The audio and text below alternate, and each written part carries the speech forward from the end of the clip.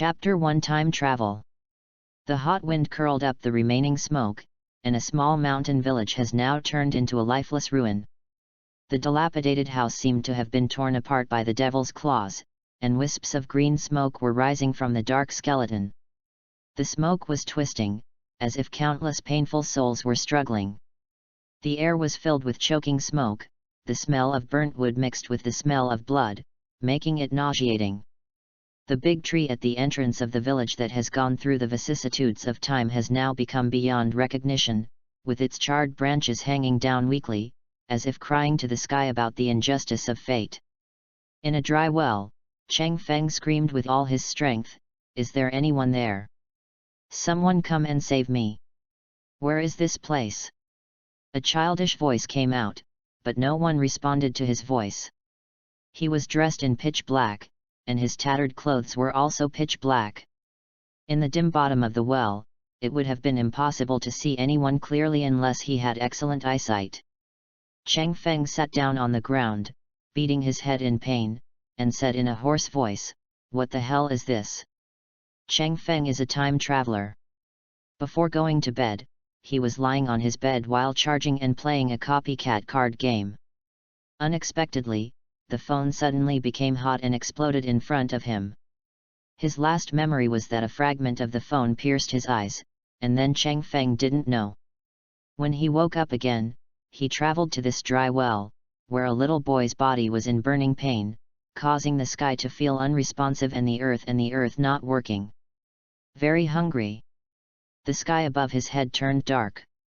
Cheng Feng rubbed his belly. No memory was fused, and he had no idea what happened to this body before.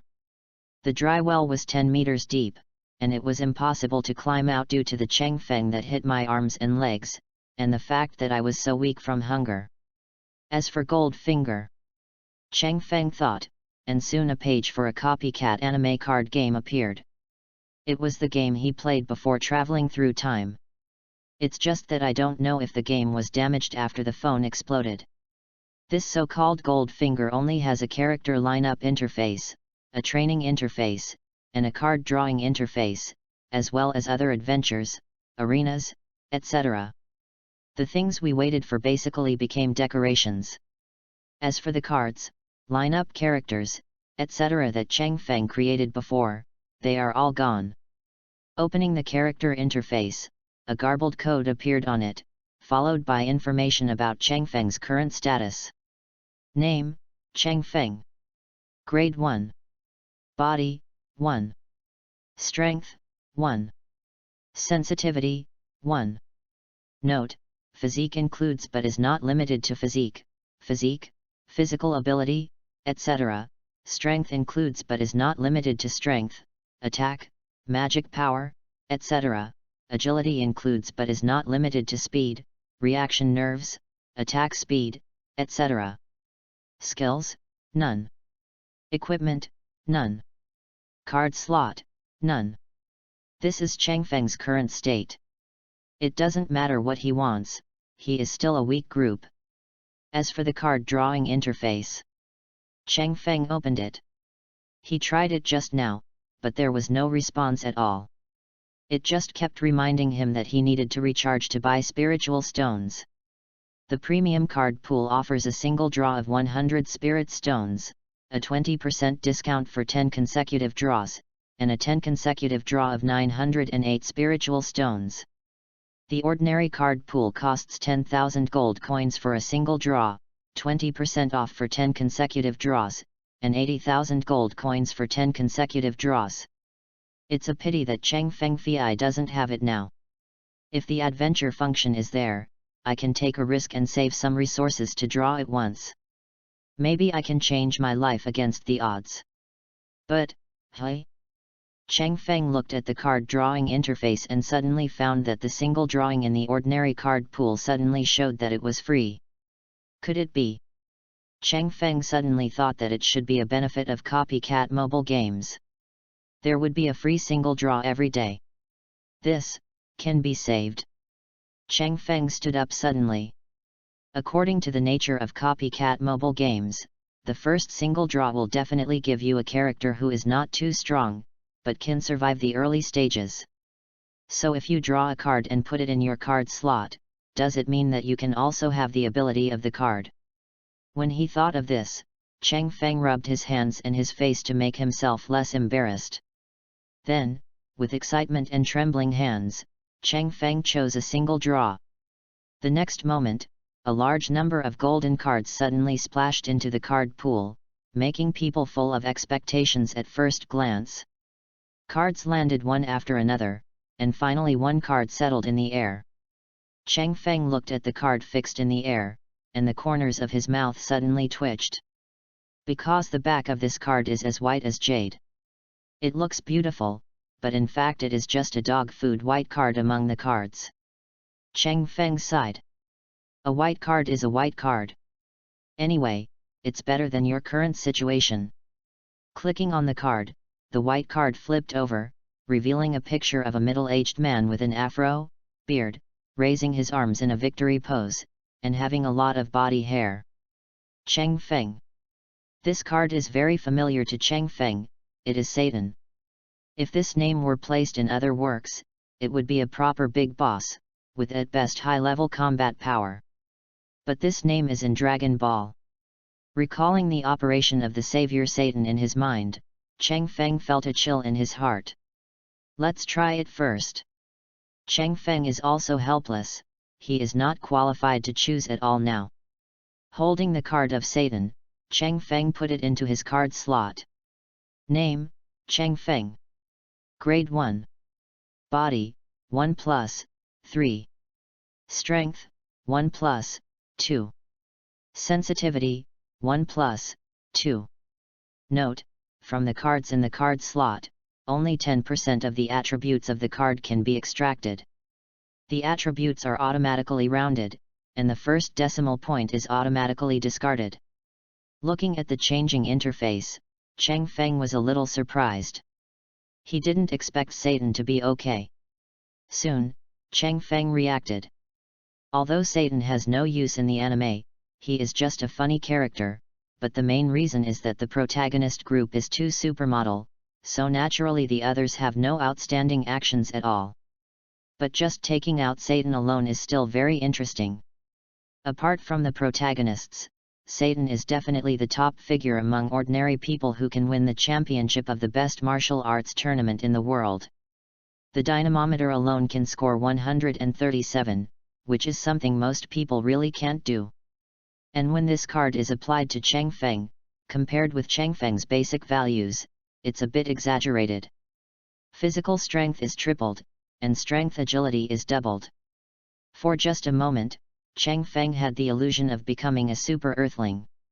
Although he couldn't smash bricks with his fists or break big trees with his feet, this mere 10-meter-high dry well couldn't stop Cheng Feng at this time. Cheng Feng came to the edge of the dry well and looked at the uneven well walls. He took a deep breath and relied on his increased attributes to grasp the raised areas. He looked like a gecko and quickly climbed out of the dry well.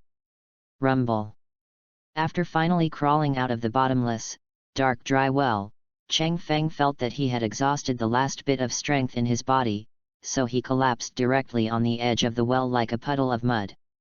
He opened his mouth wide and greedily breathed in the air, while panting violently, as if he wanted to make up for all the oxygen he had just lost underground. At this moment, a dull thunder suddenly came from the originally clear sky, and then huge raindrops poured down like broken beads. These raindrops hit Cheng Feng's body hard, bringing biting chills, but he didn't react at all. He just lay there quietly, letting the rain wash over him. Gradually, the mud and dirt on Cheng Feng's body were washed away little by little, revealing his original fair skin. At this time, he looked as pure and flawless as a newly born baby, without any worldly atmosphere. The sudden heavy rain seemed to be baptizing his soul, making him feel an unprecedented tranquility and serenity. Chapter 2: The Destroyed Rosemary Village Receives Magic. Cheng Feng, who was exhausted both physically and mentally, walked hard and carefully searched every corner of the nearly ruined village. Maybe it's really God's blessing. In a dilapidated, crumbling house, a huge piece of bread lay quietly on the ground.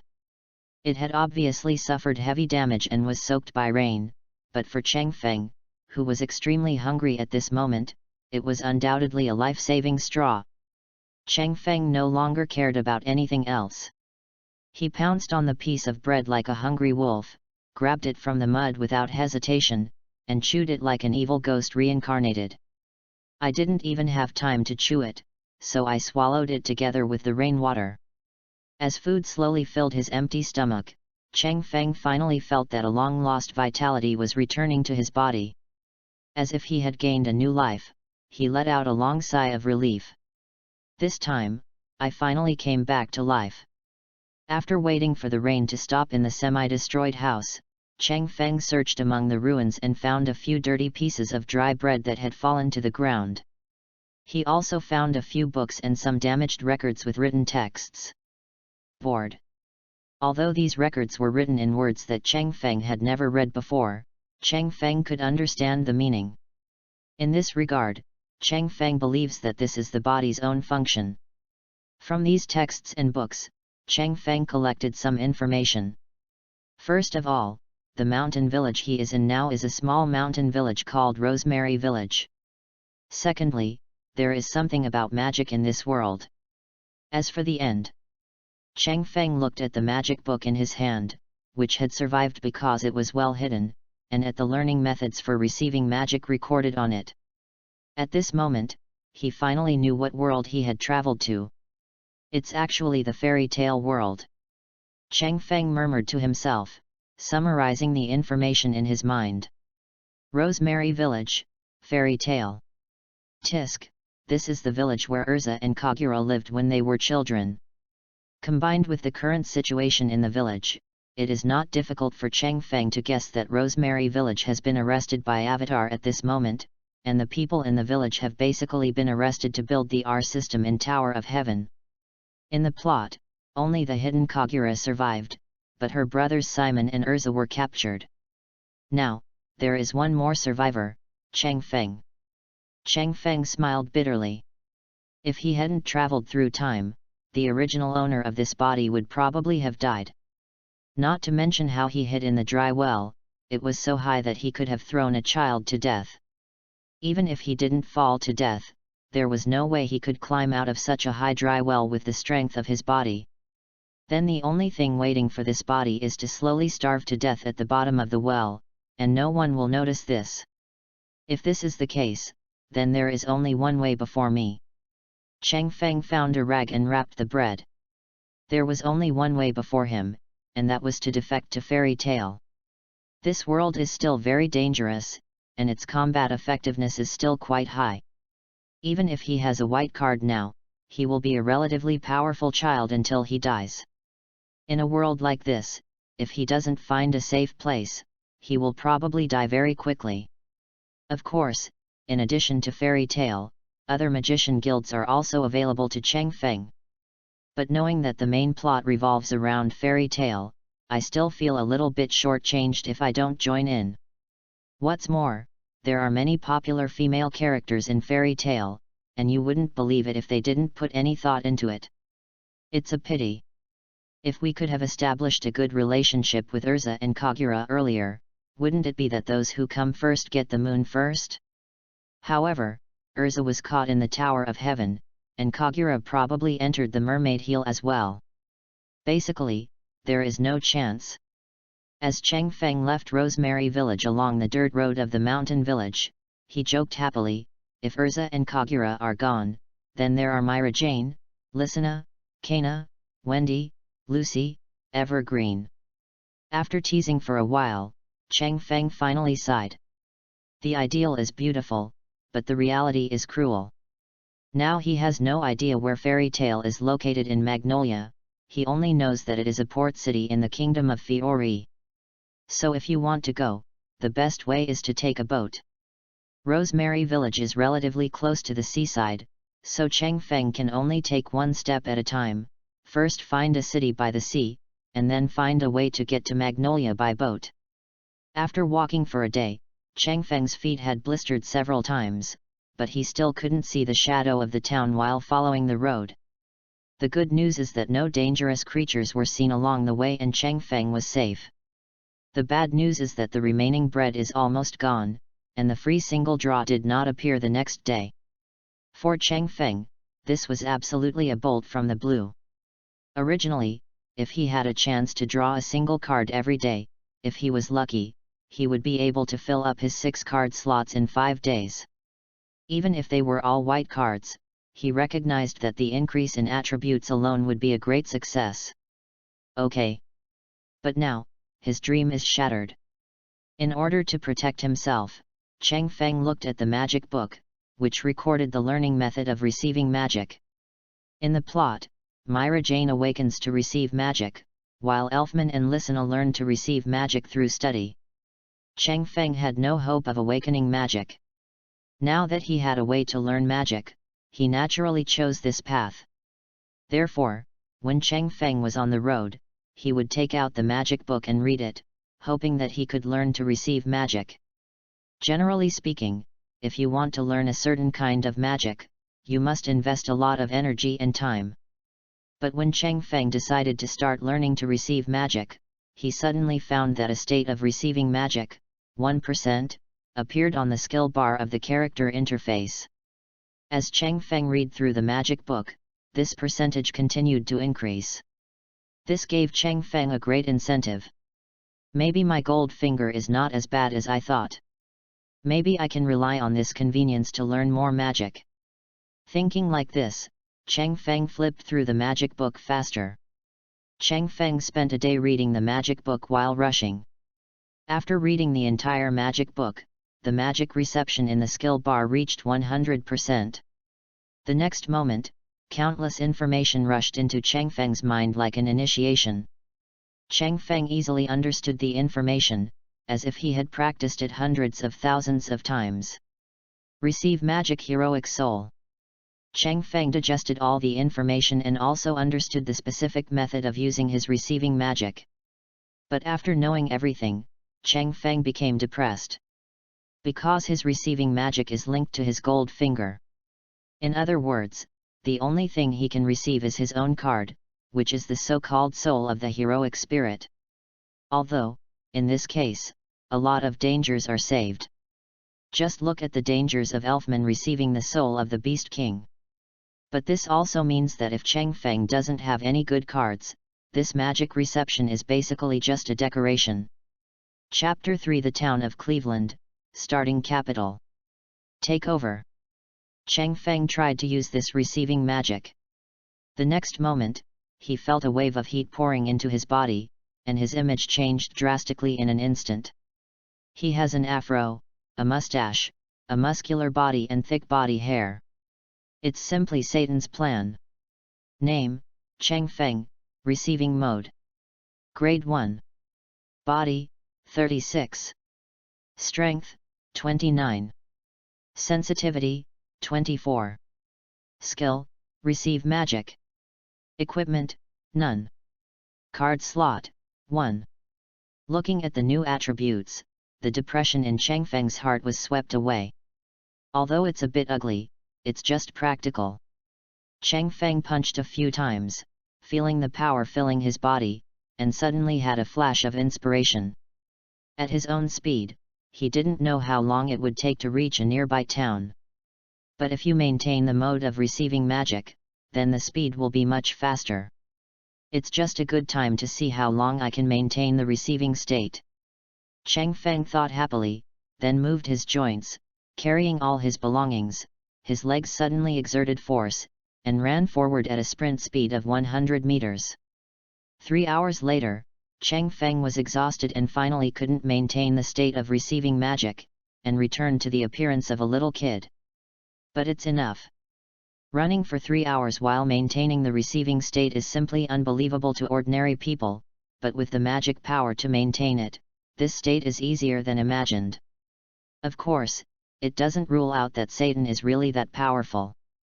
Looking at a dock city not far ahead, Cheng Feng suppressed the excitement in his heart and stepped into the city carrying only a few rations and a few books. The town of Cleveland is a quiet small town located on the seaside. Although this town is small in size, it is well equipped with all kinds of living facilities. At this moment, a ragged and penniless boy is standing on the street. He is Cheng Feng.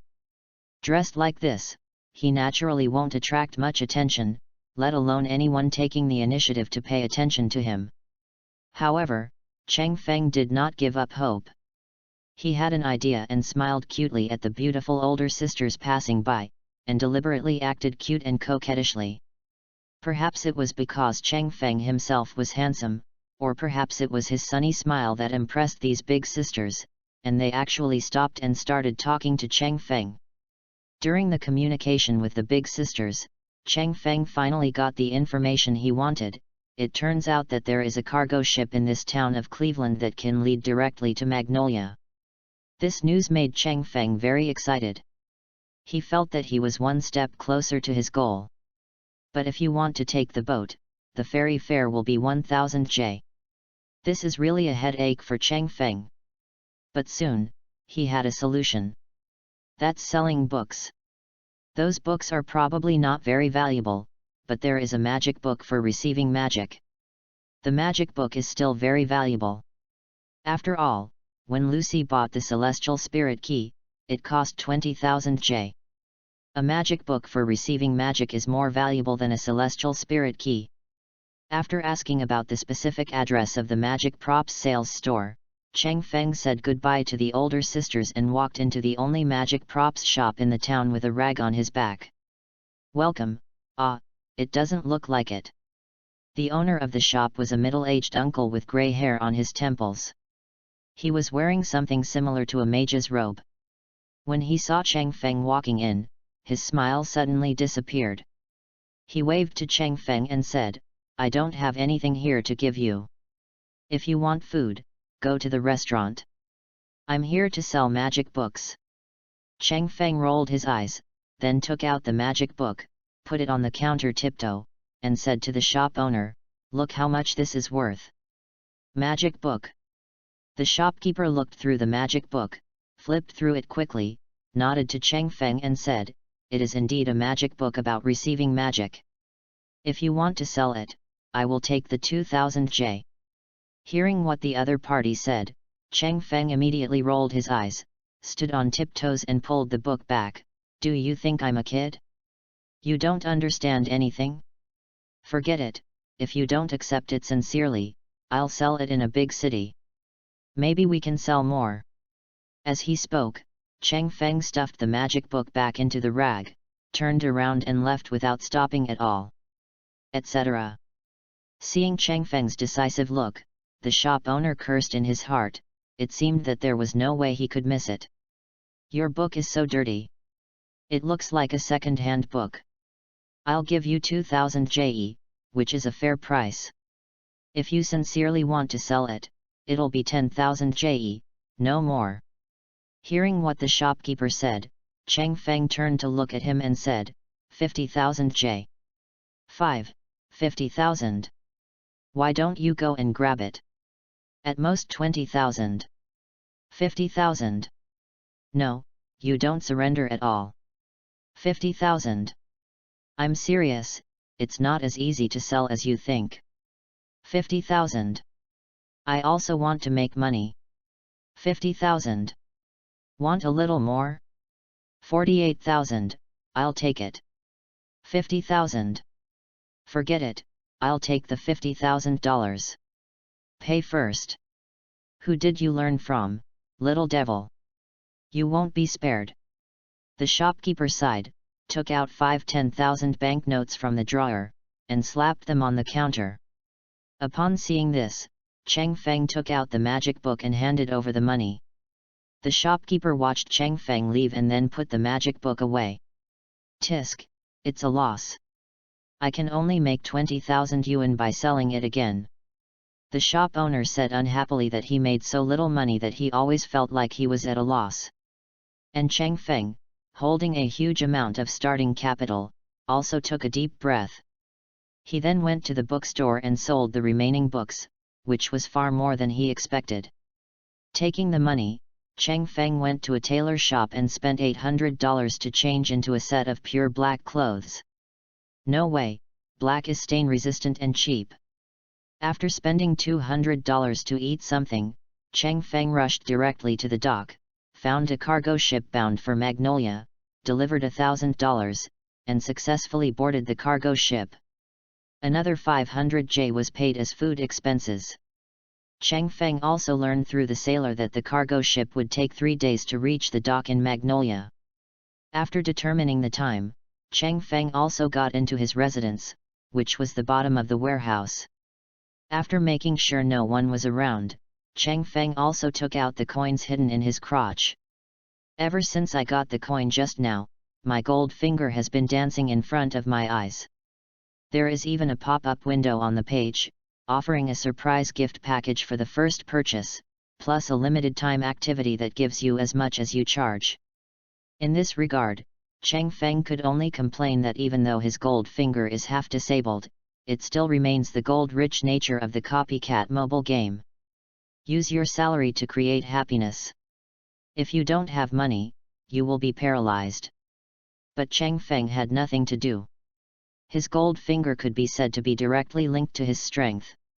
Even if he was cheating money, he would grit his teeth and put money into it. It would be great if there was a refund model for minors. Why do you want to plunder a handful of wool? After complaining, Cheng Feng thought about it, finally took out 4 10,000 J notes, and finally chose to recharge. The next moment, the banknotes in Cheng Feng's hand disappeared instantly. They disappeared so fast that even people with incredible dynamic vision could not see clearly how the money disappeared. As the coins disappeared, a pop-up window popped up on the interface. Recharge 400 spirit stones and receive an additional 40 spirit stones. Surprise gift package has been sent. Cheng Feng, this exchange rate is outrageous. Chapter 4 Surprise Gift Pack, Single Draw Money. 40,000 J only has 400 spirit stones. The exchange rate of 100 to 1 is outrageous. Cheng Feng complained, but when he saw the amount of spirit stones floating on the spirit stone column, he felt excited. 440 spirit stones, although not enough for 10 consecutive rounds in the high-end card pool, is enough for 2 10 consecutive rounds if the spirit stones are exchanged for gold coins. Don't rush to draw the card, let's see what's in the surprise gift package first. Cheng Feng felt excited. Usually, the first-rate cards were the best cards from the early stage. If he really got any good cards, he would take off directly. Gods and gods from all walks of life will bless me and they will definitely provide me with some gold. I will take off as soon as I receive the gold. Cheng Feng started to pray. Cards are divided into 6 levels: white, green, blue, purple, gold and red. It is best to draw purple cards from the ordinary card pool, while it is best to draw red cards from the advanced card pool. Although the red card is strong, Cheng Feng is not greedy and is satisfied with just a few gold. After praying for a long time, Cheng Feng opened the surprise gift bag. In an instant, the surprise gift bag was opened, and the red light almost dazzled Cheng Feng's eyes. No way! Are you famous? Cheng Feng's eyes widened and he said in disbelief, Niubi. The red light dissipated, and when Cheng Feng saw the 2 items in the surprise gift package, the excitement in Cheng Feng's heart suddenly fell to the bottom. Escanor fragments *10, snow, blue, dot. Gone. It's gone. Cheng Feng was about to cry but had no tears. Although the surprise gift package really gave him a surprise, it was just a surprise. The red ones are not cards, but fragments.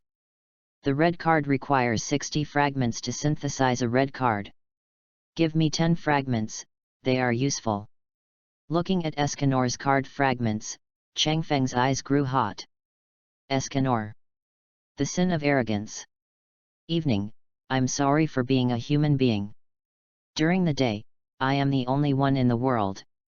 It goes without saying how strong Escanor's combat power is at noon, not to mention that even the sun in his heart is still the sun, and his combat power is too strong. But it's useless even if you want to. There are only 10 fragments, and there are still 50 fragments to go. Just drawing cards, I don't know how long it will take and how much it will cost. Putting the fragments into the system backpack, Cheng Feng looked at the prop. Snow Walking, Sauron Saber, Blessing Sauron card, increase attack power by 10%. Of course, you can also give blessings to other cards, but the effect is only half, that is, 5% blessing. Other than that. With a thought, a sword appeared in Cheng Feng's hand. Cheng Feng pulled out Shuezao and looked at the shining blade. He could also use the props in this card. Oh, at least I have the weapon to comfort me again, otherwise I would be really depressed. Cheng Feng sighed, put Shuezao back into the system backpack, and then opened the card drawing interface. According to the copycat mobile games he has been playing for so long, basically as long as it is a high-level card draw, the first single draw, or the first 10-game draw, good things will come out. Now he can't draw 10 times in a row, but he can draw it alone. The surprise gift package doesn't give you anything good, so I hope the single draw will give you a guarantee. Cheng Feng murmured to himself, and then clicked a single draw. The next moment, countless gold cards were flying again. As the cards fell, an ordinary card stayed in the air. Cheng Feng took a deep breath and turned over the card. The dazzling golden light lit up, illuminating Cheng Feng's eyes. Withdrawal of funds. Cheng Feng was excited just now, but when he thought of Escanor's fragments, his heart started to lift again. As the golden light dissipated, Cheng Feng looked at the complete card and immediately pumped his fist hard. Above the card, a man with silver hair and golden eyes and a pair of white dog ears jumped out. He wore a string of purple-red spiritual beads around his neck, and wore a fiery red fire rat fur with demonic power. He was wearing a white shirt underneath. Fire red belted bloomers, barefoot, wearing an iron broken tooth around the waist, and a black rope tied to the slanted shoulder. Inuyasha, half-demon, the protagonist of the anime. Not to mention how strong he is, his half-demon physique alone is enough to make Cheng Feng's attribute panel skyrocket. This will go far beyond Satan. If the card slot didn't have 6 slots, Cheng Feng would have thrown it away as soon as possible and used it as dog food to increase experience for the gold card. More importantly, compared to white cards, gold cards have their own skills. When equipped, their strength will be greatly improved. Immediately adding the Inuyasha card, Cheng Feng suddenly felt a surge of bright attributes. Name, Cheng Feng. Grade 1. Body, 1+, 3+ 26. Strength, 1+, 2+ 28. Sensitivity, 1+, 2+ 25. Cheng Feng exhaled, such a terrifying attribute increase is absolutely unprecedented. There are 340 spirit stones left. 100 spirit stones can be exchanged for 50,000 gold coins. 80,000 gold coins is cheaper. It only costs 150. Let's exchange it first and try the ordinary card pool. Cheng Feng thought for a while, spent 150 spirit stones, exchanged 80,000 gold coins, and then put 80,000 gold coins into it. Soon the ordinary card pool immediately boiled, and 10 cards stayed in the air. Cheng Feng turned it over, and instantly a blue, a green, and an 8 white light lit up. Experience card, blue, Kunao, green, experience card, white, *5, pirate minions, white, Zonga, white, Irika, white, dot.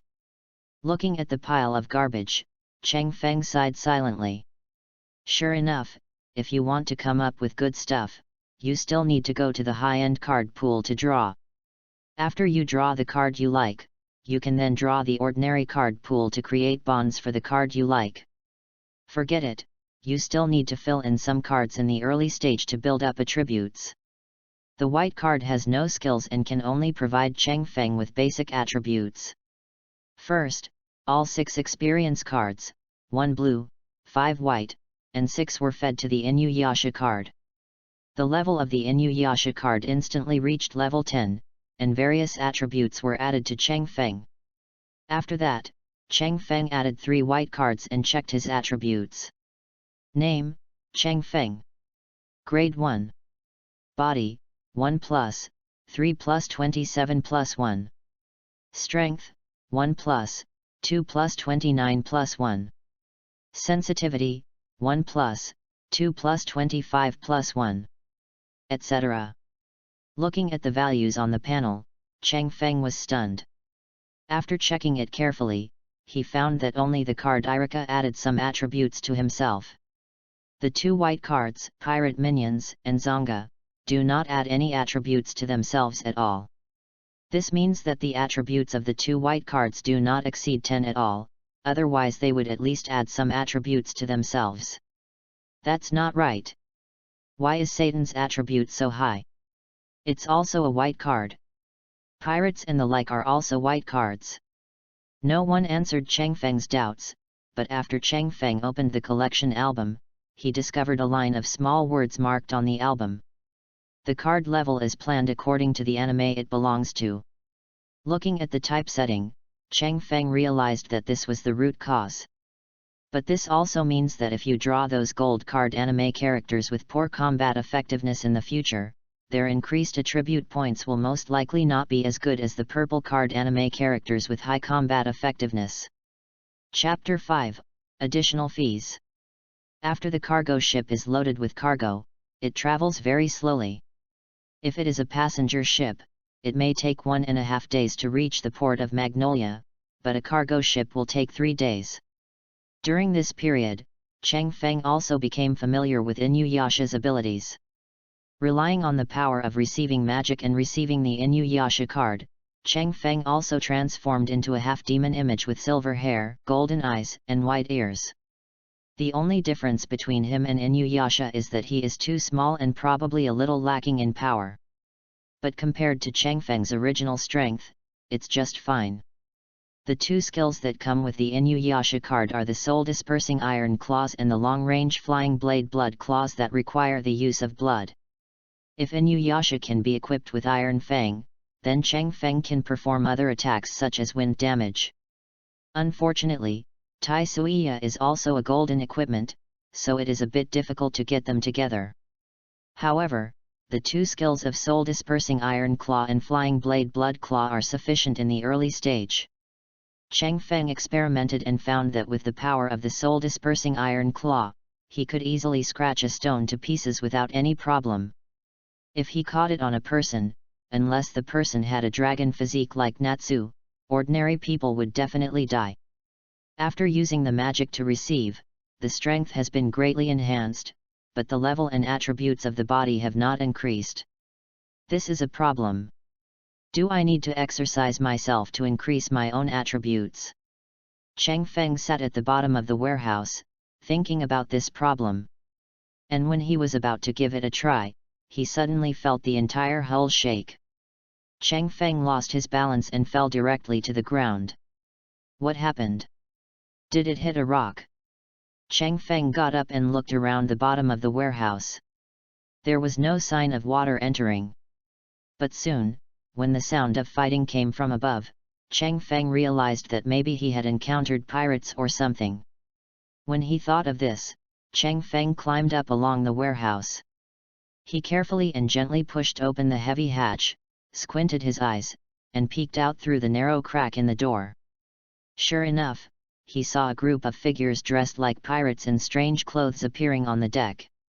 These people held a variety of weapons in their hands, and with the flashes of swords and swords flashing, they were engaged in a thrilling and fierce battle with the sailors of the cargo ship. The whole scene was extremely tragic, bloody, and horrifying. I saw that the deck had been dyed scarlet with blood, and the floor was covered with blood stains left by the fighting between the 2 sides, as well as a small number of broken limbs and broken arms, as if I was in hell. At this moment, the owner of the cargo ship, Uncle Cory, was panting and holding a magic book, sliding the pages and sending out water bombs to attack the pirates. However, Uncle Cory is already over 50 years old, and his physical fitness and magic power reserves are not much at all. The intensity of the water bombs fired is not strong at all. Yes. An idea flashed through Chang Feng's head, and he opened the hatch with his eyes shining. The hatch opened and many people discovered Chang Feng. But looking at Chang Feng's thin appearance, no one cared about a little kid like him. "Uncle Corey, do you want to help?" Chang Feng shouted to Uncle Corey, "I know magic. If you hire me, I can help you fight pirates." "Kid, hide yourself." It was obvious that Uncle Corey didn't care about Chang Feng's words at all. After all, Chang Feng deliberately avoided everyone's practice. They didn't know that Chang Feng could receive magic. Seeing that Uncle Corey didn't believe him at all, Chang Feng smacked his lips and instantly completed the reception, transforming into Inuyasha. With strong power filling his body, Chang Feng crouched down and stained his hands with the blood on the deck. Flying blade blood claw.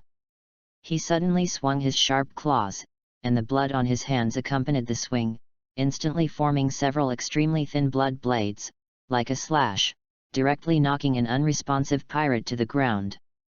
This sudden scene immediately attracted everyone's attention, and immediately two pirate men rushed towards Chang Feng with their swords raised high.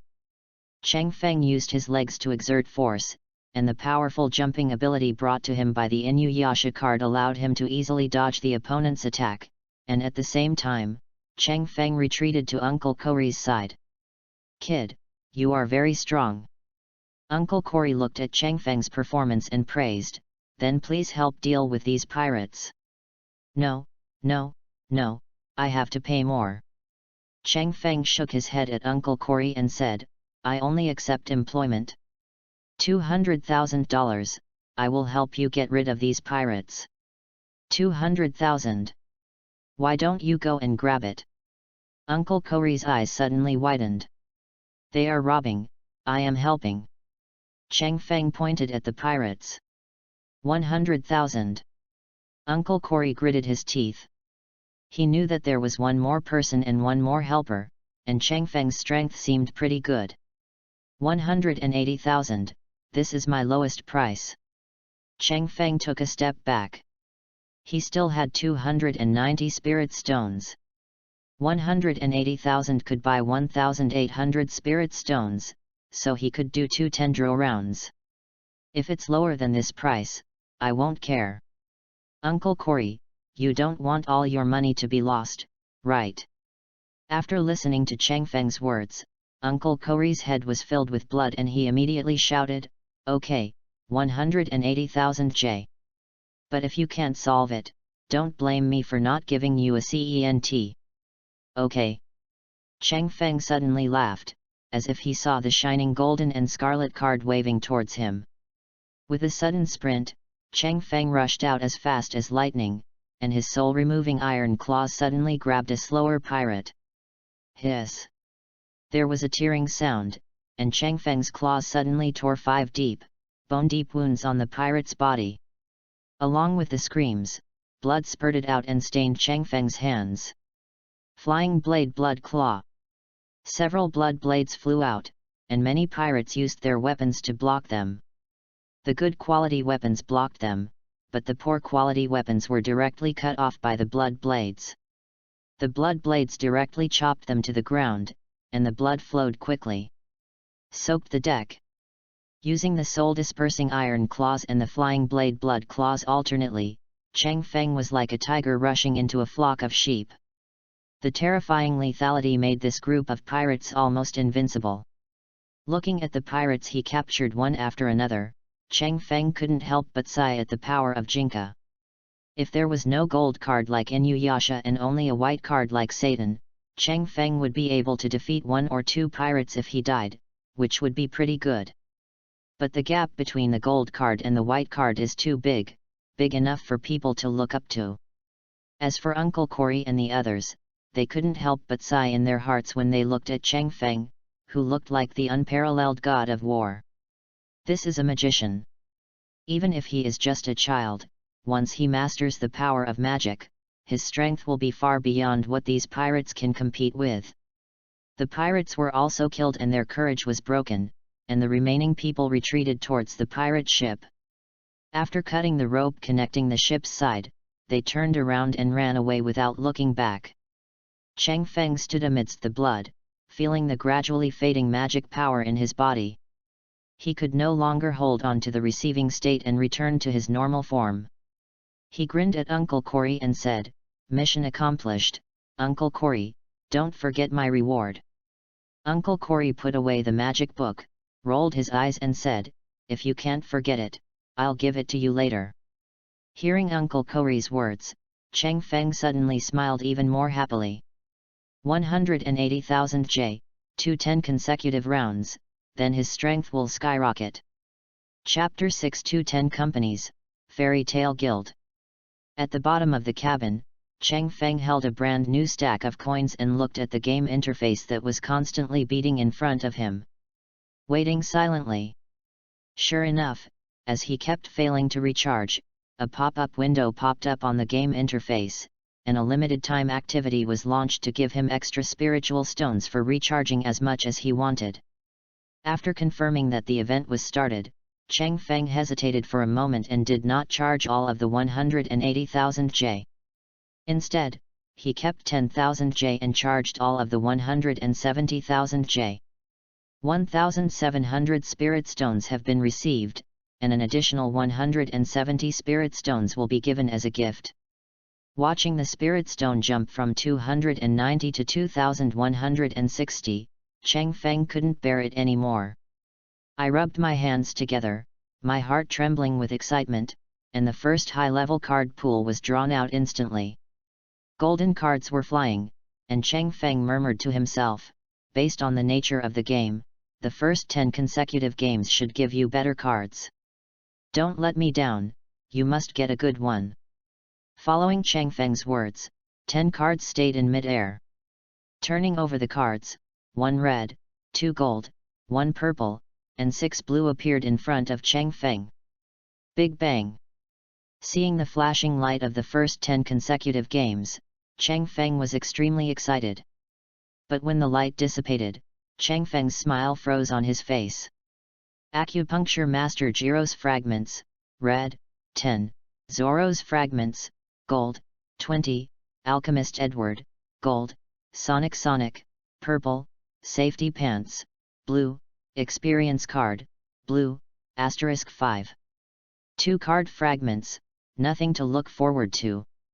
The gold card requires 50 fragments, and the red card requires 60 fragments to synthesize the card. If it weren't for the Edward Alchemist card as a consolation prize, Chang Feng would probably cry. As for Sonic, it was an unexpected surprise. And that prop. Safety Pants, the card-exclusive equipment for Misaka Mikoto, gives Misaka Mikoto equipment, agility plus 30%, strength plus 10%. Very strong.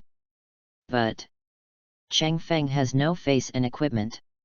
Imagine what a grown man would look like wearing safety pants. I don't believe it. Do it again. The second round of 10 draws starts. When Chang Feng flipped the card, his heart dropped. Ulquira, gold, 20, Fairy Beans, purple, Experience Card, purple, Experience Card, blue, 7. Not a single card. Without the first guarantee mechanism of a copycat mobile game, the nature of this money-grabbing mobile game has been completely exposed. If you want to come up with good cards, you have to spend crazy money. Even if you are crazy, you can only maintain your daily output. What's more, the current Chang Feng has no place for liver, and the only path left is Krypton Gold, which is outrageous. No, there is still a way. Chang Feng's eyes flashed with determination.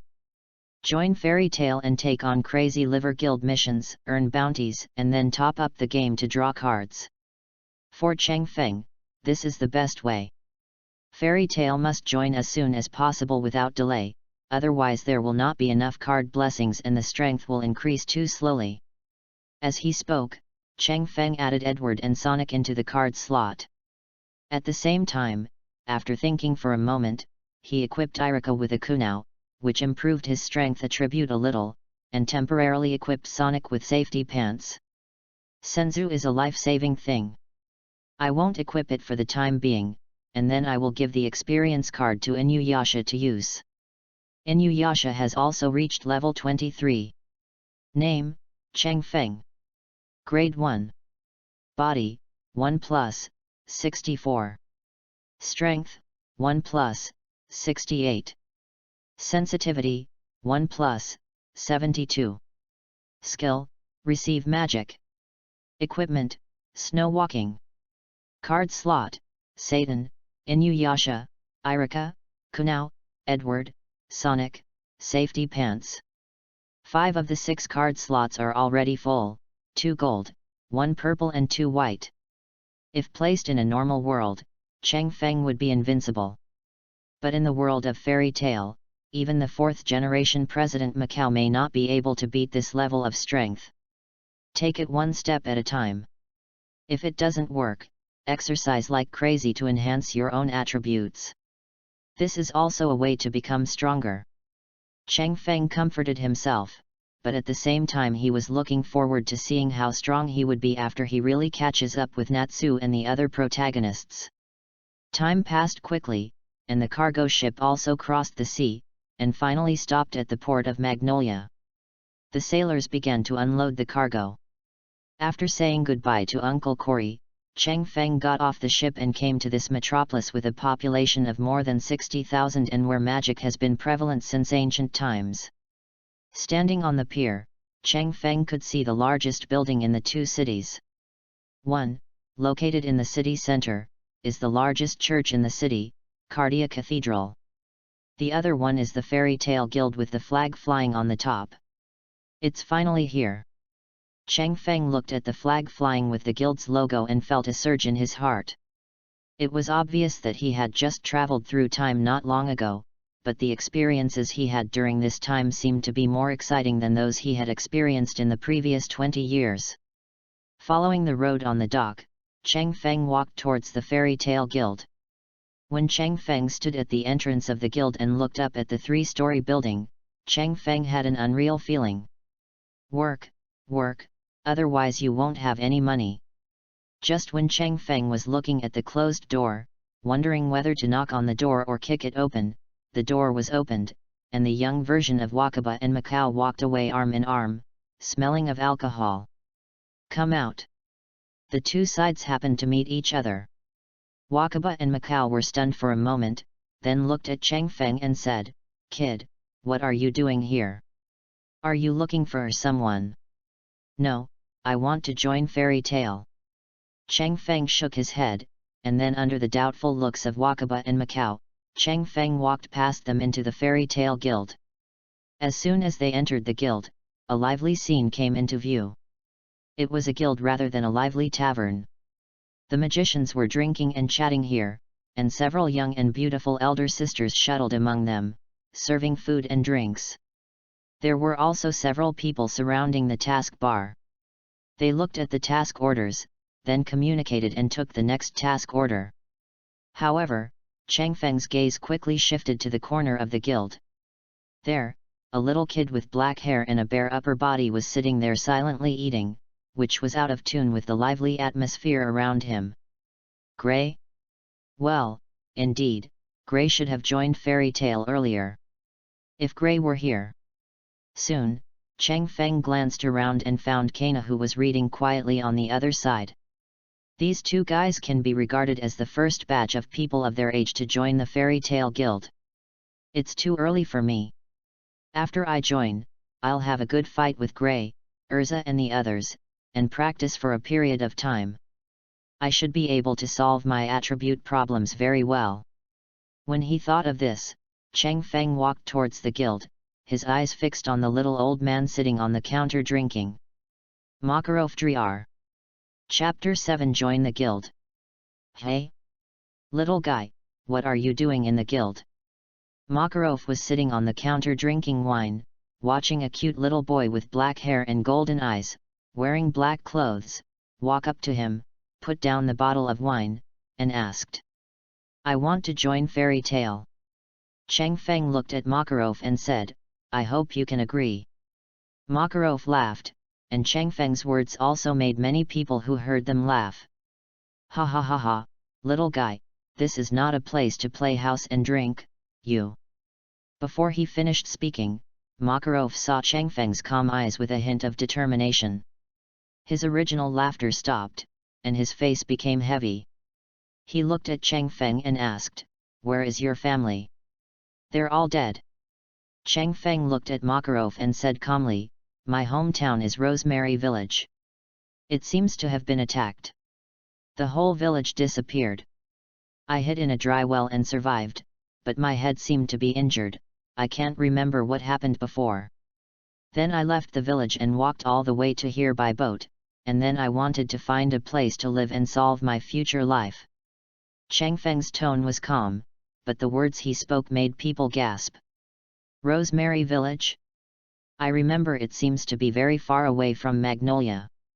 How can this kid come here? The most important thing is that there are rumors that the village seems to have been attacked by the Dark Guild. If this kid can survive, he is lucky. Another poor little guy, President, can you take him in?" Makarov glanced at these people, and they all stopped speaking. "Have you lost your memory?" Makarov looked at Changfeng and asked. "Maybe." Changfeng remained calm, and then said to Makarov, "I can do magic, and I am also very strong, so I want to join Fairy Tale. I can complete the task, and I need money to survive, so please, let me stay." Makarov looked at the anxiety in Changfeng's eyes and sighed slightly in his heart. He suddenly stretched out his hand, his palm became larger, and covered Changfeng's head. He said, "Don't be so anxious. If you want to stay, then just stay. But if you want to work, wait until you grow up." As he spoke, he rubbed Changfeng's head. Makarov was full of kindness at this moment. He would never see his child suffer. Changfeng knew that he had passed Makarov's inspection and joining the Fairy Tale Guild was a certainty. However, when he raised his head, 2 tears flowed down unconsciously in his eyes. Well, Changfeng was a little strange. He obviously didn't feel any discomfort, so why did he shed tears? Is it the subconscious mind of this body? Or is it an instinctive reaction of the body? Changfeng didn't know, but he quickly wiped away his tears with his hands and said dissatisfied, "No. I'm very strong. I want to work, I want to make money. Ha ha ha ha, Nab, look at me, I know I have to work at such a young age. Now Suo, I'm looking for a mission that only I can accomplish." Nab, who was dressed like an Indian, protested and still lingered in front of the commission board. "Don't worry, little one." Makarov patted Changfeng on the head and said with a smile, "There will be a chance, but your task now is to eat well and grow up well. Tell me first, what is your name?" "I don't know my previous name. Now I have named myself Changfeng." Changfeng raised his head and said seriously, "I am really strong. My magic is to receive magic, I can receive the soul of heroic spirits." "Is that so, Changfeng? It's really good to receive magic, but now, your body is still growing, so don't put too much pressure on yourself." Makarov said with a smile, then reached out and carried Changfeng to the counter, and said to Changfeng, "Since you want to join Fairy Tale, I must first stamp you with a guild seal. What color do you like and where should it be stamped?" "Gold, I want to cover my heart." Changfeng pulled his collar, revealing his chest full of ribs. Looking at Changfeng's exposed body, Makarov's eyes softened. Changfeng must have suffered a lot along the way. With this thought emerging, Makarov took action himself, picked up the guild seal, changed the color, and stamped it on Changfeng's heart. Seeing that a fairy tale magic mark was left there, Makarov touched Changfeng's head and said, "Okay, now you are also a member of Fairy Tale." Changfeng responded and pulled up his clothes. "Thank you, Grandpa President, I'm going to work." After saying that, Changfeng jumped off the counter and prepared to check out the order board. But when he was about to leave, he was grabbed by Makarov's big hand. "Changfeng, take a good rest first." Makarov asked the waiter to prepare a piece of food for Changfeng, and then said to Changfeng, since you said you are strong, then let's compete with the members of our guild. If you can defeat them, I will let you go. Work? Okay. All right. Cheng Feng was a little discouraged. Although Makarov meant well, if he didn't have a stable income to draw cards, it would be very difficult for him to improve his strength. But after scooping a mouthful of seafood fried rice and putting it into his mouth, Cheng Feng looked at Makarov. As long as you can defeat the contestant, you can accept the commission and go out to work. With this thought in mind, Cheng Feng speeded up and finished a plate of seafood fried rice quickly, then picked up the juice and drank it in a gulp. With a wipe of his mouth, Cheng Feng ran up to Makarov and said, "President Grandpa, I'm ready." Makarov looked at Cheng Feng, who was eager to try, touched his beard, and said, "Tuno, come and compete with Cheng Feng. You are a light magician and not very powerful. Don't hurt the child." "Okay, President." Following Makarov's words, a man with a straight face and glasses stood up. Wearing a t-shirt and shorts, he was extremely ordinary, with nothing eye-catching about him. Cheng Feng thought carefully for a moment, but could not find any information about this person in his mind. It is estimated that this guy should also serve as a background board in the plot. Then let's begin. Cheng Feng looked at Tuano, who stood up. Without saying a word, his body flashed with light, and the next moment he transformed into the image of Inuyasha. Whole body reception. So fast. Makarov watched Cheng Feng complete the reception instantly and nodded in his heart. Being able to complete full body acceptance at such a young age, with such a talent, he is definitely a good prospect. Because of this, Makarov didn't want Cheng Feng to go to work so early. After all, children still need to have a better childhood in order to heal the wounds in their hearts. Chapter 8 Failure, Housing Problem. Tuano's hand lit up with light. He looked at Cheng Feng's new image and said, "It's quite cute, but be careful next time." As he spoke, Tuano waved his hand suddenly, arrow of light. In an instant, 3 arrows condensed with light shot towards Cheng Feng quickly. Cheng Feng's golden pupil shrank, and he exerted force on his feet. His figure instantly disappeared from the spot, and he rushed towards Tuano, with the soul-dispelling iron claw in his hand already in place. Chiang! The soul-dispersing iron claw collided with the arrow of light, instantly shattering it. Everyone who saw this scene was stunned, and some even looked at Cheng Feng in disbelief. How old is this guy? He can actually break the arrow of light. Although light magic is not good at attacking, light arrows are still powerful as an attack method. It was broken so easily, which is enough to show how powerful Cheng Feng's attack was. The explosive power and wrist strength are very strong, but the attack method is a mess. However, at such an age, it is normal. Makarov squinted his eyes and gave Cheng Feng a score in his heart. It actually shattered the arrow of light. It seems to be powerful. Tuano didn't panic when he saw this scene. He clapped his hands and the light suddenly lit up, and a wall of light blocked Cheng Feng. The soul-dispersing iron claw collided with the light wall, and Cheng Feng felt his fingertips numb. The defensive power of the light wall made it impossible for Cheng Feng to break through. Cheng Feng, who did not believe in evil, struck the soul-dispersing iron claw twice more, but still failed to break through the defense. Seeing this scene, a cage of light moved towards Cheng Feng. Cheng Feng ejected instantly, avoiding the cage, and his body burst out with light again. When the light dissipated, Cheng Feng turned into a young man with short blonde hair, and his right arm and left leg became metal prostheses. Anything different?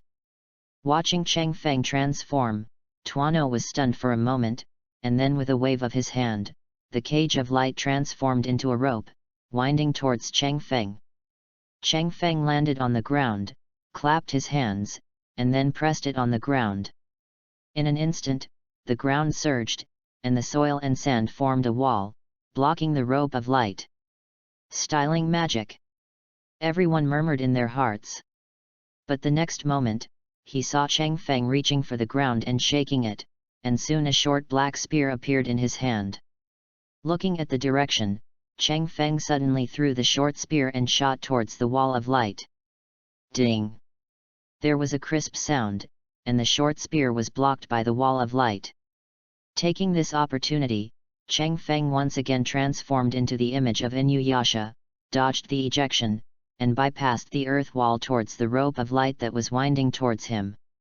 "Stop struggling, you can't break through my wall of light." Tuano said helplessly that President Makarov would not let him hit hard, but he had been holding back his strength. If he went all out, he would probably be able to tie up this little guy in an instant. Not always. Cheng Feng said lightly, and he had already arrived in front of the wall of light. His body shape changed, and he put his hands together and placed them on the wall of light. Just when Tono was wondering what this guy was going to do, his wall of light suddenly collapsed and revealed a big hole. "What?" Tuano was startled, but Cheng Feng took the opportunity to pass through the wall of light and rushed towards Tuano with a short spear in hand. It's not disintegration, but separation, transforming the original light wall form. Makarov looked at the obvious extra piece on one side of the wall of light, and instantly understood what Cheng Feng had just done. It's a very thoughtful idea, but it's pretty much the same. Makarov muttered in his heart, and then said, "That's it, Tono, let's trap him first." "Okay, I understand, President." When Tuano saw Makarov speaking, he naturally did not need to restrain himself. He suddenly took action, and a rope of light appeared around Cheng Feng at lightning speed. Cheng Feng looked at the ropes around him. The next moment, the ropes wrapped around him and instantly wrapped Cheng Feng into a rice dumpling. "It's over, Cheng Feng, now you know, you still have a long way to go before you can complete the task independently." Makarov spoke, picked up the glass and took a sip. "I haven't lost yet." Cheng Feng's voice came out from under the light ball, and the originally strong rope broke instantly. When Cheng Feng rushed out, he was already in the form of Inuyasha. The only difference was that a sword appeared in his hand. "It's snow." Holding the snow in his hand, a familiar feeling came over him. Cheng Feng held the handle of the knife and suddenly shouted, "Wind injury." As Cheng Feng suddenly swung his knife, a hurricane was set off in an instant. In an instant, the lively people around him were directly implicated, and the tables and chairs were thrown away, causing everyone to yell and curse. As the target of wind injury, Tuano also screamed strangely, his whole body erupted with fierce light, and a thick layer of light shield firmly protected him. The hurricane struck on the shield, causing it to shake. Tono was also helpless. Who knows how this kid suddenly burst out with such a powerful attack? If it hits someone, something bad will happen. Cheng Feng's blow also directly drained his own magic power, and the receiving state was directly released. Holding the hilt of the knife, he panted and looked at the light shield that was still unbroken, and understood that he was different from ordinary people. The difference between mages. But what I didn't expect was that even without Tai Suiya, just relying on ordinary Tata Snow, he could still cut the wind wound. You know, in Inuyasha's setting, the wind injury uses the gap between the monsters emitted by the opponent to create a strong hurricane, and can even chop down hundreds of monsters at once. But here, there are no more rules and regulations. As long as you have a knife in your hand, you can use your own magic power to cast wind wounds. This is definitely a good thing for Cheng Feng. However, this move was too powerful. Using it once, it directly drained his magic power, and he could not even maintain the closed state. Crack! The shield of light was broken. Tuano looked at Cheng Feng depressedly and said, "Boy, you are too cruel." "That's right, look what has become of the guild. What's going to happen? So many tables, chairs, plates, and wine glasses are all broken. It's going to cost a lot of money." Money. Cheng Feng's eyes lit up when he heard the familiar words. Turning around to look at Makarov, who was about to cry without tears and his face was livid, Cheng Feng immediately raised his hand and said, "Grandpa, President, I can repair things, can you give me a salary? In the future, if something is broken in the guild, I can fix it all." "Just kidding, Edward is good at alchemy. As long as everything is complete and he can fix a table, chair, or something, he still has to hold it in his hands." Hearing Chang Feng's words, Makarov's expression suddenly turned gloomy. He jumped down, patted Chang Feng's head and said, "It hurts feelings to talk about money. Chang Feng, you don't have anywhere to live now anyway. Like this. Well, there is an attic at the top of the guild, you can live there, don't mention the rent, just help with repairs in the future." After saying that, without waiting for Chang Feng to refuse, Makarov made his decision. Makarov was also smiling in his heart. With Chang Feng as his treasure, all the tattered things in the guild that were broken by the brats in the guild could be repaired by Chang Feng. How much money would this save? Chapter 9 Gray. Chang Feng, who was receiving Edward, clapped his hands together. In an instant, a huge magic circle appeared in the entire guild. Immediately afterwards, everyone saw the broken tables and chairs quickly reshaped and quickly restored to their original appearance. "This ability is great." Makarov laughed so hard that his eyes almost went out. God knows how many times he, the guild leader, had to pay for things for the guild out of his own pocket, and how many times his own coffers were empty. Now it's better, Chang Feng is here, my future treasury is guaranteed, and I can drink wine more deliciously. After Chang Feng restored the guild to its original state, he also looked depressed. "I originally expected to make some money by repairing things, but it ended like that." However, Chang Feng didn't feel that he was being used for nothing, because Makarov also showed his sincerity. "You know, Lucy rented a house in Magnolia. The rent was the cheapest, costing 70,000 J a month. Plus the daily food expenses, the monthly expenses would cost at least 100,000 J. Look. Chang Feng can now live in the attic of the guild, and can eat 3 meals a day for free at the guild. It can be said that Chang Feng has saved 100,000 J in 1 month, so repairing tables and chairs is acceptable.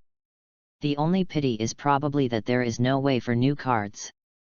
The guild became lively again, and Chang Feng lay on the table depressed. "What's wrong?" Makarov sat next to Chang Feng and looked at the depressed Chang Feng and asked. "I have no job, no money, and I don't know how to become stronger," Chang Feng said in a dull voice. "Chang Feng, you don't have to be too impatient now."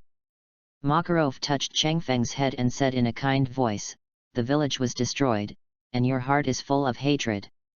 Hatred is the driving force, but you can't let your life be completely immersed in hatred. Do you understand?" "I know, I didn't care." Before he finished speaking, Chang Feng was stunned. Yes, even if there are no new cards, he can slowly train and become stronger. Just like Natsu and the others, they weren't very strong at the beginning. They just slowly trained, fought, and studied magic. Didn't their strength also keep improving? Isn't it possible that he can't become stronger without a way to become stronger quickly? No, it's not. Chang Feng reacted. Although he occupied this body, the soul in the original body did not affect him, but the subconscious in this body still affected him. For example, I was crying before, but now I just want to become stronger quickly. I have a headache. I guess if I really want to completely integrate with this body, I have to go to the Tower of Heaven and sort out the matter, so that I can completely stabilize this timed bomb. Chang Feng murmured in his heart. Think about it. Makarov didn't bother Chang Feng anymore. After all, he had to untie the knot in his heart by himself. All he has to do is to guide these confused children and give them a warm home. Chang Feng watched Makarov leave and fell into deep thought. And just when Chang Feng was thinking about how to train himself next and fight with the existing cards, a little boy suddenly sat down on the seat opposite him. The little boy looked straight at Chang Feng and said, "The look in your eyes reminds me of my old self. Only by living well can you have unlimited possibilities. Cheng Feng looked at the other party. Grey Fullbuster, the ice-shape mage. Grey looked at Cheng Feng. As soon as he came in from Cheng Feng, he found that he was very similar to his former self. Although there didn't seem to be anything wrong, Grey could feel Cheng Feng's aura of determination and revenge. Others may not understand, but as a person who has been through it, Grey understands Cheng Feng better than anyone else. You are you. Inexplicably, Grey thought of his master, the woman who led and taught him, and who also sealed all his darkness. In the past, it was you who guided me. Now, I want to be like you. I hope that people like me will not follow my old path. You are you, let's start with the person in front of me. Grey's eyes narrowed and he looked at Cheng Feng and said, let me seal the darkness in your heart. Clam. Cheng Feng looked like an old man on the subway, and he didn't quite understand Grey's brain circuit. But he did think of a good method. That means taking Grey as a sparring partner. Now Grey's strength is estimated to be about the same as him. Of course, the prerequisite is that Cheng Feng uses receiving magic. If he only relied on his own strength, Cheng Feng would probably not be Grey's opponent at all. But if he can be on par with Grey without receiving magic, will he be stronger if he uses it again? Very interesting. Thinking of this, Cheng Feng looked at Grey with bright eyes and said, you should be very powerful, too. How about we have a fight? No magic, just a normal fight. This time it was Grey who had a question mark, but at Cheng Feng's invitation, Grey finally agreed. Then, Cheng Feng showed everyone what it means to fight against the five scum. Seeing Cheng Feng being beaten up by Grey in a fancy way, everyone in the guild couldn't help but burst into laughter. Even Makarov burst out laughing and a mouthful of wine spilled out. There was no way, Cheng Feng's performance just now was indeed too impressive. Now without magic, everyone realized that Cheng Feng was just a little kid at the moment. Without magic, they could deal with him with one hand. Cheng Feng, you can try partial reception. This will also increase your combat effectiveness. You don't have to be beaten all the time. Makarov wiped away his tears from laughter and reminded him kindly. Cheng Feng shook his head and got up from the ground. Although receiving magic is one of my powers, my body is also my power. Only when my body becomes strong enough can I better exert the power of my own magic. With persistence, Cheng Feng charged towards Grey again. Grey was speechless, stretched out his hand, grabbed Cheng Feng's fist, threw it over his shoulder, and Cheng Feng fell down again. At this point, Cheng Feng, who was sore all over, could only stop, and Grey also breathed a sigh of relief. He was a little embarrassed to keep beating the opponent like this. Cheng Feng got up and rubbed his sore areas, temporarily giving up on fighting Grey. While I can't work now and have time to relax, I'll train myself. At least, I can beat Grey to a pulp without using magic. Cheng Feng thought to himself, and began to plan his training methods for the next period of time. As for the other girl Kana, she has not yet become a tomboy, and there is no way to get in touch with her now. So let's take some precautions first, and the right way is to work hard to improve her strength. Chapter 10. 1 year later, Urza arrives. Cheng Feng settled down in Fairy Tale. Although the attic was not too big, it was more than enough for a bedroom. In the following days, Cheng Feng also started exercising regularly. 100 push UPS, 100 sit UPS, 100 squats, and a 10-kilometer long distance run. Even after completing these, Cheng Feng also joined the study of swordsmanship and received magic training. Basically, everyone in the Fairy Tale Guild could only see Cheng Feng eating in the guild at 3 meals a day, and Cheng Feng was not seen at other times. Only Grey occasionally went to find Cheng Feng, and he knew that the place where Cheng Feng often went to exercise was not found by others. Spring went and autumn came, and a year passed in a flash. Unfortunately, Cheng Feng did not go bald, but he became stronger. And this year, Cheng Feng also understood the refresh rule of the free single draw in the ordinary card pool. Well, you are right, free single draw once a year. God Pit.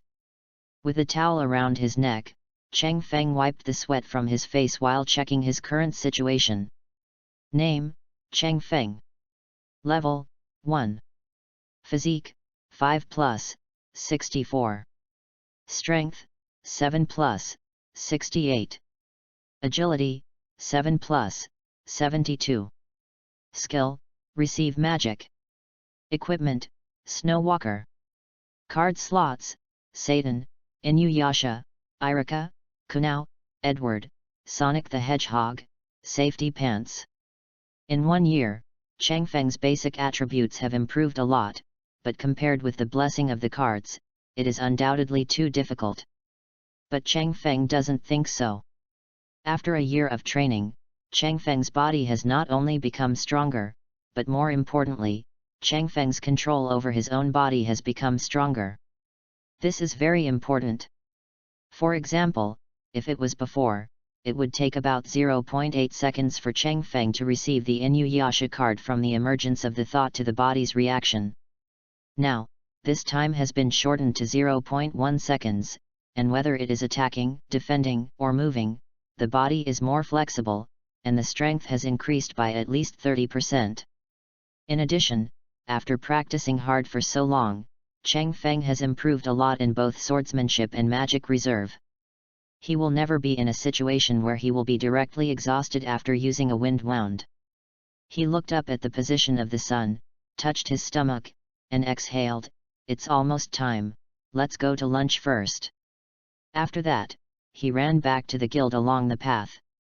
Pushing open the door and just stepping into the guild, Cheng Feng saw that at the guild counter, a girl wearing small armor, long crimson hair, and an eye patch was stamping the guild seal. Urza. Cheng Feng suddenly spoke, and suddenly he realized why he suddenly called her. Shouldn't he? Oh, no, they should know each other, after all, they are from the same village. But it's not right. He shouldn't call her directly. Cheng Feng had a headache.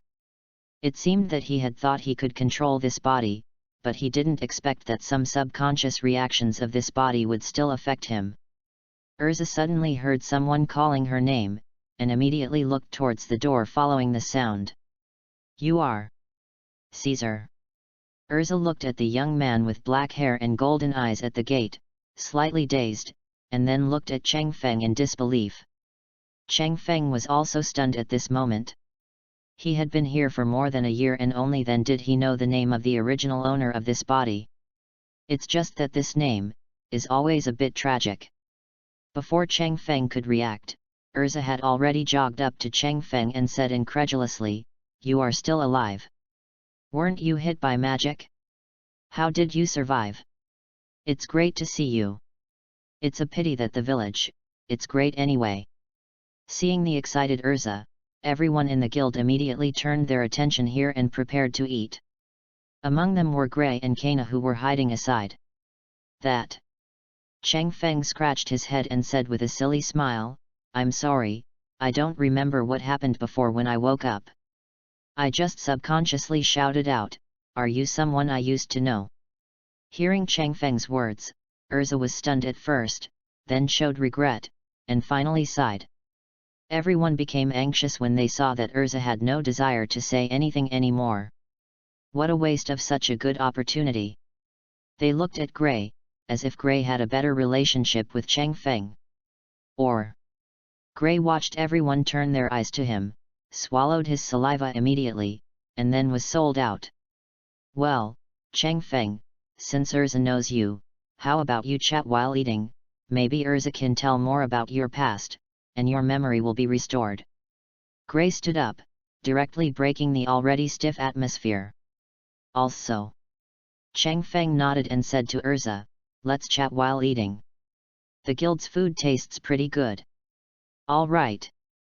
Urza nodded, looked at Cheng Feng and said, "Your name is Cheng Feng now." "Well, I couldn't remember my previous name anyway, so I gave myself a name." Cheng Feng nodded and led Urza inside. When everyone saw this, they immediately vacated a table in the middle and motioned for them to sit here. Chang Feng looked at the group of guys eating melons and knew that even if they went to the corner, a group would follow them. Since I can't hide it, I might as well say it openly. Chang Feng and Erza sat face to face. Gray sat next to Chang Feng, and Kana also came over and sat next to Erza. Soon the food and drinks were served, and Chang Feng and Erza ate happily. Erza also told Chang Feng some information about this body. First of all, the original owner of Chang Feng's body is called Xisa. His parents are farmers in the village. Their family is not rich, but Xisa's parents are very hard-working, so their family is doing well. At least, better than the orphan Erza, and the two siblings Simon and Kagura. Caesar is very caring, so he helps Erza from time to time, so Erza is still very grateful to Caesar for taking care of her. When the arrest occurred, Xisa's parents were killed for protecting Xisa and organizing villagers to resist. Xisa was also bewitched and plunged into a dry well. Erza wanted to help, but what do you expect a helpless little girl to do? Not to mention she was captured. After listening to Erza's story, Gray and Kana both sighed. Others also looked at Chang Feng with some pity, thinking that Chang Feng was really pitiful. Chang Feng listened to everything silently, feeling the anger gushing out of his body, and sighed slightly in his heart. You must visit the Tower of Heaven, otherwise it will be fatal if you don't have clear ideas. Perhaps only by solving the Tower of Heaven can Chang Feng be able to completely control this body. Chapter 11 Permission, First Mission. Erza's arrival did not change Chang Feng's life too much. On the contrary, because of the existence of Chang Feng, Erza, who had always hidden her inner feelings in the original plot, quickly integrated into the fairy tale guild under the influence of Chang Feng, and her relationship with Chang Feng is also very good. In contrast, Chang Feng also has a dedicated sparring partner. Compared with Gray, Erza is very responsible. When faced with Chang Feng's request, she completes it meticulously and does her best to help Chang Feng improve his strength. Makarov saw everything and nodded silently in his heart to Chang Feng's changes. Chang Feng, come here. On this day, Makarov stopped Chang Feng, who had quickly finished breakfast and was about to go exercise. Chang Feng walked up to Makarov, looked at Makarov and said, "President Grandpa, what's the matter? Is there something else that needs to be repaired?" Makarov shook his head slightly, patted Chang Feng's shoulder and said, "Not bad, much stronger." Chang Feng smiled and scratched his head. He had just come to Fairy Tale, and his whole body was really skin and bones. After this year of exercise, plus the supplement of nutritious meals, he also swelled up like a balloon. His skin and flesh were very tight. Although he was not full of tendons, he with his well-proportioned lines and handsome face, he has great prospects as a model. I have seen all your changes during these days. Makarov looked at Chang Feng and said kindly, "So as the president of the guild, I inform you, Chang Feng, you are now qualified to go to the commission board to accept the commission." Real. Chang Feng was pleasantly surprised. Being able to accept the commission means that you have income. If you have income, it means you can make money. You can draw cards by spending money, and you can become stronger by drawing cards. The time has come when Chang Feng can become stronger quickly.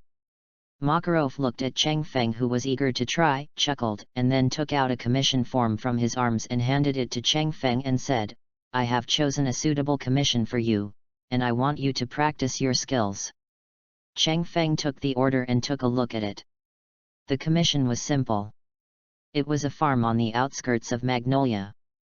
At this moment, the farm was invaded by a group of rabbits, causing the crops to be destroyed, so the fairy tale wizard was commissioned to clean up the rabbits. The rabbit here is not the cute little rabbit in Chang Feng's impression, but a magical beast from the fairy tale world that is the size of a calf and can spit wind bullets. But the risk is not great.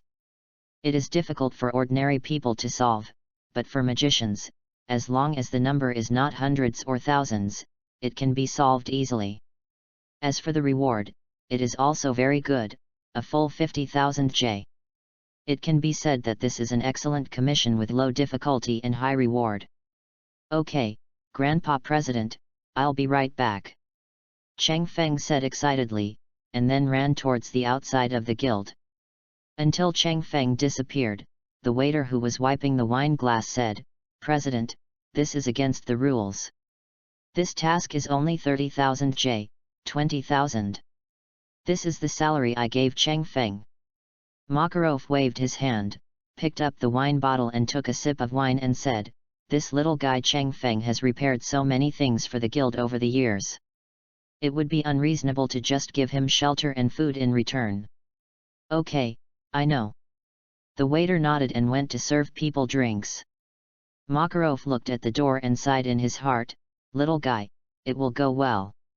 The farm on the outskirts of Magnolia is not far away. It only takes an hour to run there. This is not a difficult task for Cheng Feng, who runs 10 kilometers every day." When Cheng Feng arrived at the farm, he met the owner of the farm, an uncle dressed as a farmer. After submitting the order form and showing the seal of the Fairy Tale Guild, the uncle took Cheng Feng to the farm's planting area. The planting land of this farm is only a few dozen acres, but with magical ripening, the yield is still amazing. Cheng Feng walked to the edge of the planting field and soon saw the destroyed fence and destroyed crops. Looking at the tooth marks on the fence and the 62 yards of messy footprints on the dirt, Cheng Feng roughly estimated that there were about 30 rabbits in this group. "It's not too much, but it's a bit troublesome to deal with. Uncle, let me strengthen your fence first to protect your remaining crops, and then I will deal with those rabbits." Cheng Feng looked at the uncle and said, "But it will cost more to reinforce it. Are you willing?" "Reinforcement?" The uncle was confused and said, "Do you mean to use earth magic to reinforce it? It's useless. These rabbits have very powerful front teeth and are good at digging holes. Now the fence can't stop them, so they don't dig holes. If it's true, drilling holes would cause too much damage to the land. It's not the earth element, but I will use the metal in the earth to make a metal fence for you. If you ask, I can also build a metal layer under the ground for you to stop them from digging holes. Even if these rabbits you can't dig a hole a few meters deep, right?" Cheng Feng explained that he didn't buy or sell by force, he just wanted to make more money. "Real?" The uncle is interested. If it is true as Cheng Feng said, then it can indeed greatly enhance the defense of his land. "How much is that?" 100,000 J. Cheng Feng thought for a moment and revealed a number. "There is no other way. To enclose dozens of acres of land, the magic power required is quite considerable." At the same time, Cheng Feng also said that the uncle had to prepare the required materials, otherwise just extracting the metal from the land would only be a layer of iron sheet. The uncle thought for a moment, then calculated the investment and gains, and immediately agreed readily. Immediately afterwards, someone was asked to get a batch of iron ore. Because of the bug ability of alchemy, whether it is iron ore or iron ingots, the effect is the same for Cheng Feng.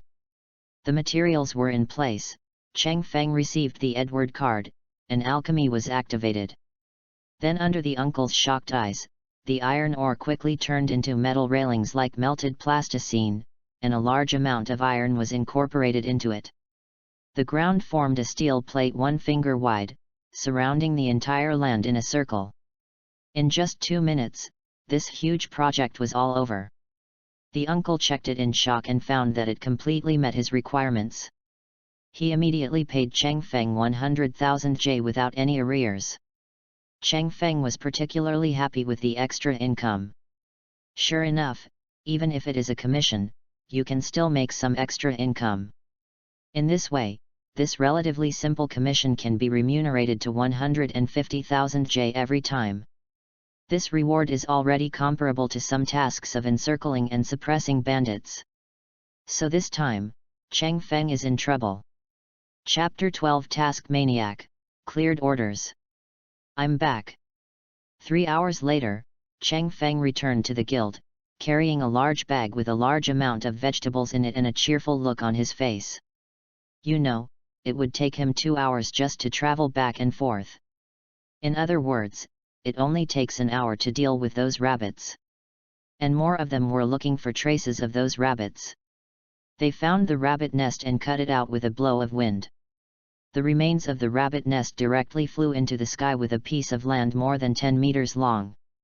They couldn't die anymore. Died. So fast. Everyone in the guild was stunned for a moment when they saw Chang Feng coming back so quickly. Makarov was also stunned for a moment, then he coughed dryly and said to Chang Feng, "You did a good job. By the way, the employer's remaining 20,000 J deposit is kept with us. Come and collect it. Do you still have a deposit?" Chang Feng's eyes lit up and he quickly ran to Makarov and got 20,000 J. Counting the banknotes, Chang Feng put them away with satisfaction. "This task is very profitable. I helped you a favor. Including the commission fee, it is 150,000 J. There is also a deposit of 20,000 J. One task is 170,000 J. I will Grandpa Chong, if you have such a mission again, remember to come to me again." "Wait. What did you say?" Makarov said with an incredulous look on his face after hearing everything. "I said if there is another mission like this." "It's not this sentence, it's the previous sentence," Makarov said in disbelief, and others also looked at Chang Feng. "A mission of 170,000 J. Chang Feng said cautiously. "How did you get so much?" Makarov looked strange and looked at Chang Feng and asked. "Oh, I suggested that the employer strengthen the fence and gave me a suggestion to help with it. He gave me a reward of 100,000 yuan. Then I overturned the house and the rabbits and they were completely extinct. The employer went to see then give me the reward." Listening to Chang Feng's explanation, everyone looked at Chang Feng with a strange expression. Good guy, this guy is simply squeezing out all the value when doing commissions. The work that cost 30,000 kilos was done to the tune of more than 100,000 kilos. More importantly, people think your work is worth the price. This little guy was born to do this. At this moment, everyone had such thoughts in their minds. Chang Feng didn't have too many ideas at the moment. He just walked to the commission column and began to select suitable commissions. At the same time, he was constantly thinking about how to earn enough other rewards from these tasks. Soon, Chang Feng picked a nearby lake to clean up. After a brief meal, Chang Feng set off immediately. Arrive at the lake, contact the employer, give suggestions, ask for more money, the employer agrees, start busy, complete the suggestions, clean the lake, and complete the commission. After entrusting this order, Chang Feng successfully received 90,000 J including a remuneration of 10,000 J. The feasibility of his idea was once again confirmed, and Chang Feng returned to the guild as if he had received a boost of blood. After everyone learned the news, they were completely confused. They looked at Chang Feng who was standing in front of the commission column selecting commissions. For a moment, they didn't know whether they were not good at it or whether the other party was just too evil. In the days that followed, Chang Feng completely transformed into a commissioning machine, constantly accepting and completing commissions, and of course constantly making suggestions for adding money. However, he did not always have good luck. Some people would take his advice, and some people would not, and Chang Feng could not force it. When the magicians in the fairy tale guild saw that the orders that had been densely packed were disappearing at a speed visible to the naked eye, they panicked for a moment. There is no way, Chang Feng is too curly. If they didn't roll up together, they might even have trouble paying for food. Just when everyone opened their books, the orders in the order column shrank rapidly. Gone? Where are all my commissions? Why are they gone? Chang Feng stood in front of the empty commission column, completely confused. After hearing Chang Feng's words, the remaining people in the guild all looked at Chang Feng with resentful eyes. When can't delegation be done? So what are you doing? Look, It's fine now. In order to protect ourselves and not starve to death, everyone joins the role, there is no need to play anymore. Grandpa President. Cheng Feng looked at Makarov. Makarov almost choked to death after drinking. After coughing several times, he looked at Cheng Feng and said, Xiao Feng, you have really worked too hard these days. You must know how to combine work and rest. Take it easy for a few days and rest. Don't fall behind when it comes to exercise, right? Listening to Makarov's words, Cheng Feng nodded helplessly. Forget it, it's really hard to run out every day during this period, and even have to live outside.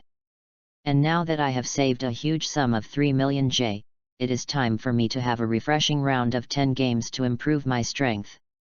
Everyone watched Cheng Feng leave the commission board and heaved a sigh of relief. But as soon as Cheng Feng sat down, he suddenly stood up and said, by the way, I remember there seems to be another guild called Ghost. We can snatch their commission. Everyone, please be a human being. When Makarov heard Cheng Feng's words, he was stunned for a moment, and then a drop of cold sweat broke down. The relationship between him and Jose was not good to begin with, but now that Cheng Feng is so involved, all fairy tale commissions have been cleared. With such a high level of task completion, there is no doubt that more and more tasks will be sent to fairy tale in the future. This is a good thing, but it will squeeze the number of commissions from other guilds. The Phantom Lord and Fairy Tale both belong to the most famous magic guild in this country, so if Fairy Tale has more commissions, the number of Ghost commissions will naturally decrease. Based on his knowledge of Jose's petty nature, it is likely that there will still be quarrels in future meetings. Well, forget it, the boat will be straight when it reaches the bridge. If anything happens, even those small-minded people can't defeat me. Makarov thought happily, and when he thought of this, he didn't panic at all. Cheng Feng sat down and opened the game interface. With a huge sum of more than 300 J, before Cheng Feng could tempt him, the game interface couldn't wait to jump out, and a limited time event with recharge and rebates popped up. There was even a limited time event that offered a mysterious gift for the first time someone filled up with 30,000 spirit stones. Cheng Feng glanced at the corner of his mouth. It was obvious that he had not recharged money for more than a year. This copycat mobile game was already hungry, especially knowing that Cheng Feng had a huge sum of 3 million J. If I don't squeeze Cheng Feng dry in one breath, I would be really sorry for the urinary nature of this copycat mobile game. Although Cheng Feng really wanted to whet his appetite for this crappy game again, the game understood him very well, and these limited time activities still attracted Cheng Feng. Therefore, with only 4,000 to 5,000 J remaining for emergencies, Cheng Feng put all the 3 million J he had saved into the game in one breath. Chapter 13 Crazy Card Drawing, Card Upgrader. Recharge 30,000 Spirit Stones and receive an additional 3,000 Spirit Stones. The mysterious gift has been sent. Looking at the spiritual stones that had arrived, Cheng Feng did not open the mysterious gift for the time being, but looked directly at the card drawing interface. The accumulation of 33,200 spirit stones is now the peak of Cheng Feng. 980 for 10 consecutive rounds, I can draw 33 high-level 10 consecutive rounds in one breath. Even if it's a guarantee, at least it can get me 7 or 8 guaranteed gold cards. I don't believe it, draw it for me. Golden cards flew, and soon 10 cards stayed in mid-air. As they flipped, a combination of 1 gold, 1 blue, and 8 green appeared. Others were too lazy to look, and Cheng Feng looked at the golden card. Haran Mara Fragment, Gold, *20. Looking at the fragments of the Zanpakut, the corner of Cheng Feng's mouth twitched. Immediately afterwards, another 10 shots were fired. Sanji, Gold, Somersault Cloud, Gold, *20. 2 gold, and a character, which is okay. Cheng Feng put Sanji into the card slot, and his body attributes improved again. Continue. Immediately afterwards, I don't know if one Sanji card was exhausted, and then there were all fragments. The fragments are just fragments, and they are all different characters and equipment, and they cannot be combined into one complete card. Especially in the 20-second 10-game series, 3 golds were paid out. As a result, Cheng Feng almost completely broke through the 3 experience cards. Seeing Shilian with only 11 chances left, Cheng Feng took a few deep breaths, stood up, went to the toilet, rinsed his face with cold water several times, and washed his hands more than a dozen times. After doing all this, Cheng Feng sat back down and activated the 10th company again. The cards were flying, and after flipping over, Cheng Feng sighed. Only 1 gold. Cheng Feng was also speechless.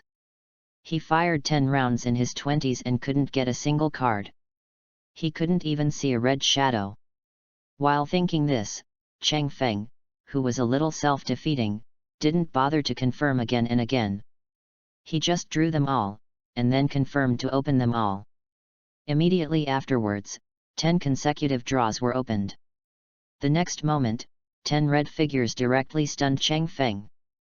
Eskimo, red, 10, Jiro, red, 10, Jiro, red, 10, Philosopher's Stone, red, 10, Bengayu, red, 10, Jiro, red, 10, Meliodas, red, 10, Beerus, red, 10, God, red, 10, Philosopher's Stone, red, 10.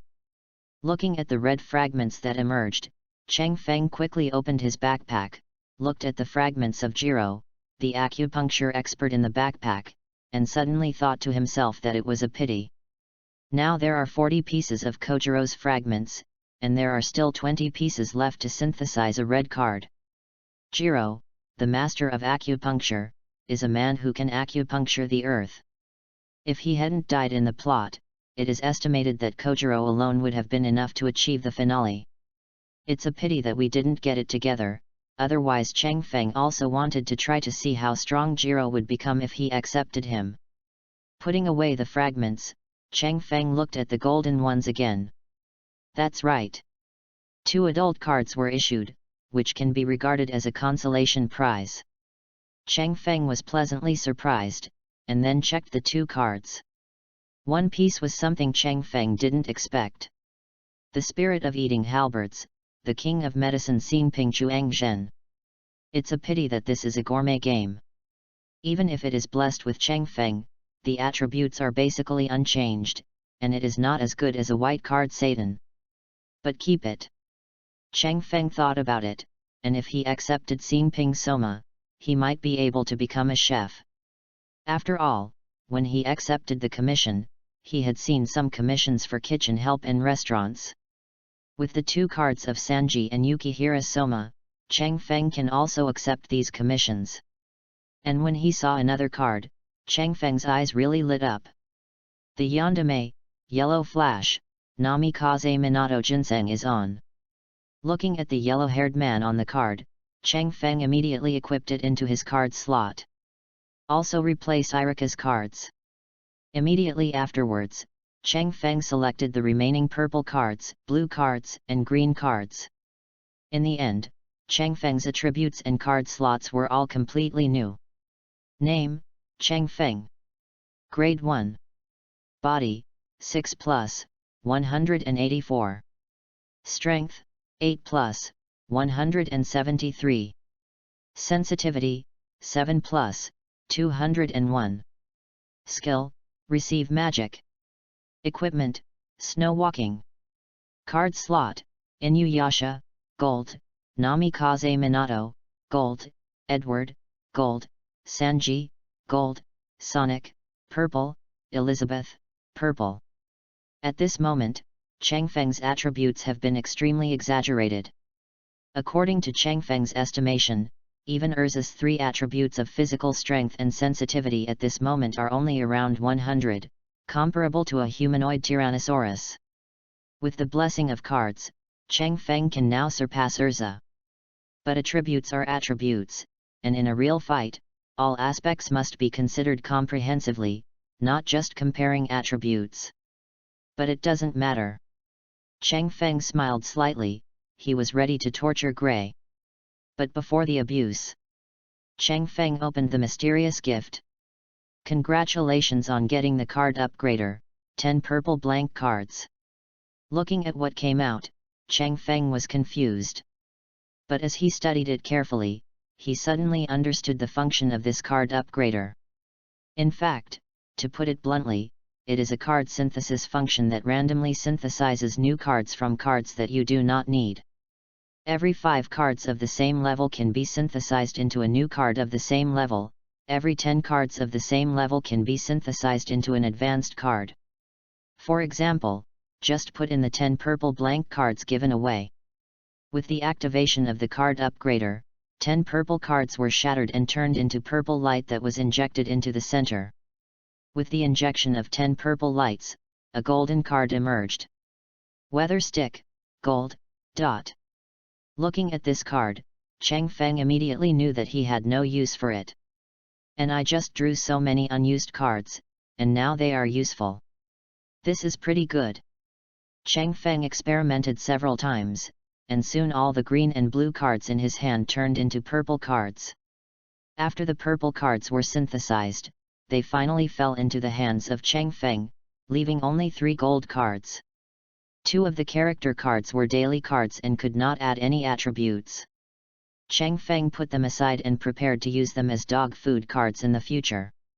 The only thing Cheng Feng can use is a prop card. With the use of the prop card, a brand new sword appeared in Cheng Feng's backpack space. Hitsugaya Tashiro's sword, the strongest ice and snow Zanpakuto in Seoul society, Harinmaru. Looking at this sword that could still send out bursts of chill even without the initial solution, Cheng Feng nodded with satisfaction. It can be said that with this weapon, Cheng Feng will not need to change weapons for a long time. Harinmaru has a wide attack range. Not only can it freeze water in the air to form an ice dragon with its spiritual pressure, it can even control the weather and add ice and snow damage. Who can not love such a sword? Chapter 14 Cheng Feng is on full fire. By the river, there is an open space where Cheng Feng exercises daily. Urza was wearing armor, and her eye patch had been removed at this time, and her eyes had been treated with prosthetic eyes by Granny Barusika. She stood in front of Cheng Feng, holding a knight's sword and looking at Cheng Feng. Are you going to use magic this time? Attack with all your strength. Cheng Feng stood on the spot, waving towards Urza and said, My receiving magic absorbs the souls of heroic spirits. I have worked hard during this period to save money to supply heroic spirits, so now I am very strong. So that's it, why are you working so hard? Gray, who was sitting on the side, suddenly understood, looked at Cheng Feng and said, Come on, Cheng Feng. As in the original plot, Urza is now the absolute king of fairy tales children. Except for Laxus, who doesn't deal with her very well, Gray has fallen into Urza's hands many times. So when I saw that Cheng Feng was going to fight Urza with all his magic, he immediately ran over to watch the battle. Then let's get started. Seeing how confident Cheng Feng was, Urza nodded, Change your clothes, heavenly wheel armor. The next moment, the armor on Urza's body turned into the heavenly wheel armor. Cheng Feng smacked his lips inwardly when he saw that the package was still tightly wrapped, with 2 more armors of steel wings. It seems that the current armor is not Urza's complete armor yet. It is estimated that when she grows up, the armor will need to continue to be adjusted. However, it is enough. I'm on it. Urza's eyes narrowed, her hands clenching her swords tightly, exuding a powerful aura. Her body leaned forward slightly, then she exerted force suddenly, and like an arrow from a string, she rushed towards Cheng Feng at an alarming speed. Her figure left a trail of afterimages in the air, and she arrived in front of Cheng Feng in the blink of an eye. At the same time, the 2 swords in her hands also waved, turning into 2 dazzling moon arcs, and slashed towards Cheng Feng with fierce sword energy. Cheng Feng took a deep breath, and his whole body erupted with light. The next moment, Cheng Feng's hair turned golden, wearing a moon-white royal robe, and 2 strange-looking kunao appeared in his hands. Too slow. Seeing that Cheng Feng had only just received it, Urza immediately shouted and slashed down with both swords without mercy. Slow? This is not slow. Cheng Feng chuckled and suddenly threw out the kunao. Urza was stunned for a moment, because Cheng Feng's kunao did not attack her at all, but went behind her. Empty. Urza was a little confused, but the next moment, Cheng Feng disappeared in front of her, and her slash failed instantly. Disappeared? No. It's space ability. Urza suddenly turned around and slashed behind her with her swords. Ding! The two swords collided with the kunao, and Cheng Feng was directly slashed and flew out. After landing, his feet dragged two traces on the ground. After stopping, Cheng Feng held a kunao in his hand, looked at Urza and said, "It's true. It's Urza, her combat reflexes are really fast. Is this your new ability?" Urza pointed her sword at Cheng Feng and said, "The speed is okay, but that's it." "Of course not, I'm coming." Cheng Feng chuckled and disappeared instantly. "It's the same trick again." Urza turned around instantly and slashed out with both swords. But the next moment, Cheng Feng threw another kunao and disappeared. Urza's attack failed and she immediately looked towards the place where the kunao was thrown. Sure enough, Cheng Feng appeared next to kunao. It seems that transferring requires that kind of strange weapon. Urza understood instantly, and just when she was about to take action, she saw Cheng Feng taking out another 7 or 8 kunao of that type. Urza suddenly felt a headache. She raised her foot and kicked out the kunao in front of her. Shwa shwa shwa. The art kunao instantly fell around Urza.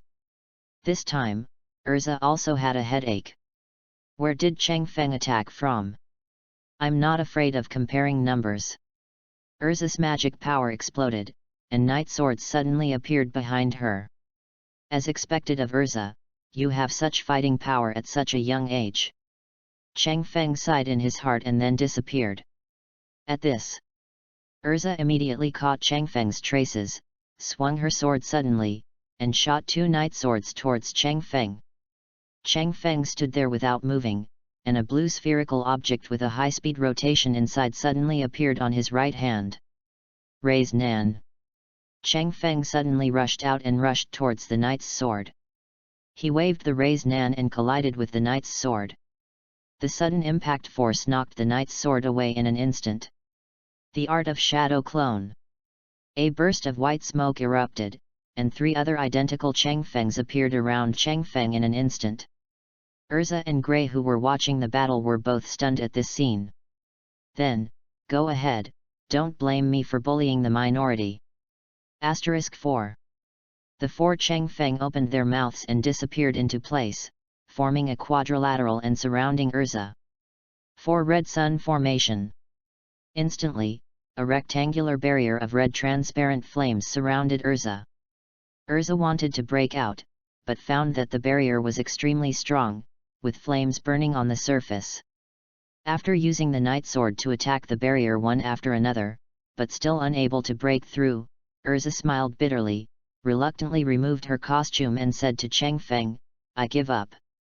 I can't break through this barrier at the moment." Seeing Urza admit defeat, Gray suddenly became excited. And Cheng Feng dispelled the 4 Red Sun Formation, and the 3 shadow clones also turned into smoke and dissipated. Feeling the experience fed back by the shadow clone, Cheng Feng laughed. In this way, he can really use the cheating device when he exercises in the future. Gray ran over and said excitedly, "Great, Cheng Feng, you defeated the big devil." Boom! As soon as he finished speaking, Urza's iron fist hit Gray on the head.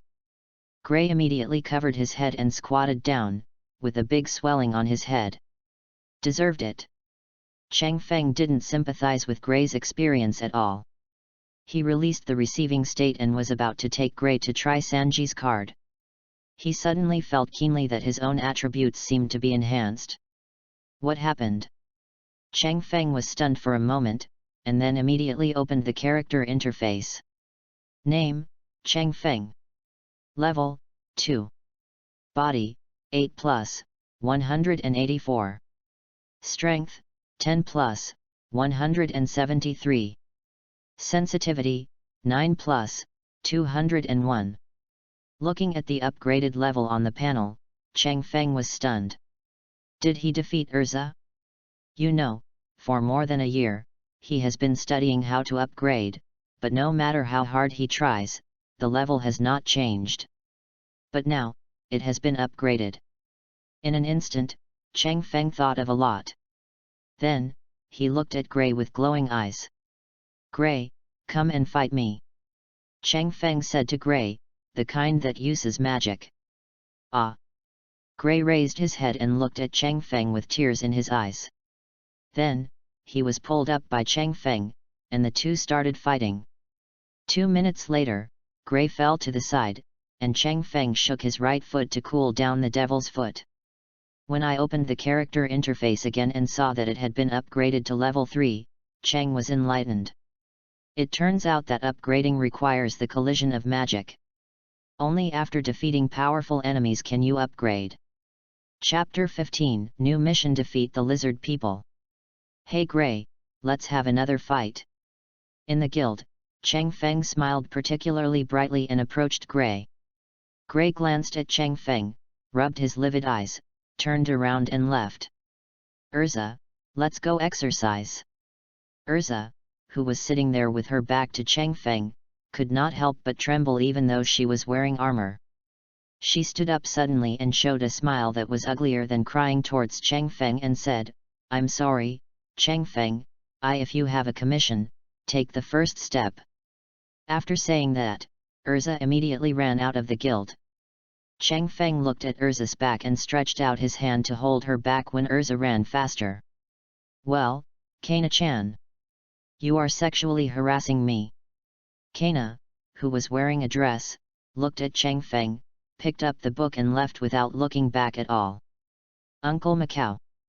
I have something going on at home. Uncle Wakaba. Xiao Feng, I'm going to get married. Let's not talk anymore. Read us. I'm going out to sketch. Let's go first. Nab. There is actually a commission suitable for me here. I'm going to leave now and stop talking. Cheng Feng. Ever since he learned that magic combat can be upgraded, Cheng Feng has also fallen into a crazy battle. Anyway, the commission wouldn't come for a while. He either couldn't grab the new commission from others, or Makarov didn't allow him to accept the commission, so he just immersed himself in hard work and concentrated on improving his own strength. At the beginning, they still held on to Gray and Urza, but when they realized that they were no match for Cheng Feng, they couldn't withstand such a high frequency of battles and just avoided Cheng Feng and left. Then, Cheng Feng extended his claws to other people in the guild. At the beginning, Cheng Feng was not able to defeat the guild members very well, but as Cheng Feng continued to practice and alternately receive several cards, his strength and combat experience improved at an extremely terrifying speed. He beat others directly. Finally, it became what it is now. Cheng Feng lay on the table depressedly and opened the current character interface. Name, Cheng Feng. Level, 10. Body, 27 plus, 184. Strength, 28 plus, 173. Sensitivity, 28 plus, 201. In 5 months, he was promoted to level 10 in one breath, and as the level reached level 10, Cheng Feng felt that he could receive the abilities of the 2 cards into himself. This is definitely a qualitative leap. Moreover, Cheng Feng estimated that if the level continued to increase, he might be able to receive more cards, or even receive all 6 cards. By then, Cheng Feng might have collected 6 red cards. When Cheng Feng thought that he had received 6 full-level red cards, he felt that he could beat the Black Dragon Acknowledger.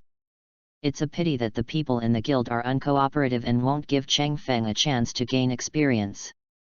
Looking at Cheng Feng, who was a little discouraged, Makarov smiled, then handed Cheng Feng a commission and said, Cheng Feng, you can try this commission. I think you can try the Crusade mission. Cheng Feng took the order sheet and glanced at it. It marked the order to defeat the lizardmen. Cheng Feng's eyes lit up. Makarov had never given him this kind of high-intensity subjugation mission before. Even if it was a subjugation, it would only be against very weak monsters like rabbits. Therefore, Cheng Feng guessed that the reason why he did not upgrade in the first place was probably because these monsters were too weak and did not provide him with the experience he deserved. Only Urza and the others have a certain level of strength. If they fight against them and defeat them, they will gain a certain amount of experience and level up. When he thought of this, Cheng Feng sighed in his heart.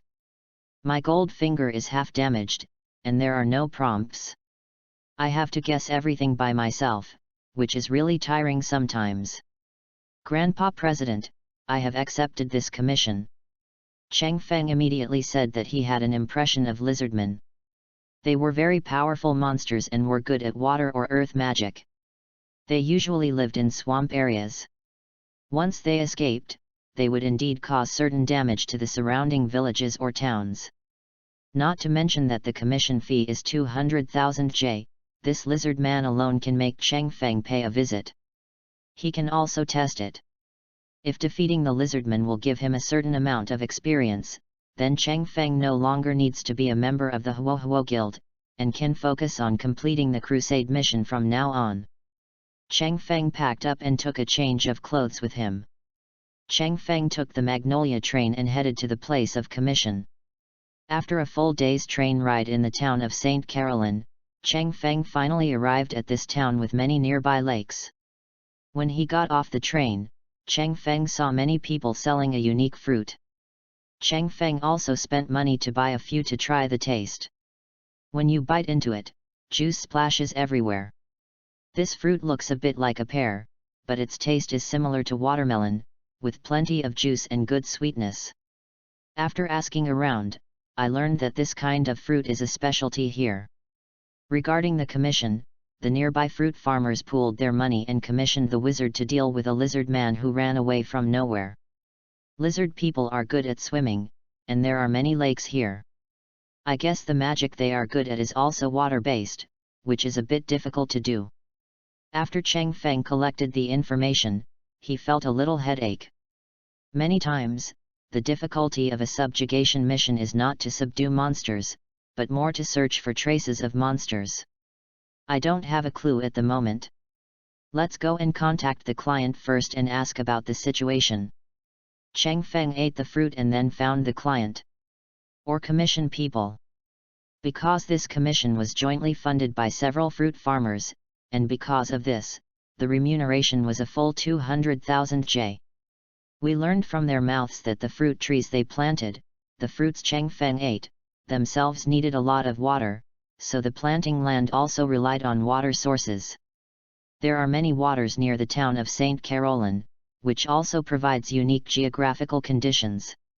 However, once monsters like lizardmen who are good at water magic are mixed in, it will cause great damage to the orchards.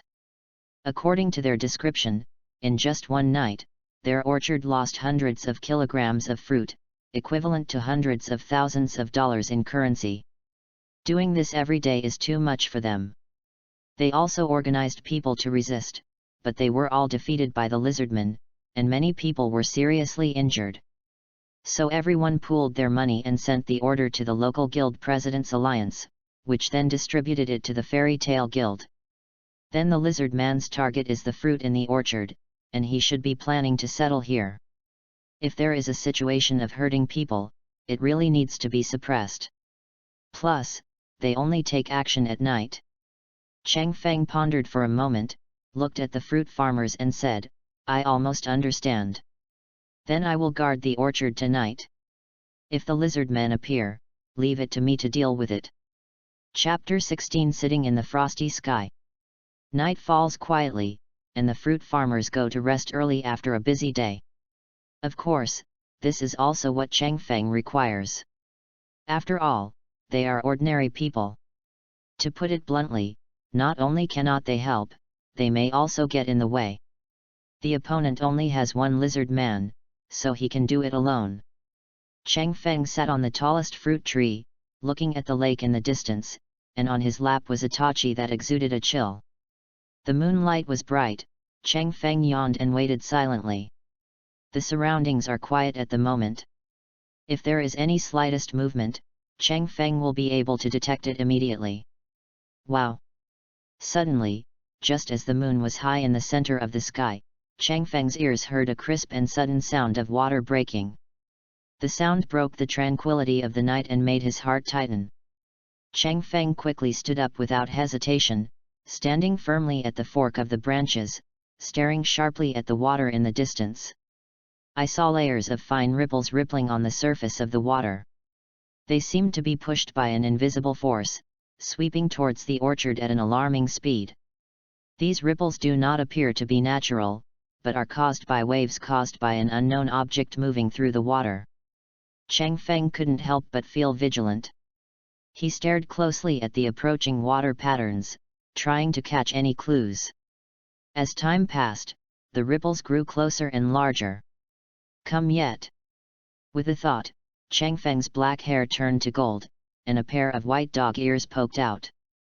The next moment, a jutsu kunao shot toward the water. The sudden attack alerted the underwater creatures, and a huge wave suddenly rushed towards the kunao. Aha! There was a sound of breaking through the air, and Chang Feng appeared next to kunao. Looking at the huge waves, he unsheathed his sword and suddenly slashed it out. Wind injury. The wind roared like a ferocious beast, roaring with its teeth and claws.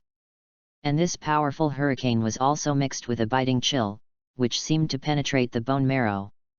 At this moment, a huge wave collided head-on with the hurricane.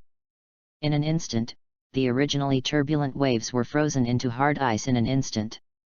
Immediately afterwards, this huge ice sculpture was ruthlessly torn into countless tiny ice shards by the hurricane, which scattered down one after another, like a feast of ice and snow.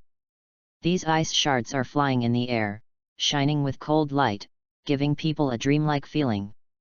They are intertwined with the strong wind, forming a spectacular and mysterious picture. Crack! Chang Feng landed on the water, but did not sink. Looking under the water, Chang Feng sneered and said, "Want to run?"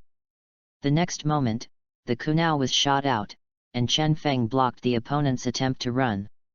Sitting in the frosty sky, Harin Meru. After the beginning, there was a chain with a half-moon shape at the end behind the hilt of the Harin Meru's sword, and the entire tachi was wrapped by an ice dragon. Come out! With a slash of the knife, the ice dragon roared and rushed into the water. The entire lake cooled down rapidly from the ice dragon, and the lake water quickly condensed around it. Boom! The water surface exploded, and a large dark green lizard rushed out and landed on the ice. The lizard men are humanoid in shape, and their scales are extremely defensive. They also have the ability to resist water. They are extremely difficult to deal with in places with water sources. But the entire lake is freezing rapidly. Chang Feng doesn't believe that he can still mobilize the lake water to attack. Hi ha! The lizard man roared at Chang Feng and suddenly rushed towards Chang Feng, with water surging above his claws. Well done! Chang Feng drew his knife, and the ice dragon roared and rushed towards the lizard man. The lizard man's vertical pupils shrank rapidly, his legs suddenly squatted down, and he used the slippery surface of the ice to glide while grabbing the ice dragon with his claws. The sharp water blade was like a blade, leaving deep scratches on the ice dragon's body. Chang Feng looked at the approaching lizard man, sneered, turned the blade, and an ice wall blocked his face. The lizard man's other claw collided with the ice wall, leaving deep scratches on it, but it did not break the defense. The next moment, the hurricane roared, and the terrifying wind injury set off strong winds, directly shattering the ice wall in front of it. The hurricane, mixed with a large amount of broken ice, suddenly slashed at the lizard man. The lizard man hurriedly put his arms to protect the vital parts of his head. However, it was too late. The extremely powerful hurricane smashed into it with countless broken ice. These pieces of ice were like sharp ice knives that shone with cold light, mercilessly cutting through the hard scales of the lizard men. In an instant, the lizard man felt a sharp pain coming over him, and the scales on his body flew everywhere like leaves blown away by the strong wind. At the same time, the lizard man was also hit by the huge impact and flew dozens of meters away, falling heavily to the ground. Although the lizardman looks a little miserable, it only has to pay some scales to block the wind damage. It is proud enough. Hi ha! The lizard man roared, swung out his claws, and slashed at Changfeng's head with several water blades. Ice Dragon Spiral Tail. Harinmara slashed out, and the place where the tip of the knife crossed completely turned into a frozen area. The water blades entered it and turned into ice lumps one after another, losing kinetic energy and falling down. But this was not the lizard man's attack, but his interference. While Changfeng was dealing with the water blade, he took the opportunity to distance himself and ran away like crazy. The art of shadow clone. 3 figures rushed out, and the kunao pierced the ice as fast as lightning. The 3 figures blocked the lizard man's retreat. The lizard man roared again, but in his voice, there was already an aura of lust and inner lust. It doesn't feel too strong. I think even Urza can handle it easily. Changfeng chased after him. The ice dragon roared and roared directly towards the lizard man. Just when the ice dragon was about to devour the lizard man, a water blade suddenly slashed out from under the ice. The ice dragon was cut off without noticing for a moment. Besides, looking at the same water blade as the lizard man, Changfeng retreated violently, while the clone held the raised nan in his hand and suddenly blasted it towards the slashing point. Boom! The ice exploded instantly, and a huge lizard man that was more than 3 times the size of the previous lizard man rushed out. The opponent opened his mouth, and a huge water column swept across, and the 3 clones were directly beaten into smoke. That's right. I said the commission is worth 200,000 J. Why are the lizard men so weak? Looking at the giant lizard man's swollen chest, he immediately understood that they were a mother and son. But Changfeng flicked Harinmara suddenly and laughed, just to see if defeating you will allow me to level up. The next moment, Changfeng disappeared from the same place, and when he reappeared, he was already in his previous clone. Harinmara slashed out, and the hurricane caused by wind damage slashed towards the 2 lizardmen, large and small. The large lizard man protected his child, and the wind wound struck her body, making a series of sounds, but did not break through her scales. Tough enough. What about this move? The art kunao was shot out, and when it reappeared, Changfeng hit the large lizard man with a spiral pill. Boom! The large lizard man was blown away. It was obvious that compared to the wind injury that caused group damage, the single target raised nan was stronger. The scales on the large lizard man exploded, and blood continued to flow. The small lizard man roared and kept throwing water blades to attack Changfeng. Die! Changfeng suddenly swung the ice bullet, and countless ice bullets attacked the small lizard man like a flock of birds. Roar! The huge lizard men let out a deafening roar, but that didn't change anything. The cold and biting ice bullets flew away like bullets, easily penetrated the water blade, and mercilessly smashed into the body of the small lizard man. The small lizard man was horrified and his face turned pale. He tried to escape or resist, but it was too late. The ice bullet hit it mercilessly, instantly freezing it into a crystal-clear ice sculpture. Immediately afterwards, a weak vibration spread quietly, and subtle cracks began to appear throughout the ice sculpture. These cracks were very small at first, but spread quickly in the blink of an eye, covering the ice sculpture like a spider web. Accompanied by a crisp click sound, the cracks suddenly intensified and eventually evolved into an earth-shattering fragmentation. In an instant, countless ice cubes flew everywhere, like a grand ice and snow carnival.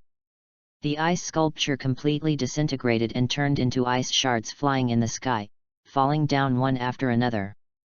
This scene is both beautiful and cruel, revealing a sense of indescribable poignancy. Roar! His child died in front of him, and the large lizard man went crazy and attacked Changfeng desperately. I feel sorry for you, but this is work. Looking at the other party's appearance, even though the species was different, Cheng Feng was also touched. So, let me give you a good time. The disorganized lizard man is no longer Cheng Feng's opponent now. With a flash of his body, Cheng Feng disappeared on the spot. When he reappeared, Hurinmera flashed past the lizard man's neck. The lizard man froze on the spot, and then fell to the ground unwillingly.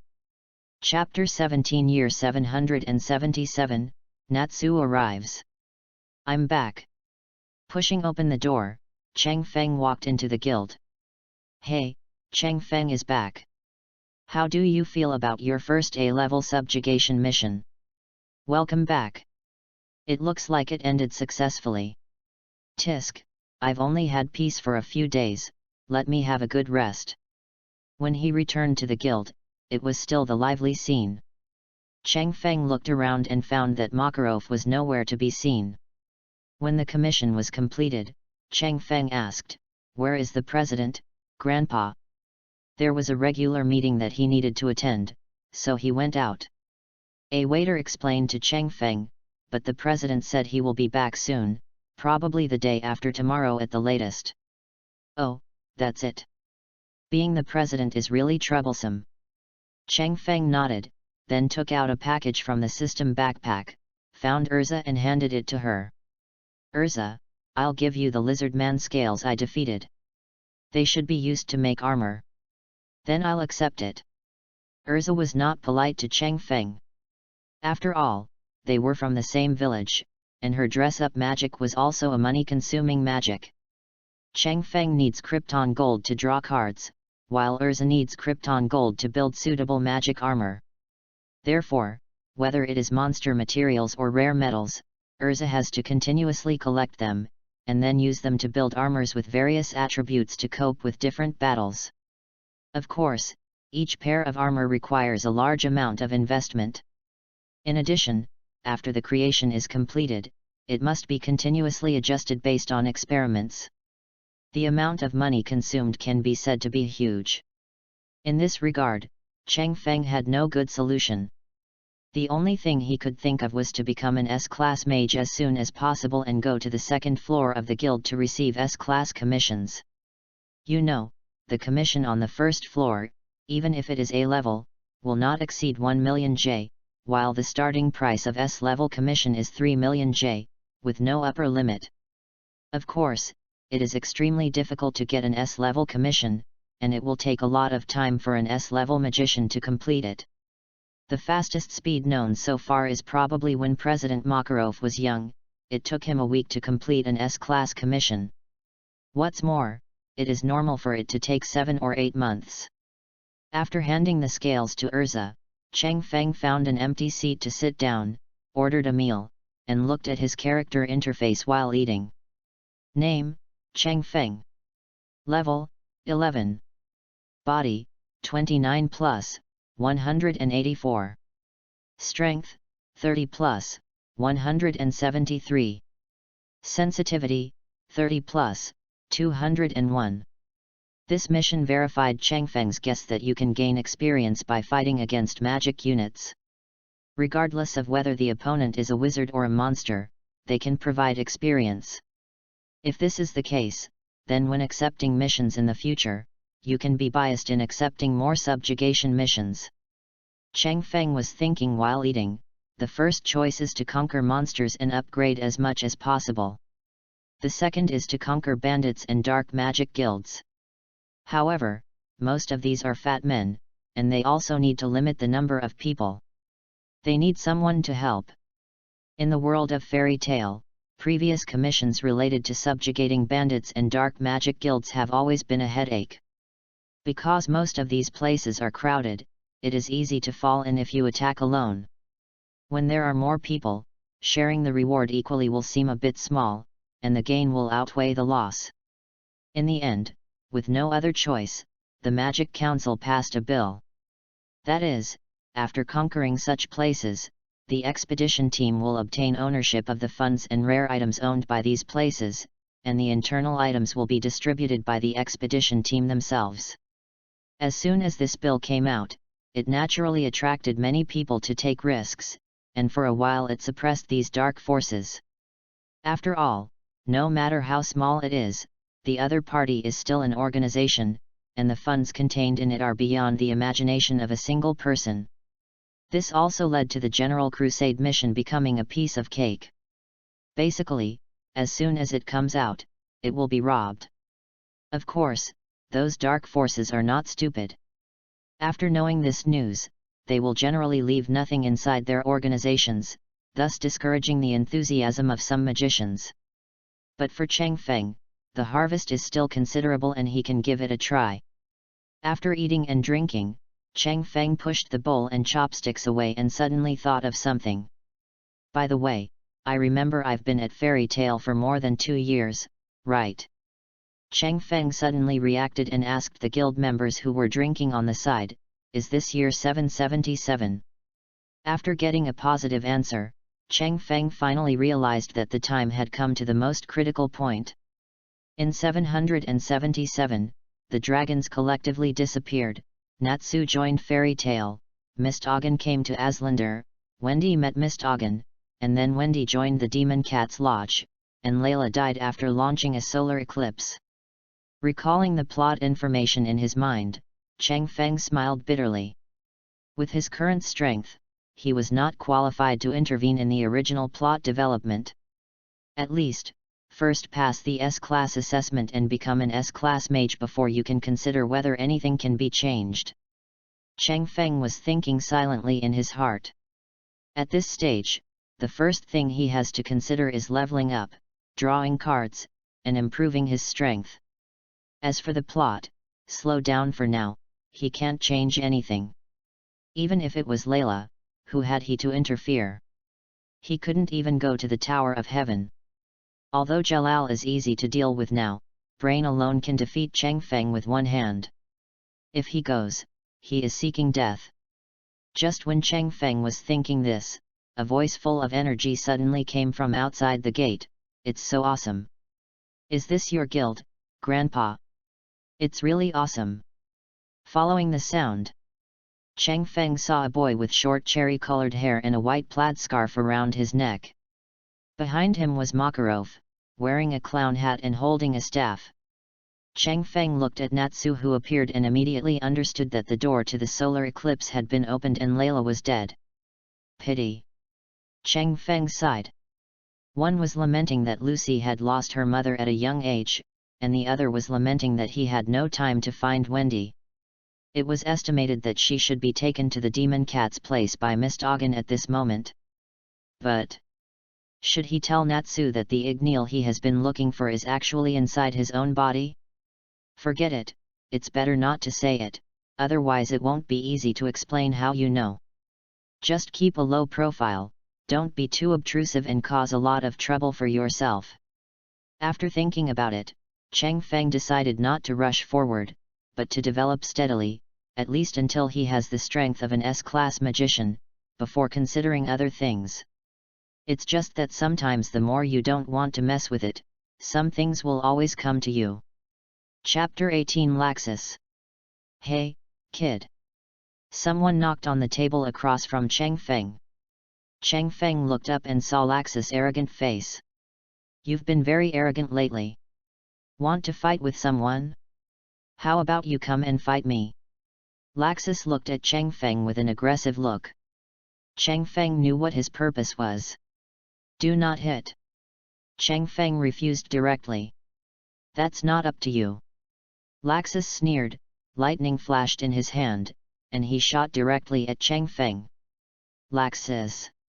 With a roar, Cheng Feng was not allowed to take action. Makarov took the lead to block it, and protected Cheng Feng with his huge palm.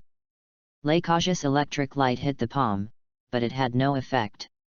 Laxus looked at Makarov, who looked angry, and said in displeasure, "Old man, what do you want to do?" "It's what you want to do." Makarov said angrily, "You want to take action against your companions in the guild." Makarov couldn't understand why the originally well-behaved child became like this. "I want to be the next president of Fairy Tale." "Old man, Please retire. Laxus said coldly, no one can stop me. Hey, I can't pretend I didn't hear what you said. Before Makarov could speak, Cheng Feng stood up, looked directly at Laxus and said, unfortunately, although I don't want to be the president, I am quite interested in the title of the fourth generation. Therefore, I will not leave the title of the fourth generation guild leader to anyone.